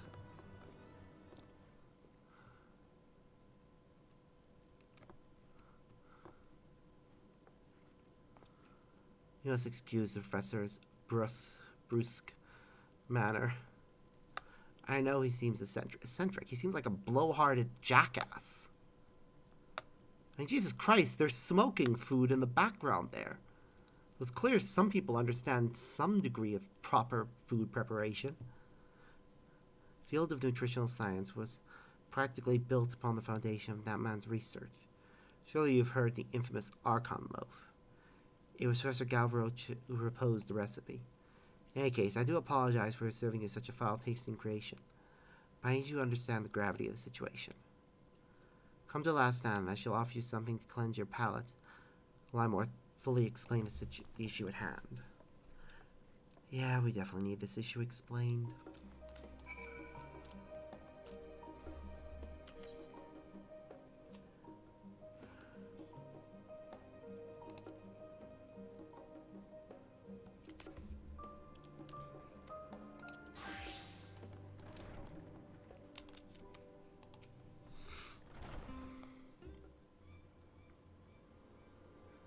Well, hello there. Terribly sorry, but I'm rather busy at the moment. Can it wait until later? Perhaps you wouldn't be quite so busy if you weren't wasting time on what is clearly little more than rubbish. You do realize there are limits to our fundings and facilities, don't you? The faculty cannot afford to waste time on projects that show little to no merit. Honestly, I think you're overreacting, Professor. I have a very good feeling about this relic, you know. Feeling. I was not aware we had decided to rely on feelings over common sense now. If I were you two, I'd spend my time on anything other than helping this crazed crone with her work. Charlie really is full of a bunch of pompous jackasses. Sorry about that. You must be wondering what you've walked into. Seems Professor Nemono is having a rather bad day. Wait a minute. You wouldn't happen to be an artisan, would you? He is indeed, Professor. What's more, he's kindly agreed to hear more about our work, which I brought her. You never did get my name, did ya? Because I forget, I don't think I ever asked for your name. Sparks, at your service. Well, Sparks, thank you for coming all this way to talk to an excitable old lady. I am Marusha, humble professor of archaeology. You've doubtless heard from Boric that we are attempting to restore a relic of sorts. I suppose it then falls upon me to explain our situation in a little more detail. But let's first make our way to the workshop. It will be much easier to explain things to you there.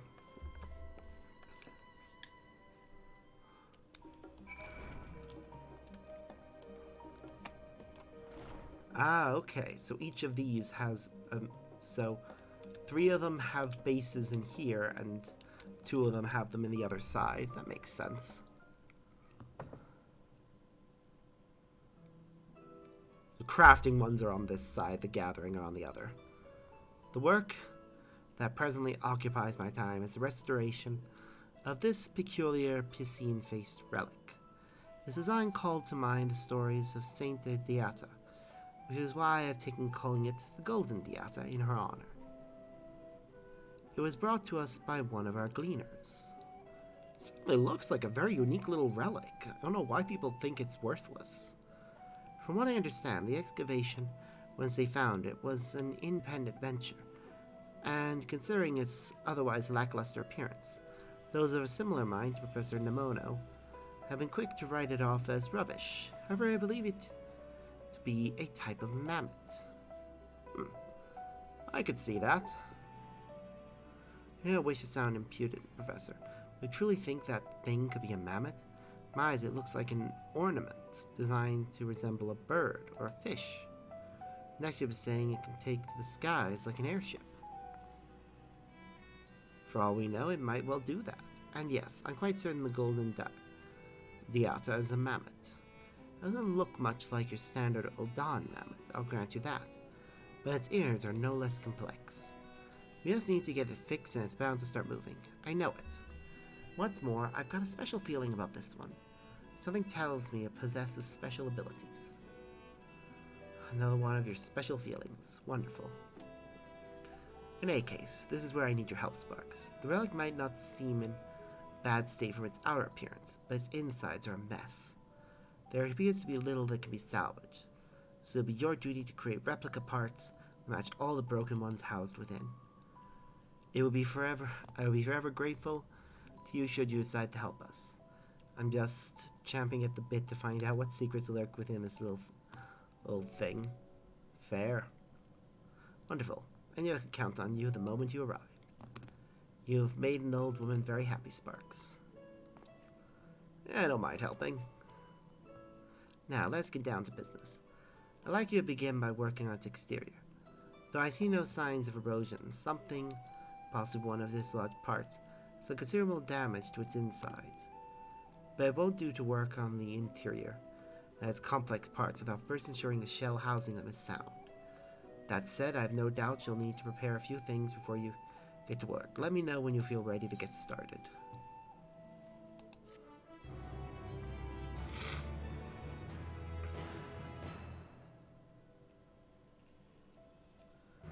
Yay!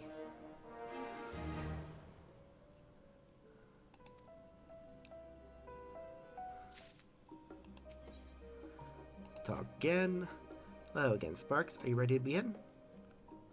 Wonderful to hear that. I'd like to start by crafting gold plating. You needn't worry about fitting it to the relic, though. I will handle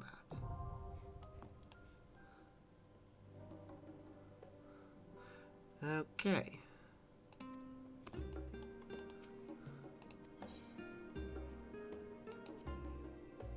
Gold plating. Well, I'll need to spend some of my white crafter scripts first.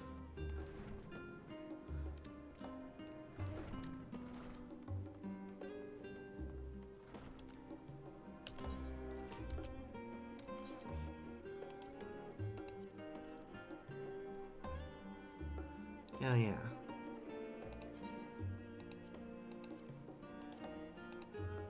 Okay.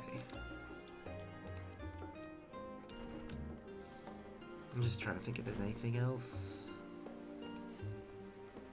Oh, right. Crafting. Under class quests, studium deliveries, gold plating. Do we have all the ingredients? No. No. And no. Okay.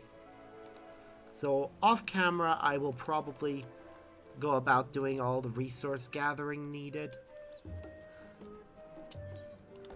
Got 2 quests in Numenon. Cultured Pursuit and In Search of the Azure Star.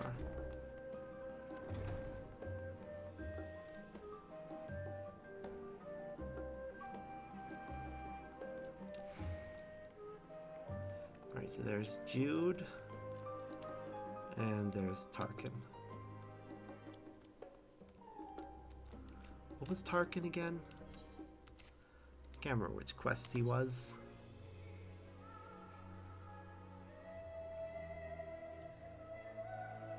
Culture Pursuit.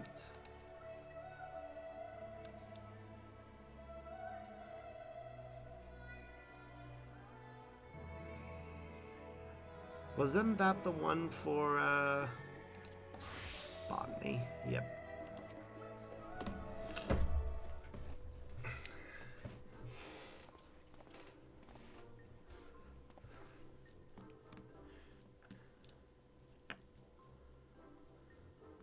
But, damn it all, I succumb to the sweet song of slumber yet again. She always strikes when I least suspect it. I don't suppose you would happen to have a morsel of food to spare on your person. I seem to have built up quite the appetite whilst dead to the world.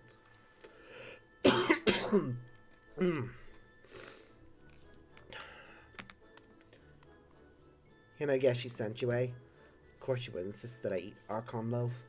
At any rate, you have my thanks. I hope you do not think me rude for indulging right away. Nah. I thought ought to silence my stomach for a while. Truly I am indebted to you, sir. Dozing in the midst of research is an all too common and routinely ignored occurrence around here. There is no telling how long I would have slept had you not come when you did. In fact, it calls to mind the tale of a researcher seeking a means to traverse the ethereal sea. He wished to do so while still amongst the living, you see. Found him dead in the midst of a pile of books. But that is neither here nor there. I take you are come seeking employment. Time is quite fortuitous, as I but recently decided upon a topic for my thesis. Pray accompany the searchers meet once more, and shall explain all to you there. Okay. Let me just switch to Carpenter a moment and speak to Jude.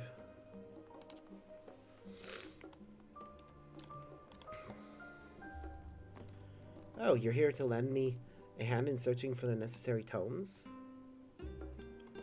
Thank you. Only one other person has ever extended to me such kindness.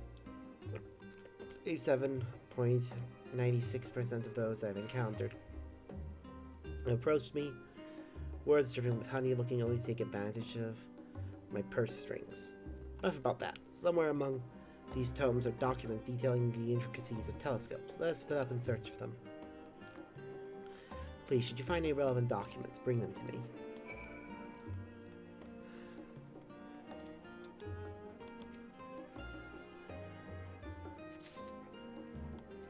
Oh, just collect them all. Okay.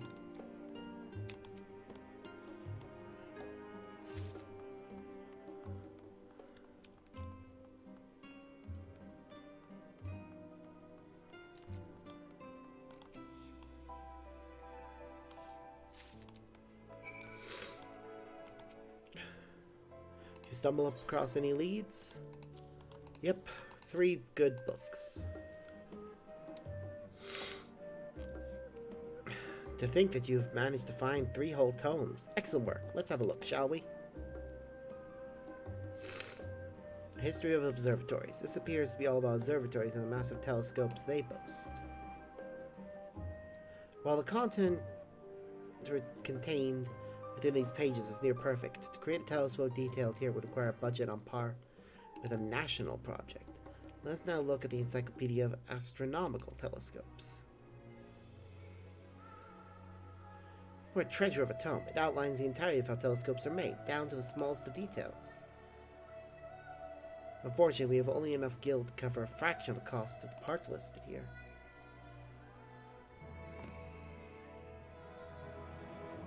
Let's see what this last one has to offer. An astronomer's comprehensive overview of the star lens, huh?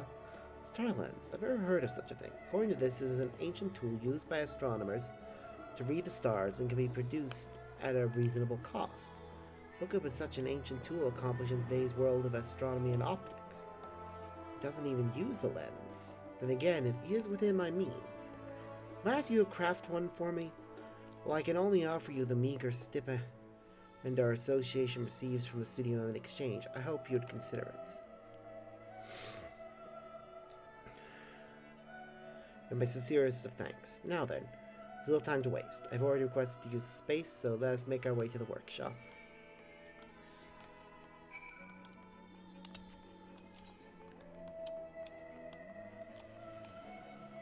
Got 2 quests to turn in.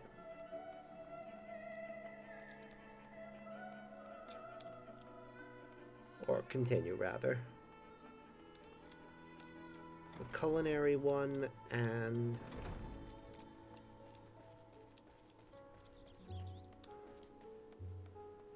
what was that one? Fear of Thesis?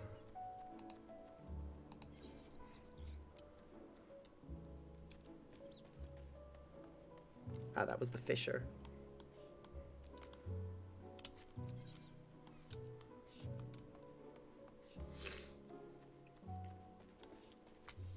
Yeah, well, I'm here. Might as well as continue these ones.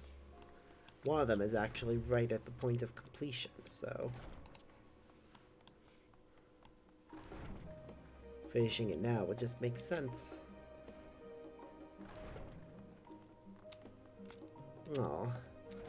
This little area is cute.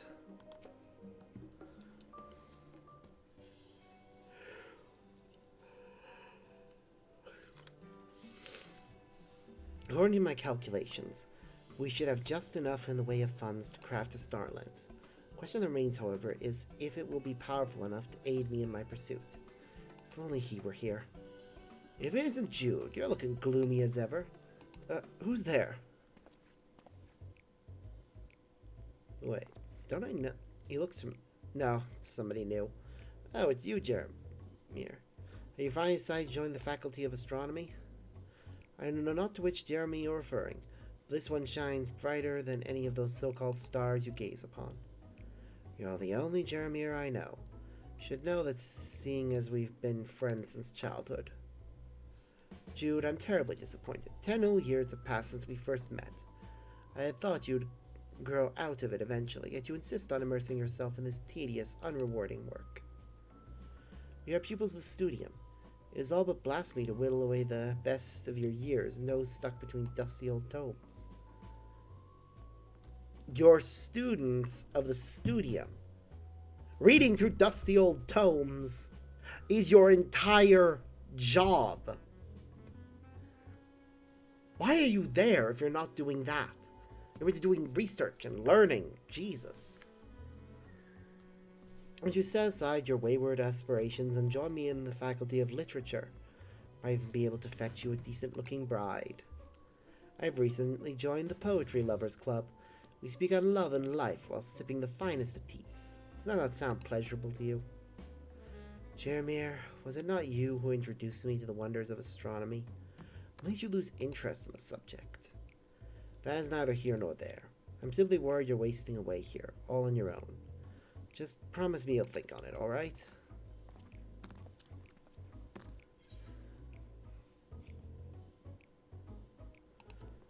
What's your relationship to him? I must apologize for introducing you. That was Jeremiah, a childhood friend of mine. Ever since I could remember, we would spend our nights together gazing up at the stars. Aw, they made child versions of them. How cute. It was a decade ago when it happened. The two of us took part in an astronomer's workshop. One night when we were looking up at the night sky, we spotted a mysterious blue light. We concluded it was an unidentified celestial body. We immediately notified the Studium's Faculty of Astronomy. No matter how much they searched, they were unable to find the light we had seen. In the end, the Studium talked it up to the ramblings of imaginative school children. Out of sheer frustration, we decided to join the Faculty of Astronomy, vowing to one another that we'd one day rediscover the azure body we saw that day. Jeremiah, being a summer older than I, enrolled first. When I finally entered, it was as though he were a different person. All vestiges of the old Jeremiah and the promise we made one another forgotten. I joined this faculty hoping to fulfill our dreams of a decade prior. Yet, ever timid and easily cowed, I don't see how I will accomplish this alone. It was Jeremiah always leading the way. Without him, I am lost. Well, I'm here to help you now. You've got me.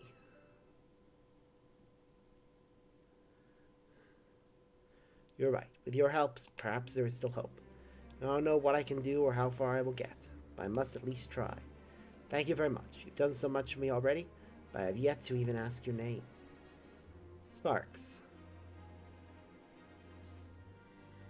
Sparks, I'm looking forward to working with you.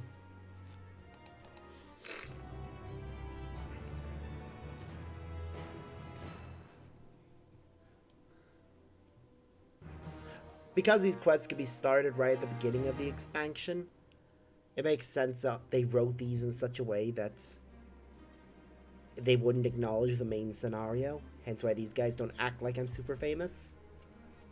Or acknowledge that they should know who I am.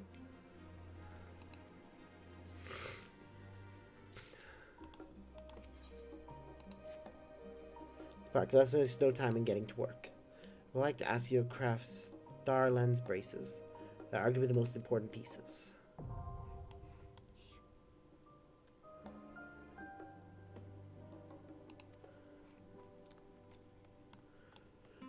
I am really glad that we actually get these as proper quests this time around that show up in our log.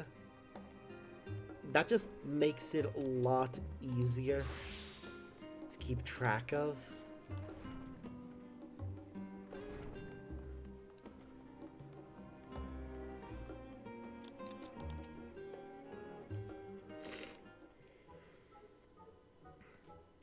There you are, my savior from slumber. Professor, please, it would be most rude to waste any more of his time. May I discuss the focus of your next research project? What does he require of him? Yes, of course. Time is of the essence. Honestly, Hinageshi, I do not know what I would do without you. Well, that is most flattering, Professor. Thank you. I mean it, Hinageshi. I would be lost. Completely and utterly lost. Professor Tankin, Yes, quite famished aside. So absorbed was I in my research that I had all but forgotten my need for rest and sustenance. Were it not for your kind gift, I would surely have expired by now. I thought you meant... yes, of course. Always happy to help. Provided our research is deemed of value to the studium, we are supplied with clothing, food, and shelter, but only the bare essentials, mind you. We need to look around to know the veracity of my words. We do as we are instructed, researching and gathering resources. What value do these things truly have in the grand scheme of things? Study of 1,000 civilizations, and nothing here has changed.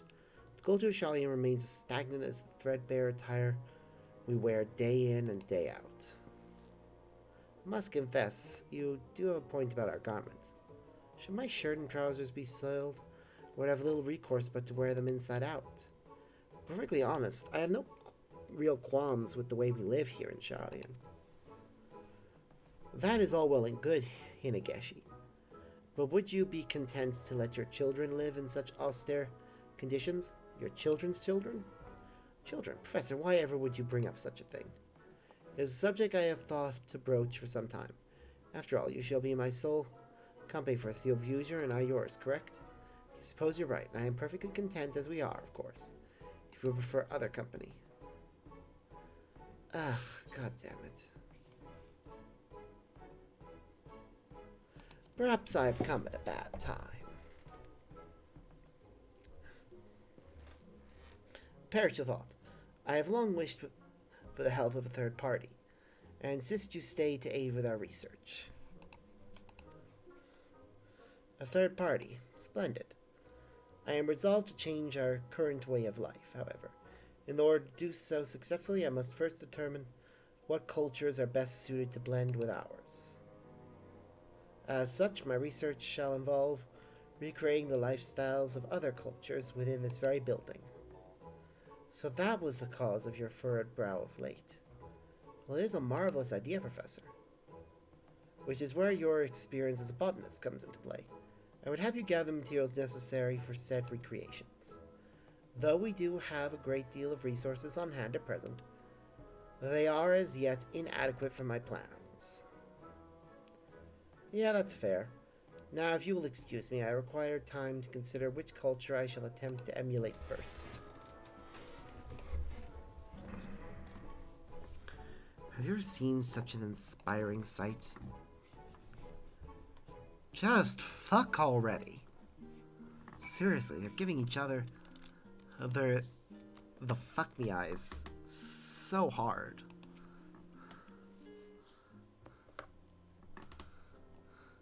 He is relieved to see Professor Tankin has at last chosen a subject for his research proposal.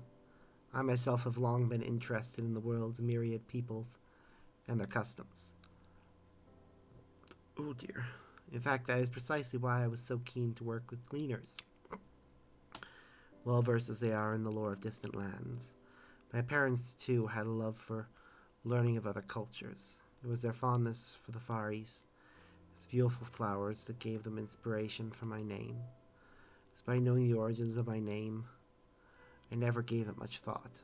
That was until one day when the professor commented on it in one of his enthralling lectures.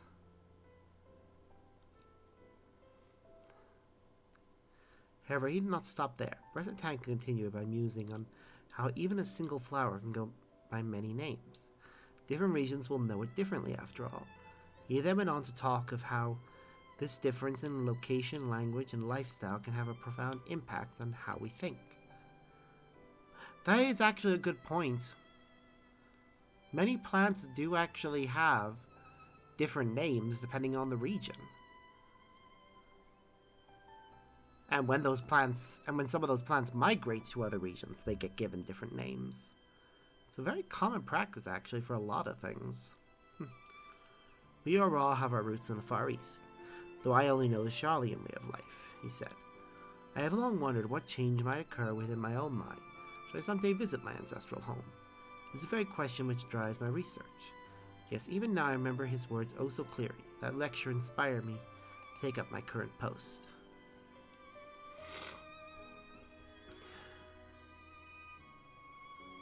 Yet though I have done my utmost to assist them, our failure to present any findings has left me with naught to show of my own achievements. Oh, how long to conduct research with him in the Far East, just the two of us. Just the two of you, eh?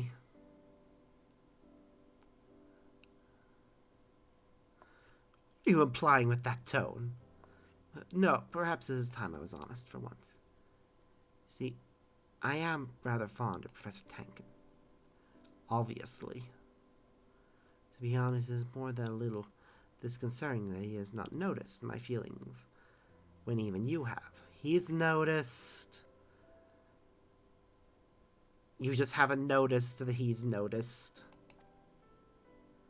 However, given that his current research is squarely focused on creating a better life for us, I feel this is an opportunity I cannot pass up.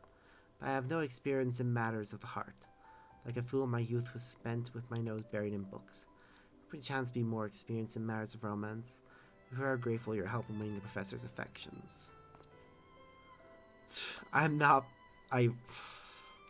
much as I wish I could help you with that, I have no idea how I have ever managed to get a boyfriend. I've had two. First one didn't work out because we both had different ideas on what we wanted out of our relationship.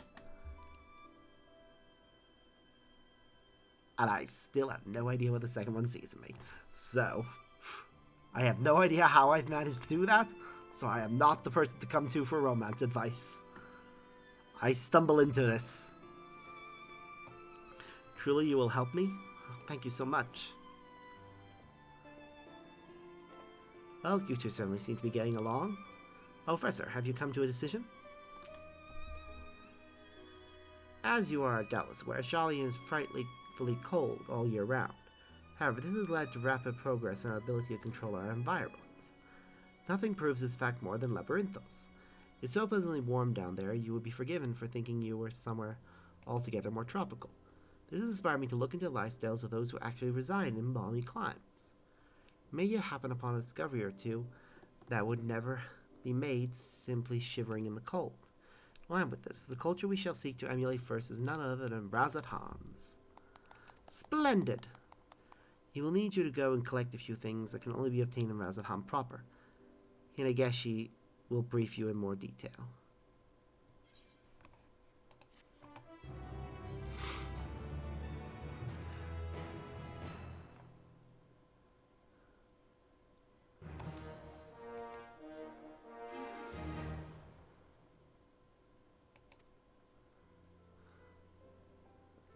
And off he goes back to his research.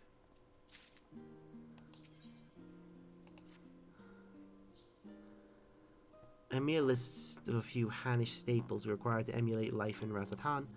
Well, there are certainly quite a few things you would struggle to procure here in Charlia. There's one in particular which is used to make both vibrant dyes and special spices. Though gathering this in Thavnair.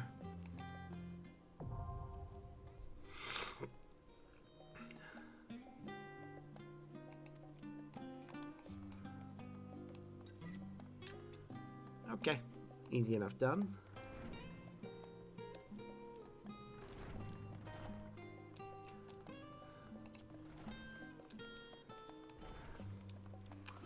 Like I said, I wanted to finish at 11, but now I kind of want to just make sure I get all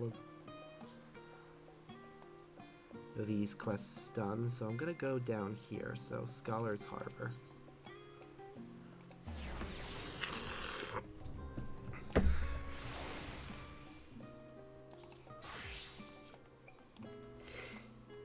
It does feel as if these delivery is...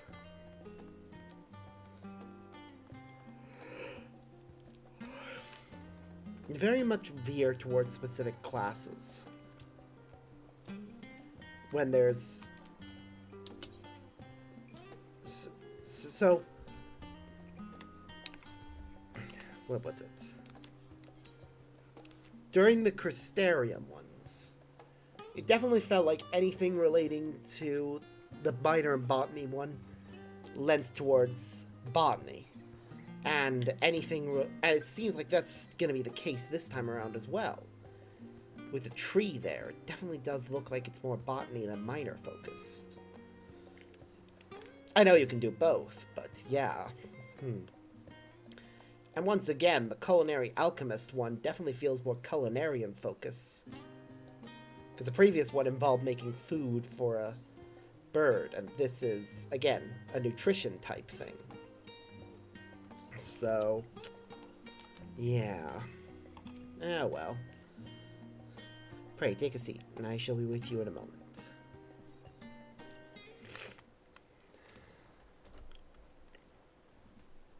I hope you still have an appetite.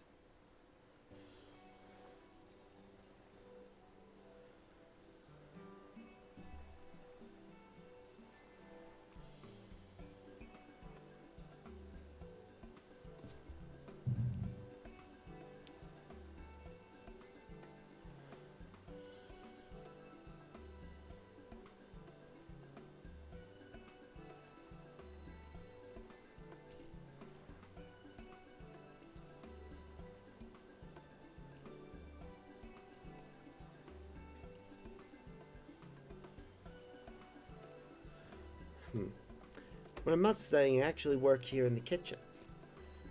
And that one there is a dish I devised myself, using all the knowledge I've acquired about food and flavor. Enjoy.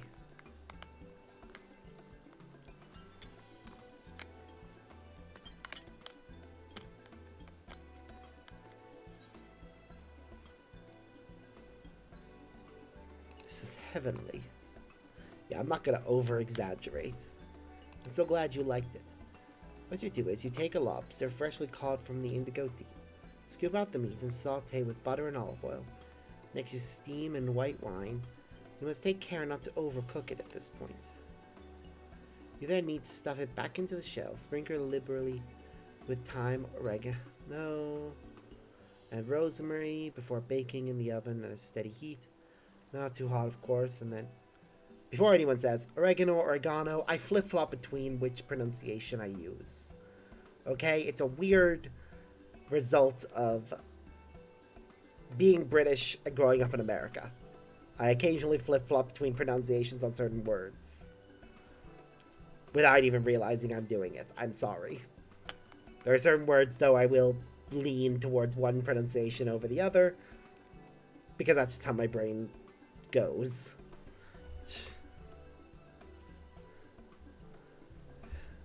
Not too hot, of course. And then... Oh, she stopped explaining. Yes, thank you. I'll take your word for it. My apologies. You may have noticed cooking is something of a passion of mine. Which brings us to my present problem, the reason I so desperately require your assistance. It all began when agents of the Forum contacted Professor Galvarot seeking to draw upon his wisdom and the nutritional expertise of his research facility. Their request was simple. They wished to invent a singular meal to provide all the daily nutrients a person needs to survive. A singular meal. A singular meal. Are they kidding?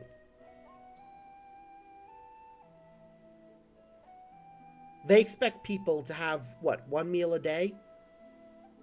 Or two of the same meal every day? Or three of the same meal every day? No. If you want to do that, you have them devise a total of 21 meals. Each unique, but each doing the same thing of providing for all the nutritional needs. Like, seriously. People need variety in their life. Of course, knowing the way Charlie is, I'm not surprised. They expressed their intent to develop a food supply for emergencies, and thus the only condition imposed was that it be possible to prepare this miracle dish from ingredients readily available in Labyrinthos. For his part, the professor threw himself into the work with routine intensity, using Arkham loaf as a base to devise a new type of bread, the most recent batch of which I inflicted upon you earlier. Arkham loaf was never praised for its flavor to begin with, and it seems the more nutrients you pack into the mix, the more revolting it becomes. Some volunteers have even been known to retch up the contents of their bellies after choking down a sample. Suspecting that a difficulty with digestion was to blame, Professor Galvaroch asked that I work on making our meal easier to stomach. Fact is, it simply tastes terrible. Can you imagine if there truly was some emergency, we were forced to live on paneloaf alone? People would survive, of course, but gods would they wish they hadn't. To make matters worse, the professor sees gourmet cooking as a wasteful abomination. If the Forum adopts his recipe, there is a very real chance he might champion paneloaf not only as a candidate for emergency provides, but as a new nationwide food staple. By and large, Shalians prefer meals that are easily prepared and easily consumed over more flavorful but less time-efficient culinary efforts. Scholars busy with their research will settle for sandwiches more often than not, which that's fine, selling for sandwiches. But you need all the ingredients to be nice. And that ambivalent attitude towards food is exactly why I fear this horrible bread might actually be accepted into our everyday diets.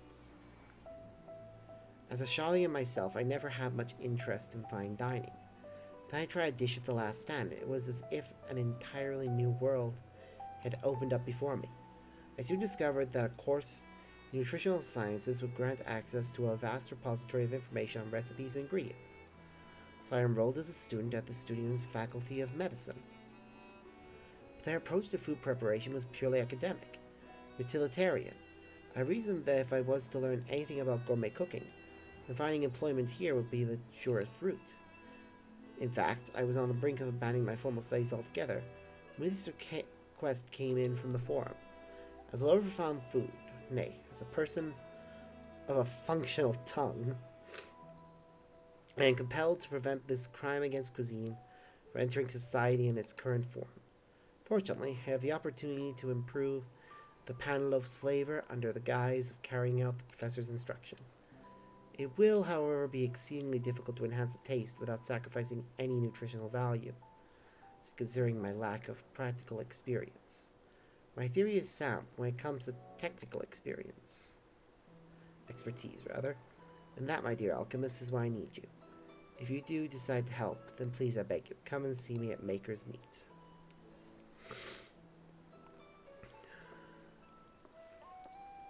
I see where she comes from.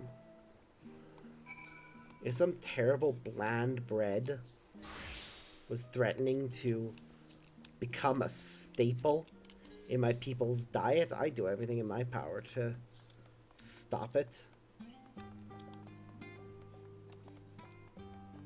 I mean, that is just horrible idea.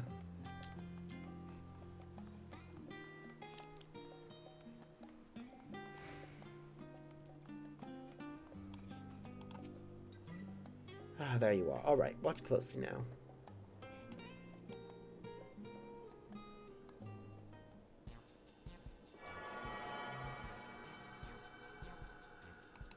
Ugh. Okay, yep. You proved your point, mate. See, I'm feeling so queasy. It's all I can do to hold down the contents of my stomach.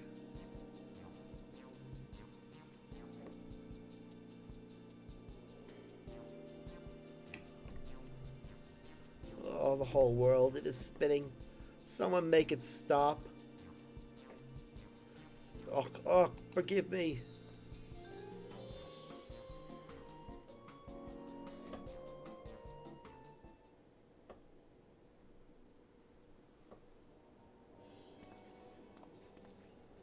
Well, there you have it. My condition has manifested itself all over the ground for you. I take Telek. Are you quite alright? Professor Nelle. The condition's as bad as ever. One would think you'd avoid a place like this. And you, are you perchance assisting Telek with his research? The boy may suffer from terrible ether sickness, but as a scholar, he has as much potential as anyone I've seen. You develop an eye for these things when you've been in academia for as long as I have. But I must be on my way. I'm ready to look forward to reading your finished thesis.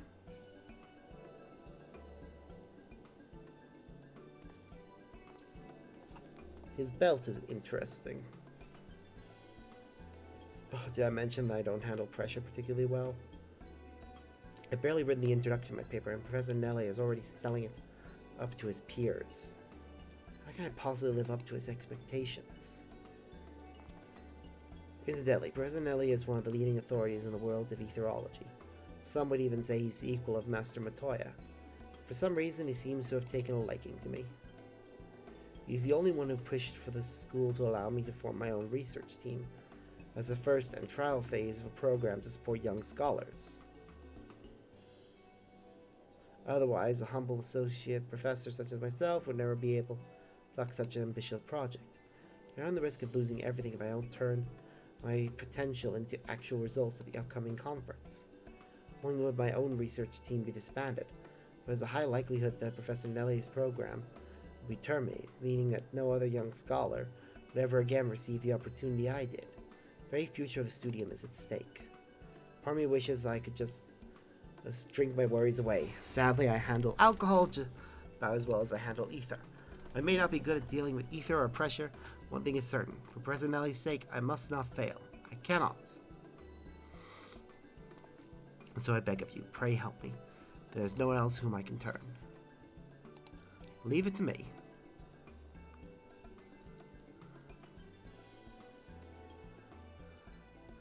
Thank you. Oh, thank you. You're a shining beacon of hope for all young scholars here in Charlotte. Let's head back to Searcher's Meet so we can get to the task. I shall meet you back at my office.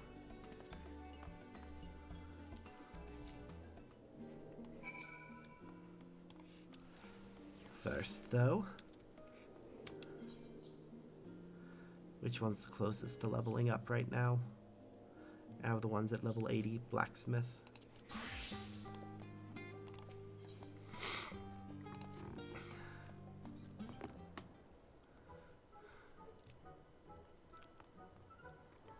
Mark, my friend, my chum, my pal, my old earthen flatware. How delighted I am to finally see you again. You do remember me, don't you? Of course, Dreamingway. Though, you are one of the ones that doesn't look any different from the others. Only one of you actually looks different, which is kind of annoying and also slightly lazy. All the ones with names should be slightly different. Phew, you had me worried for a moment there. With how your eyes glazed over like that. Like, even if it was like, oh, one ear is colored differently. Or they have a patch over one of their eyes or something. like small little fur designs. In any case, I am truly glad to have found you at last. Aetherius is quite a bit larger than one anticipates, isn't it?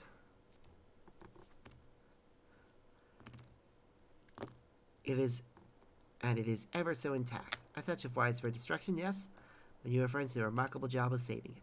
I see why you prefer to stay. Really, I do. But you must understand, you have left a fair few of my fellow Loports in a bind. Their sole purpose in life was to prepare the moon for mankind. Now that you're not coming, well, they're depressed, not to mention bored. I know what that's like. To while away the days drifting from one dull task to another, occasionally bumping into walls. Managed to set me to rights, though. My days of listlessness are over, and I'm happier pursuing music than ever I was before, so I wondered. Could you not help my fellow Loports as you helped me? All by yourself, of course. I promised I'll be there every hop, skip, and jump of the way. I knew you'd agree. It would be best if you met the Loports in question yourself, so please join me in Bestway Burrow as soon as you are able. Thank you. They're in a sorry state at the moment, but surely we can find some way to help.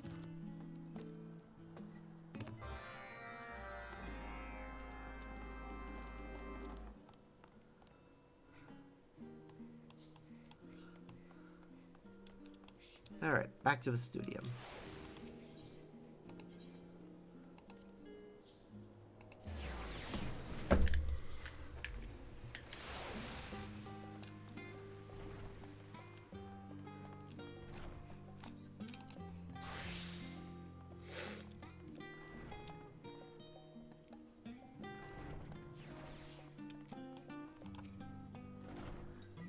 Sparks, I was just compiling a list of fish I'll be needing for my research. Only when we're ready to get fishing, I'll fill you in on exactly what I would ask you to do.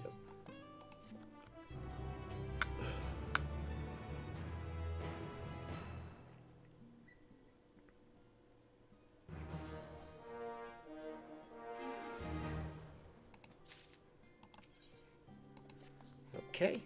Alright then, shall we get started? To review, I regard samples of aquatic life from various bodies of water.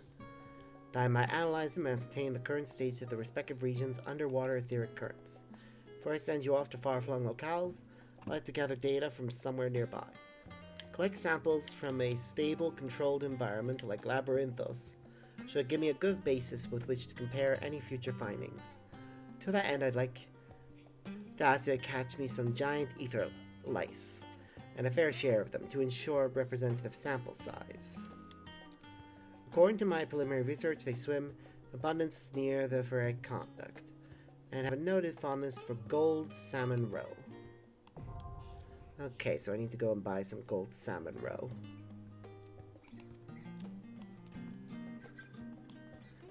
Cool. Good to know that we can actually,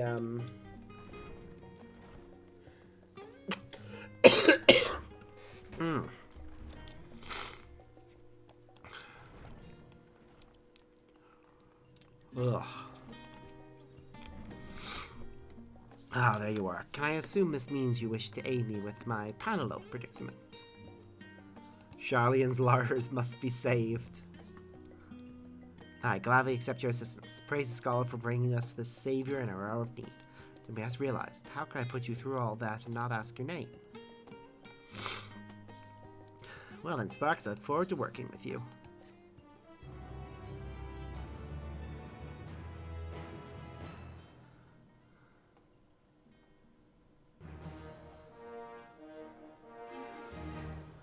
You may now undertake deliveries for the Faculty of Medicine at the Studium. Speak to Debroy to learn more. Let's get straight down to business, shall we? The main problem with Panelope is that the recipe calls for a wide variety of wholesome substances, resulting in an extremely eclectic and subsequently extremely disgusting mixture of flavors. Now, I've managed to bake a slightly less repulsive version by adjusting the balance of ingredients, but the taste remains indistinct and unsatisfying. It needs seasoning of some kind, and badly. To that end, I put together a recipe for a sweetener using those materials which are readily available in Labyrinthos. Not any amount which would contradict our healthy and nutritious mandate, of course. Concocting a sweetener itself, however, is a job for the experts, and so I'd like to entrust it to you. Very soon we will have taken our first step to making the panel loaf halfway enjoyable.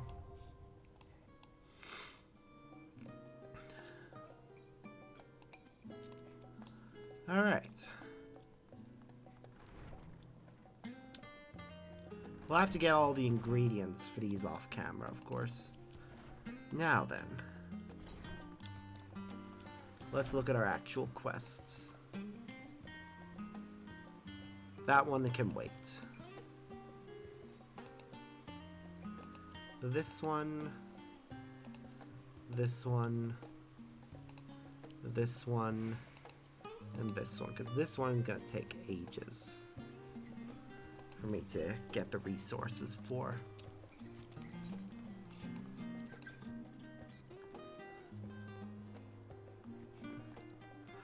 But looking at the time, I should really be wrapping this up. I guess I could go for about another 20 minutes or so. I just won't continue with the main scenario.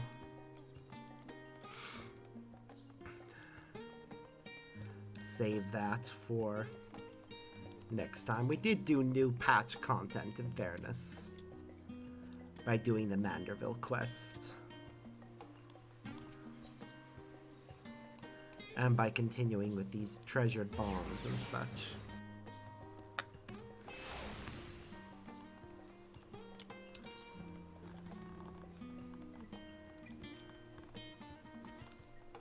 I'm glad they actually put in markers for custom deliveries.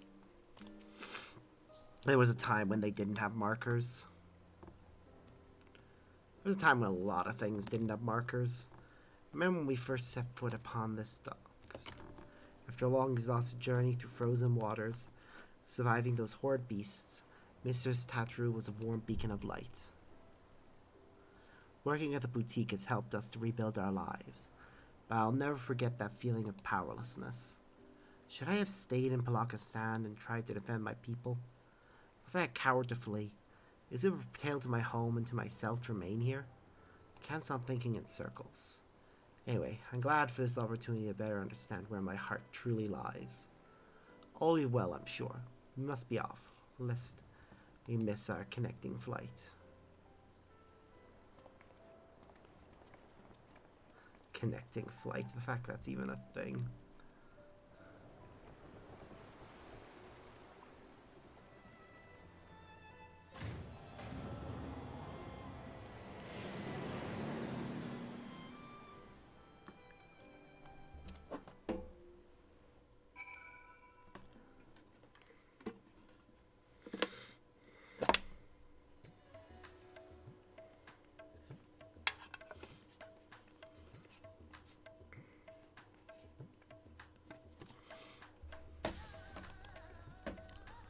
We're back. We're truly back in Thavnir. Was Rezahan always this grand? Can't believe we lived so close yet so rarely made the trip. You remember how it was. Village duties always kept us all too busy for travel. Defending pilgrims was trying enough for the stewards, even before the final days. I wonder how many temple roads are still traversable. Ooh, they've changed their outfits. These outfits look nicer. I wish they could wear these more often. If even those in Razathan struggle to travel for worship, our feelings of estrangement may be more common than we think. Since we've come all this way, would you mind terribly if Hazda and I toured the city on our own? Let's plan to meet in Palakistan to not.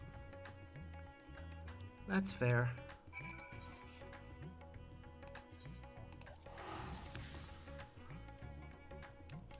I'm gonna have to change class, aren't I? Yeah, thought so. That's fine. And we'll continue with Reaper. It's my current primary class, though I am tempted by one of the new ones.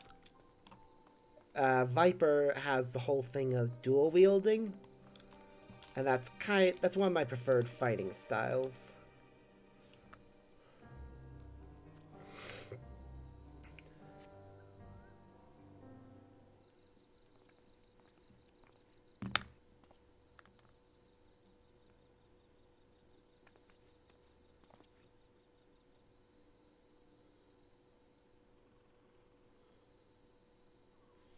Home at last.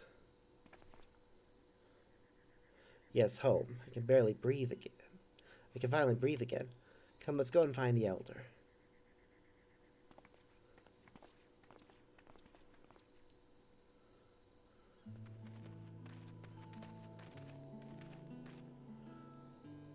Elder Yervit. Ashta, Medina, how wonderful it is to see you. I have been so worried. Tell me, how is life in Charlie? Are you being treated well? Oh yes, Elder. Our employer, Mistress Tatharu, is the kindest of businesswomen. In fact, she arranged for us to accompany Sparks on his errand here, so we might enjoy some time at home. That is very good of her indeed. I'm relieved to hear you are being looked after. You are ever a guardian to our people. Thank you for seeing these children safely home. Now then, what is this errand you speak of? Okay, I don't like how certain parts of my armor are blending together. I think I need to glamour them.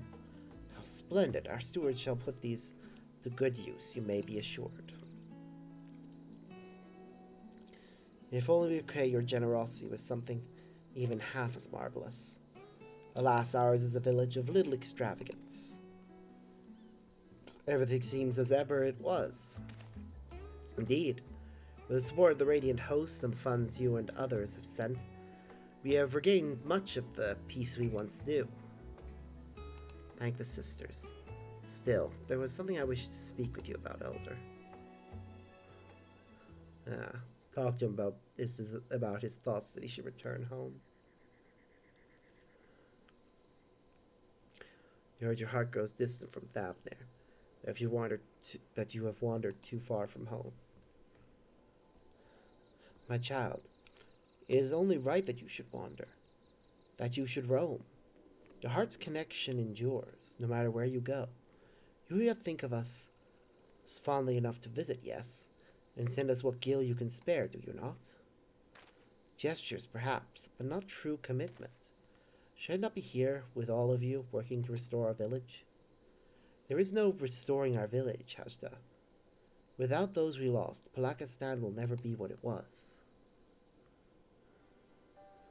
We must instead do all we can to become a new village, with a new future ahead of us. Though the particulars of our path are not yet clear to me. How so? Ours has always been a settlement of stewards, as well you know, tasked with the protection of preservations of Thavnair's sacred sites. Just gonna say it, she does actually look more feminine with this outfit. What is that? It does show how an outfit can really affect how a person is perceived when you do not have any context.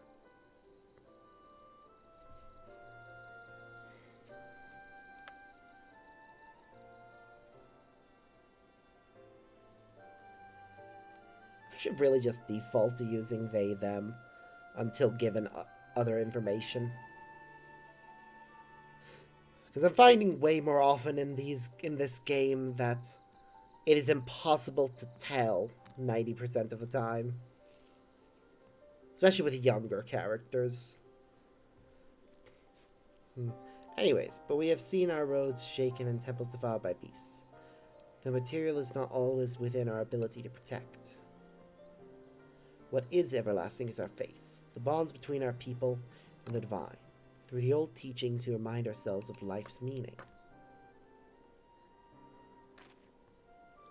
Yet, if we wish to ensure our traditions endure for generations to come, should we not strive to do more than maintain our temples until pilgrims deign to visit? But I do not wish to tire you with an old man's musings. Surely there are other ways of ensuring our people remain connected to their heritage and faith. All we need is the right idea, something new our village could offer. Very well, my words seem to have inspired you. And with the worldly insight you have gained, I am sure any future you envision for Palakistan, nothing short of remarkable. But there is no need to rush. Take some time to speak with the others and make yourselves at home.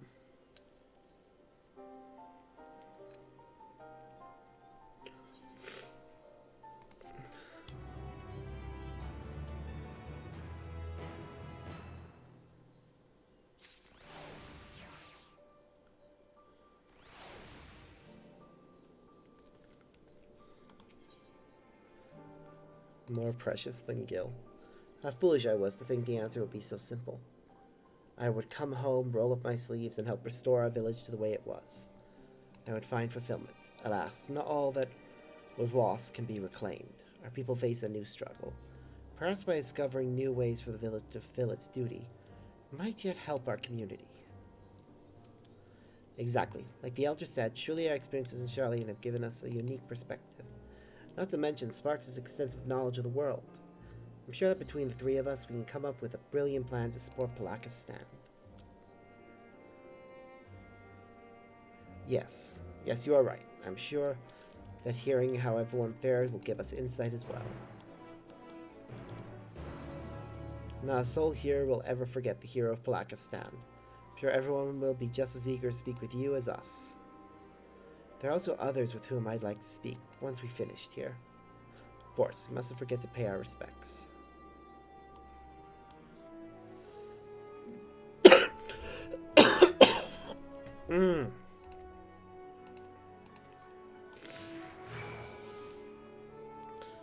Before we continue, I just want to check something quickly. Wait, what do I want to check? I wanted to check something there a moment, but then it left my head. Wah.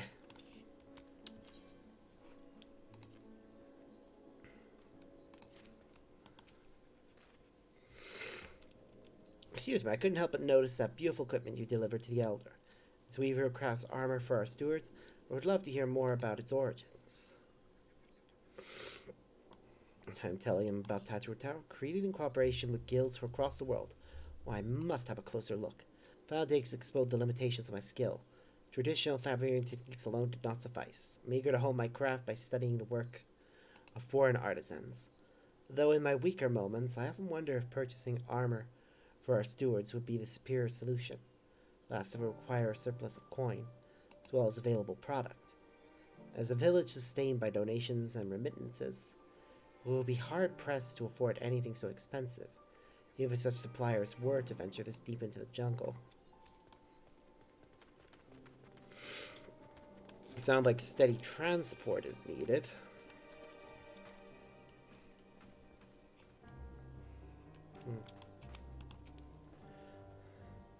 Hello there. Staying for a while or just passing through?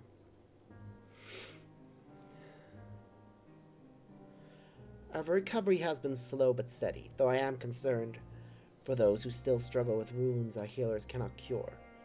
Found days may have passed, but grief and trauma are not so easily overcome. Or ever for those who must accept them as a constant companion.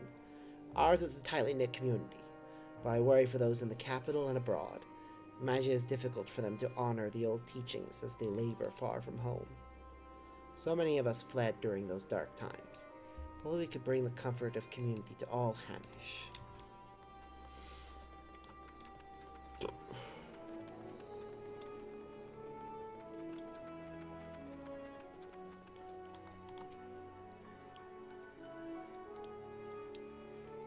A village in Hazda Medina, accompanied by our savior, no less. Welcome home, welcome home. True, we're a bit short-handed these days, but we manage nevertheless.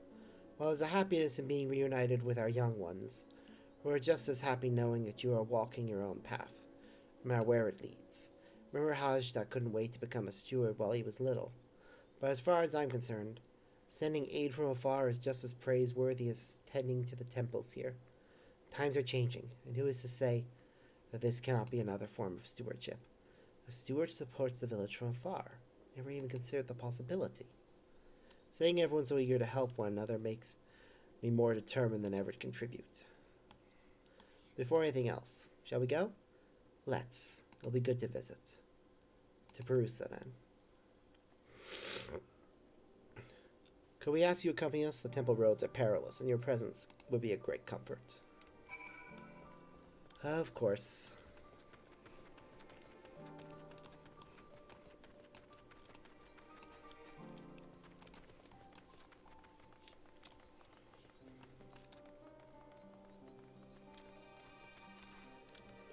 I should stick to the road, shouldn't I? Is there even a road that goes that way? There is not.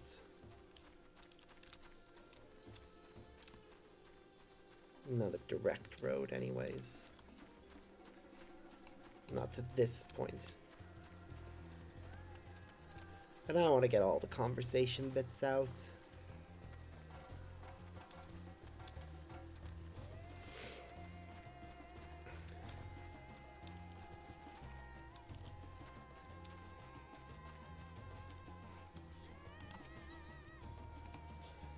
When I was little, we used to run through these wilds, playing steward and imagining fierce battles with hideous beasts. Cost scolding of a lifetime when our parents found out. When it really happened, when the sky turned red and the jungle spewed forth unspeakable horrors, I could do nothing but cower. That's why I feel so guilty for not returning, for not doing more, even if it may never be enough. But this time, it will rise to the occasion. I never used to give much thought to those who walked these roads before me, countless pilgrims who risked their lives for faith. Aware of the dangers ahead, they pressed on. So strong is their devotion, so sacred the traditions. 'Tis a perilous path you walk, so it is written, and so too our forebears must have felt when braving these jungles to reach what would become our beloved home.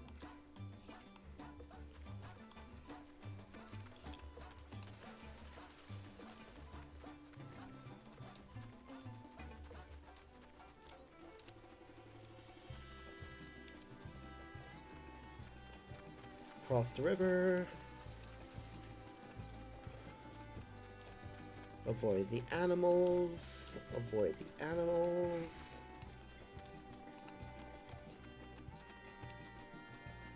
Avoid even more animals. It looks like our destination is not up the hill. I see it. Thank goodness.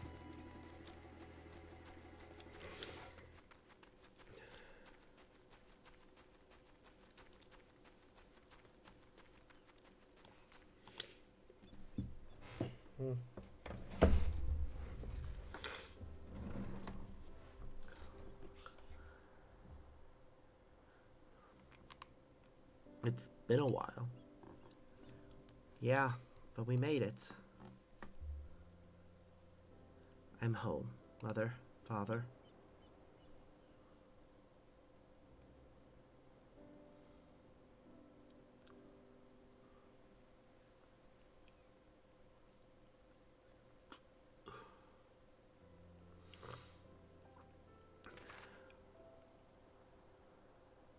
Here at Perusa, we may commune with the spirits of the departed. Neither Medina nor my parents survived the final days. I told them about how you saved us and that we're doing well. I know they will rest easier for it. May the next time we visit be to deliver glad tidings from Palakistan. Though I was relieved to find the village in better state than I had feared, it seems there are still issues we might help address.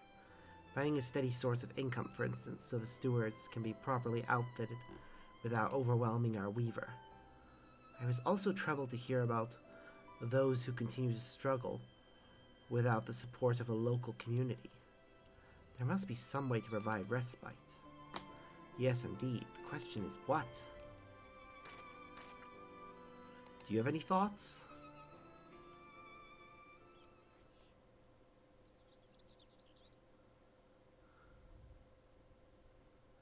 Ask yourself, what would Tataru do? Mistress Tataru has always put great store by collaboration and partnerships. So what if Palakistan were to enter into a partnership, perhaps with the boutique itself? I think you're onto something. If the boutique sold wares the village produced, for instance, our people would have a reliable revenue stream. But what can Palakistan offer, and to whom? What about amulets and talismans? Or images of the deities? Something simple, created with love for our homeland and our faith, so no one forgets or feels forgotten. I like that. Our temples were created in remembrance of our ancestors and divine teachings. Our reminders need only take the form of great works. A small keepsake may be just what our scattered brethren need to reassure themselves that they are still members of the community. This could be the answer we were looking for. Can't wait to tell Mistress Tataru. Yee. Rather, I can't wait for you to tell Mistress Tataru, Medina. It was your idea, after all. A team effort, let us say. Certainly couldn't have come up with it without you and Sparks. If our proposal is approved, Mistress Tataru will no doubt need assistance in Charlian. I am ready and willing to provide it. But what of you, Hashda? What will you do? I too will return to the boutique. One day I will come home to stay, but for now I wish to do all in my power to help our village thrive. I am relieved to hear you say so. Let us go and consult with the elder about our plan.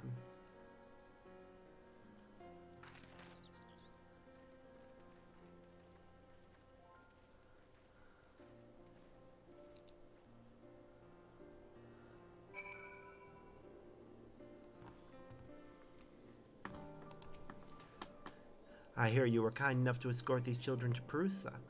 Again, you have my gratitude. Are your feelings any clearer for it? I think so. Medina and I talked over. I believe we have struck upon a new way the village might support our people.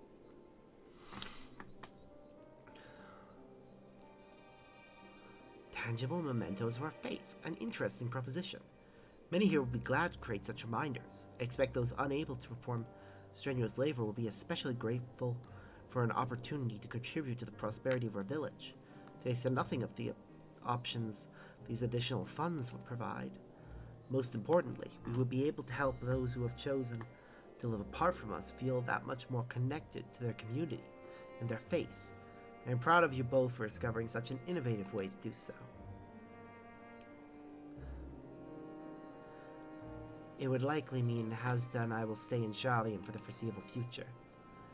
Then take with you the knowledge that no matter where your journey takes you, our hearts will always be as one. May the sisters guide you.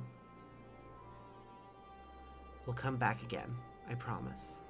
In the meantime, we shall see our plan to fruition. I will send word once we've determined the particulars. Right then, Charlian awaits.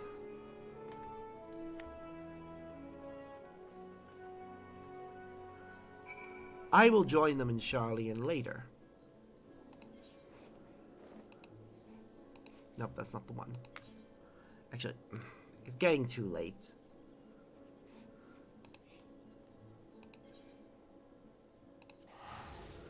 And I really do want to finish unlocking all the beast tribes so that when the allowances roll over, I can start doing their quests.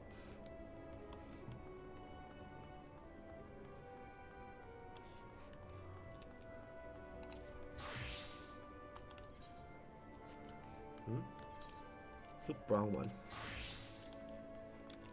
Hello. Now that you're here, you've likely noticed that some of the other Lothbroods seem a bit floppy. As you speak with them, you can get a clearer understanding of their plight. Once you're done, we shall formulate a plan of action forthwith. Floppy. Oh God.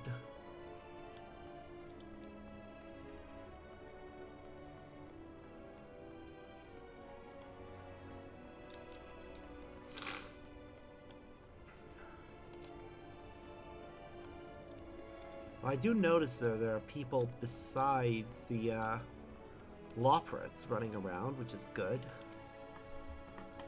You know those days that simply feel bad when the carrots taste bland and nothing sounds like fun? You don't want to talk to your friends even though they're right there? Well, all of my days are those days. Heidelin, you fucked up. You should have given these guys some other purpose for, you know, what to do if we were able to save the world.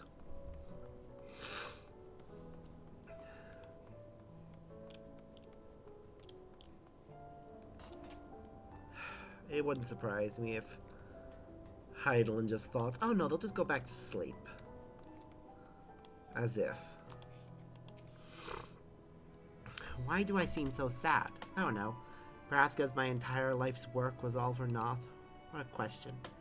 Yes, a few representatives of Earth have come to visit Living Way's new archive, but it's not the same. It was supposed to be hustling, bustling even, with people who would all live happily ever after in our wondrous residential facilities, but not a single one of you has moved in. You know, it would be good if a portion of the population moved in. Like, take all the poor and homeless and send them to the moon. There's residential facilities for them. They'd have homes. To think my carrots will ever remain untasted by mankind. What of the Loppers? Day in, day out, we eat carrots, we grow carrots, we eat carrots again. It's as if the carrots are growing us. Was this their plot all along? Wow. Yeah, they really need a new purpose.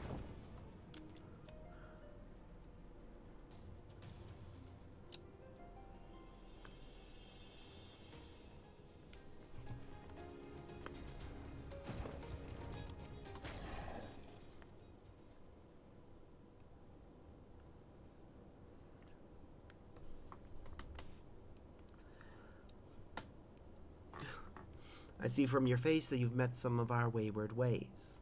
Depressing, isn't it?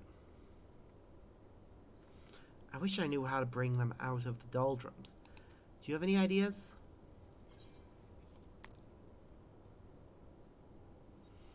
Perhaps they can yet find new dreams of their own.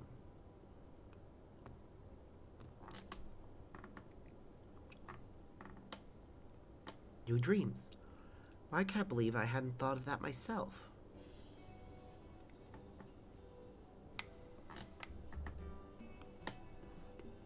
If each of my fellows had their own dream to guide them, they would be cured of their melancholy as surely as I was.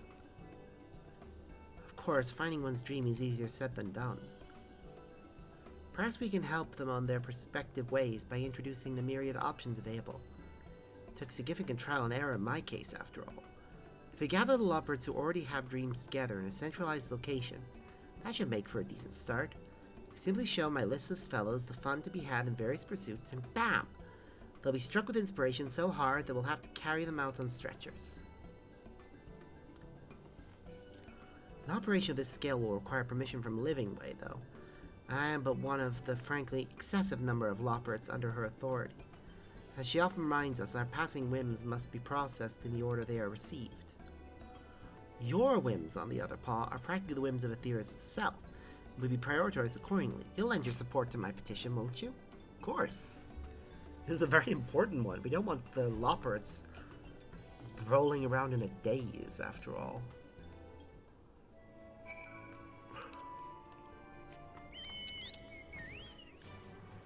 Whee! His little raincoat. It's cute.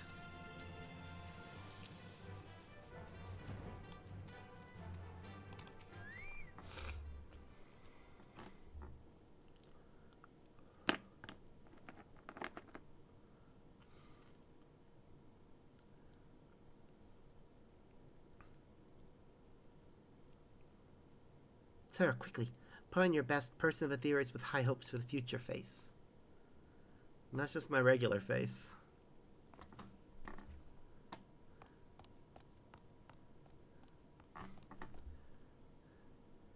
Why, Sparks, what a pleasure to see you. May I say that you're looking especially person-like today. And dreaming away besides, is there something I can assist you with? I have yet to find a willing instructor in the Guardian Horn, I'm afraid. Oh no, that is to say, you have doubtless noticed that many a Lopperd's fur is looking less than sleek lately. As to what can be done about it.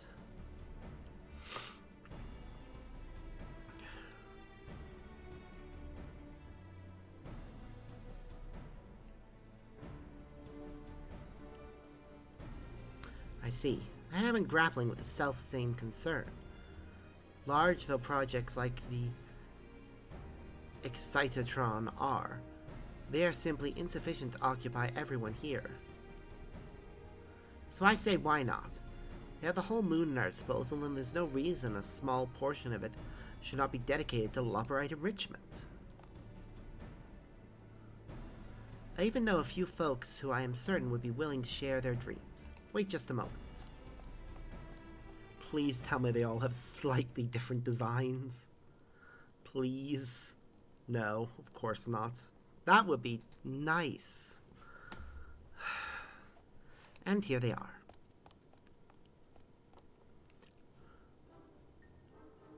First, allow me to introduce Coining Way. They have a zest for monetary matters, big and small, and dream of minting their own currency. Though your venue will primarily be a marketplace of dreams, we shall doubtless require a more tangible system to ensure that your collaborators are compensated fairly. That, I sir, is where I come in. Rest assured that your participation in my experimental market will be invaluable in proving the moon's viability as an economic power. Managing Way here will also be happy to join you. They are responsible for determining the layout of our facilities, delineating development projects, ensuring goals were met by each work division, and other such administrative matters.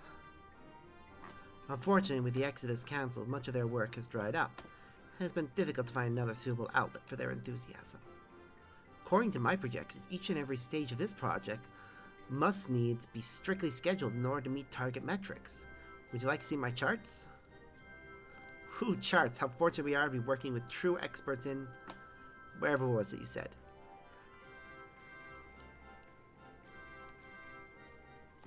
As well as Sparks, of course. You will be staying, I hope. I'll come back every now and again to help. There is no greater expert in helping Loperites find their dreams than you. Even should we scour the moon, nay, the universe. If I may. You'll require a skilled artisan if we are to meet our goals. My files indicate that you have significant experience in this area. I've already added your name to the list of staff. It would be disruptive to remove it now, so I too must ask for your cooperation. God damn it, why is there always one like that? Let's build some dreams. I am so reluctant with so much of this, but I hate the wording on the other. Phew, I feel much better knowing you will be here to help. Do try to avoid causing Sparks undue trouble, yes? Now, I have taken the liberty of designating a space for your activities.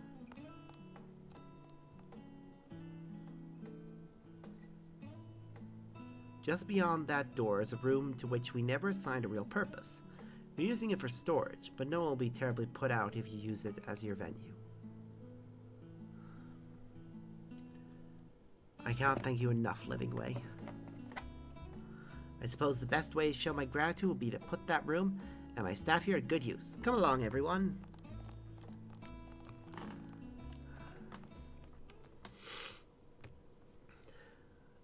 I fear they know not what trials lie in wait. One trial in particular. Whatever shall we do with our most wayward way?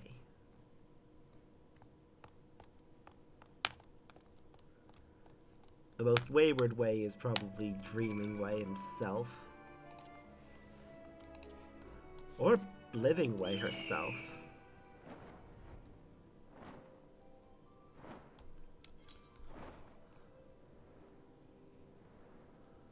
But yay, one of these rooms is now available. Aw, this is cute. This is a cute little side room. And obviously the more we do these quests, the more pretty and well decorated it'll become.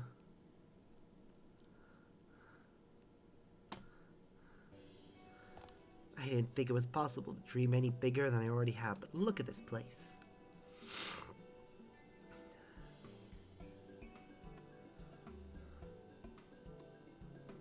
It's certainly something.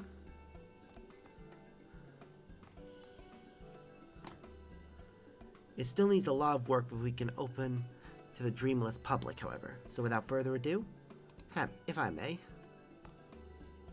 Before we begin to build, it is vital that we clarify our vision to ensure unity of purpose, stoke the flames of motivation. Otherwise, we shall find ourselves giving up halfway through, or worse, executing inefficient processes. I see. In that case, I suppose my vision is to build a stage for musical performance. That is my dream, after all. We will also require a commercial area wherein my new currency can chains pause. I imagine we might procure a variety of merchandise as well. No objection here. I assume you will take care of the more tedious labor. Meanwhile, I shall be polishing my currency and meeting upon the finer points of value determination. I can scarcely wait to begin pricing. As far as labor is concerned, I happily contract building-based services. The construction system at his disposal should see our tasks carried out that much swifter.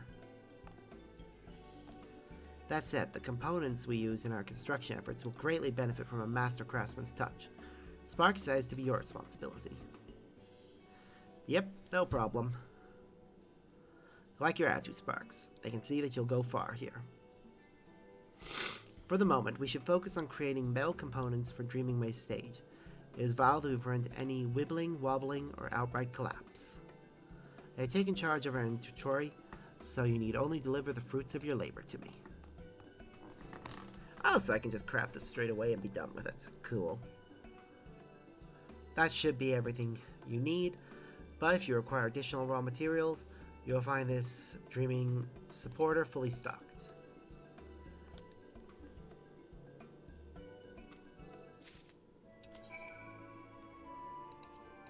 Tribal Curse, Loperate Musica Station components.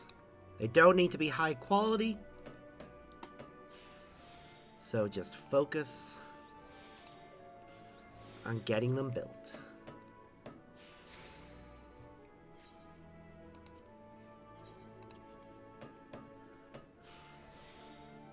It is so much easier for me when things don't need to be high quality.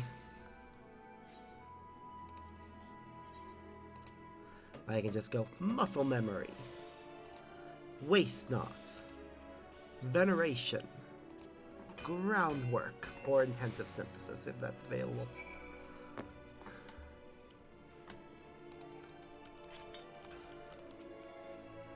You're finished, if I may.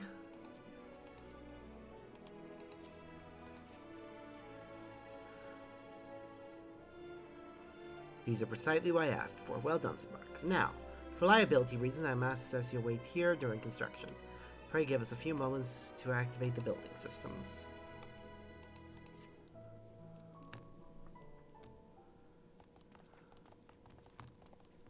Wow. Behold, the stage of my dreams, from which we shall share the joys of music with all of Loperate kind. It is a pretty nice stage.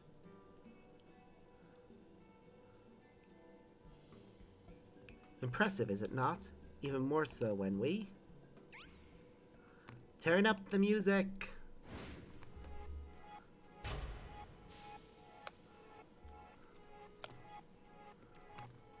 Okay, that is adorable, and I love it.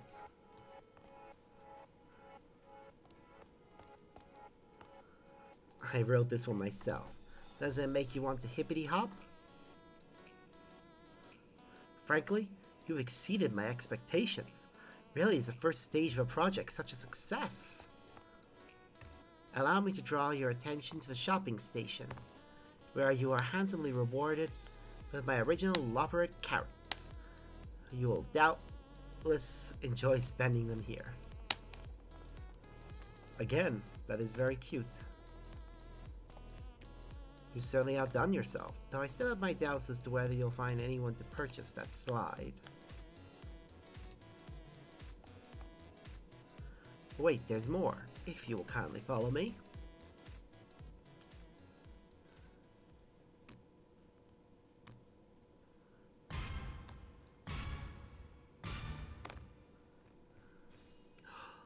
Finally! Some originality!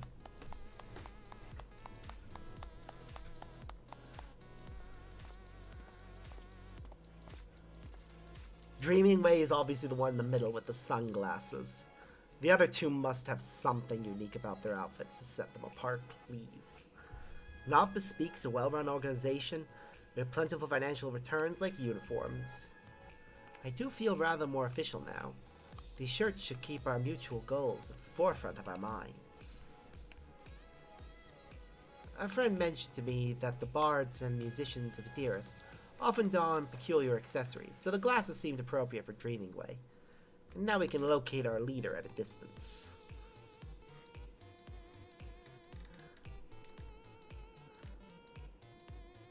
Thank you, Coining Way. They do lend a certain weight, possibly of expectation, and I'll do my utmost not to disappoint.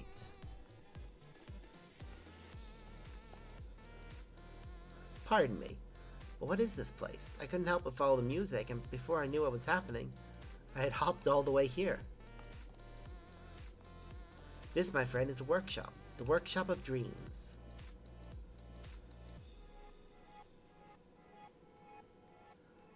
That does have a nice ring to it, doesn't it? Almost musical. In any case, feel free to stay for as long as you like.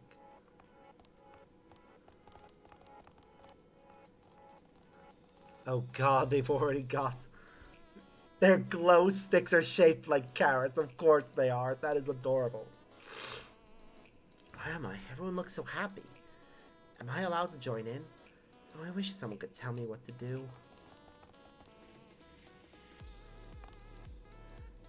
If I may.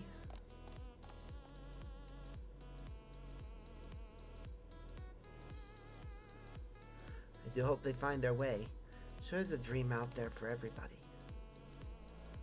Thank you for helping to make mine a reality. We're just getting started. There are still plenty of dreams out there to make space for, and loppers to lure into our helpful clutches. I'm counting on you, Sparks.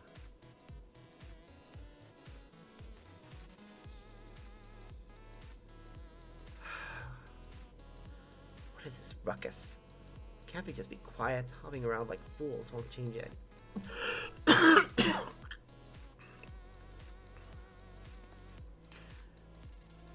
There's a goth or emo or nihilist loperet running around, isn't there? Dreaming Way's Dreaming Workshop is now open to the public. Patrons can dance the night away at the Music King's station, or shop until they flop at the shopping station.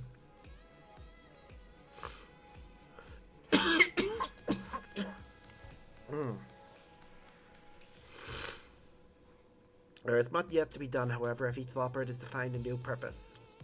To expand the workshop to see what dreams may come.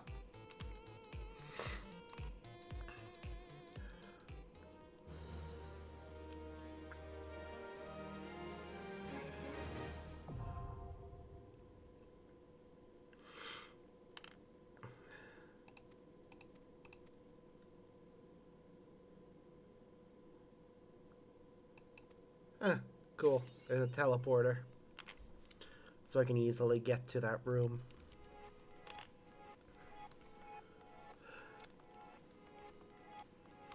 Let's see what sort of things you offer already. A reagent. Okay.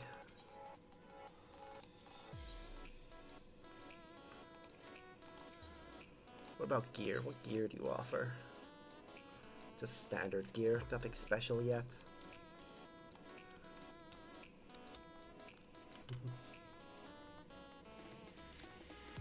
Okay, so there's nothing in this spot. That's our teleporter back and forth.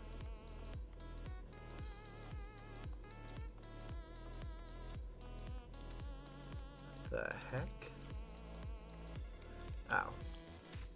It's another player, I think, just dancing along. Well, there's two stations here. Technically, I think there's three stations at the central plaza. So, depending on how many levels the Loperets have, which most likely it will be 4 levels. So, 1, 2, 3. Actually, hold on. That's where the teleporter is. So 1, 2, 3, 4, 5? Maybe that one won't be done. Maybe it'll just be those 3. We'll find out, I guess, as we do it. But that'll be one of those things that waits and that I do off camera. Because the missions themselves, the individual ones, aren't that interesting. And while redoing them, they will occasionally reference that you've previously done the mission. That doesn't really benefit the story at all. So, anyways, the only other mission we have is one that takes us back to Asharlian. I really shouldn't keep going. My throat is starting to ache. So what I'm going to do is I'm going to stop here and save the rest for next time. I'm probably going to do another stream like this at some point tomorrow and continue from where we left off at that point. And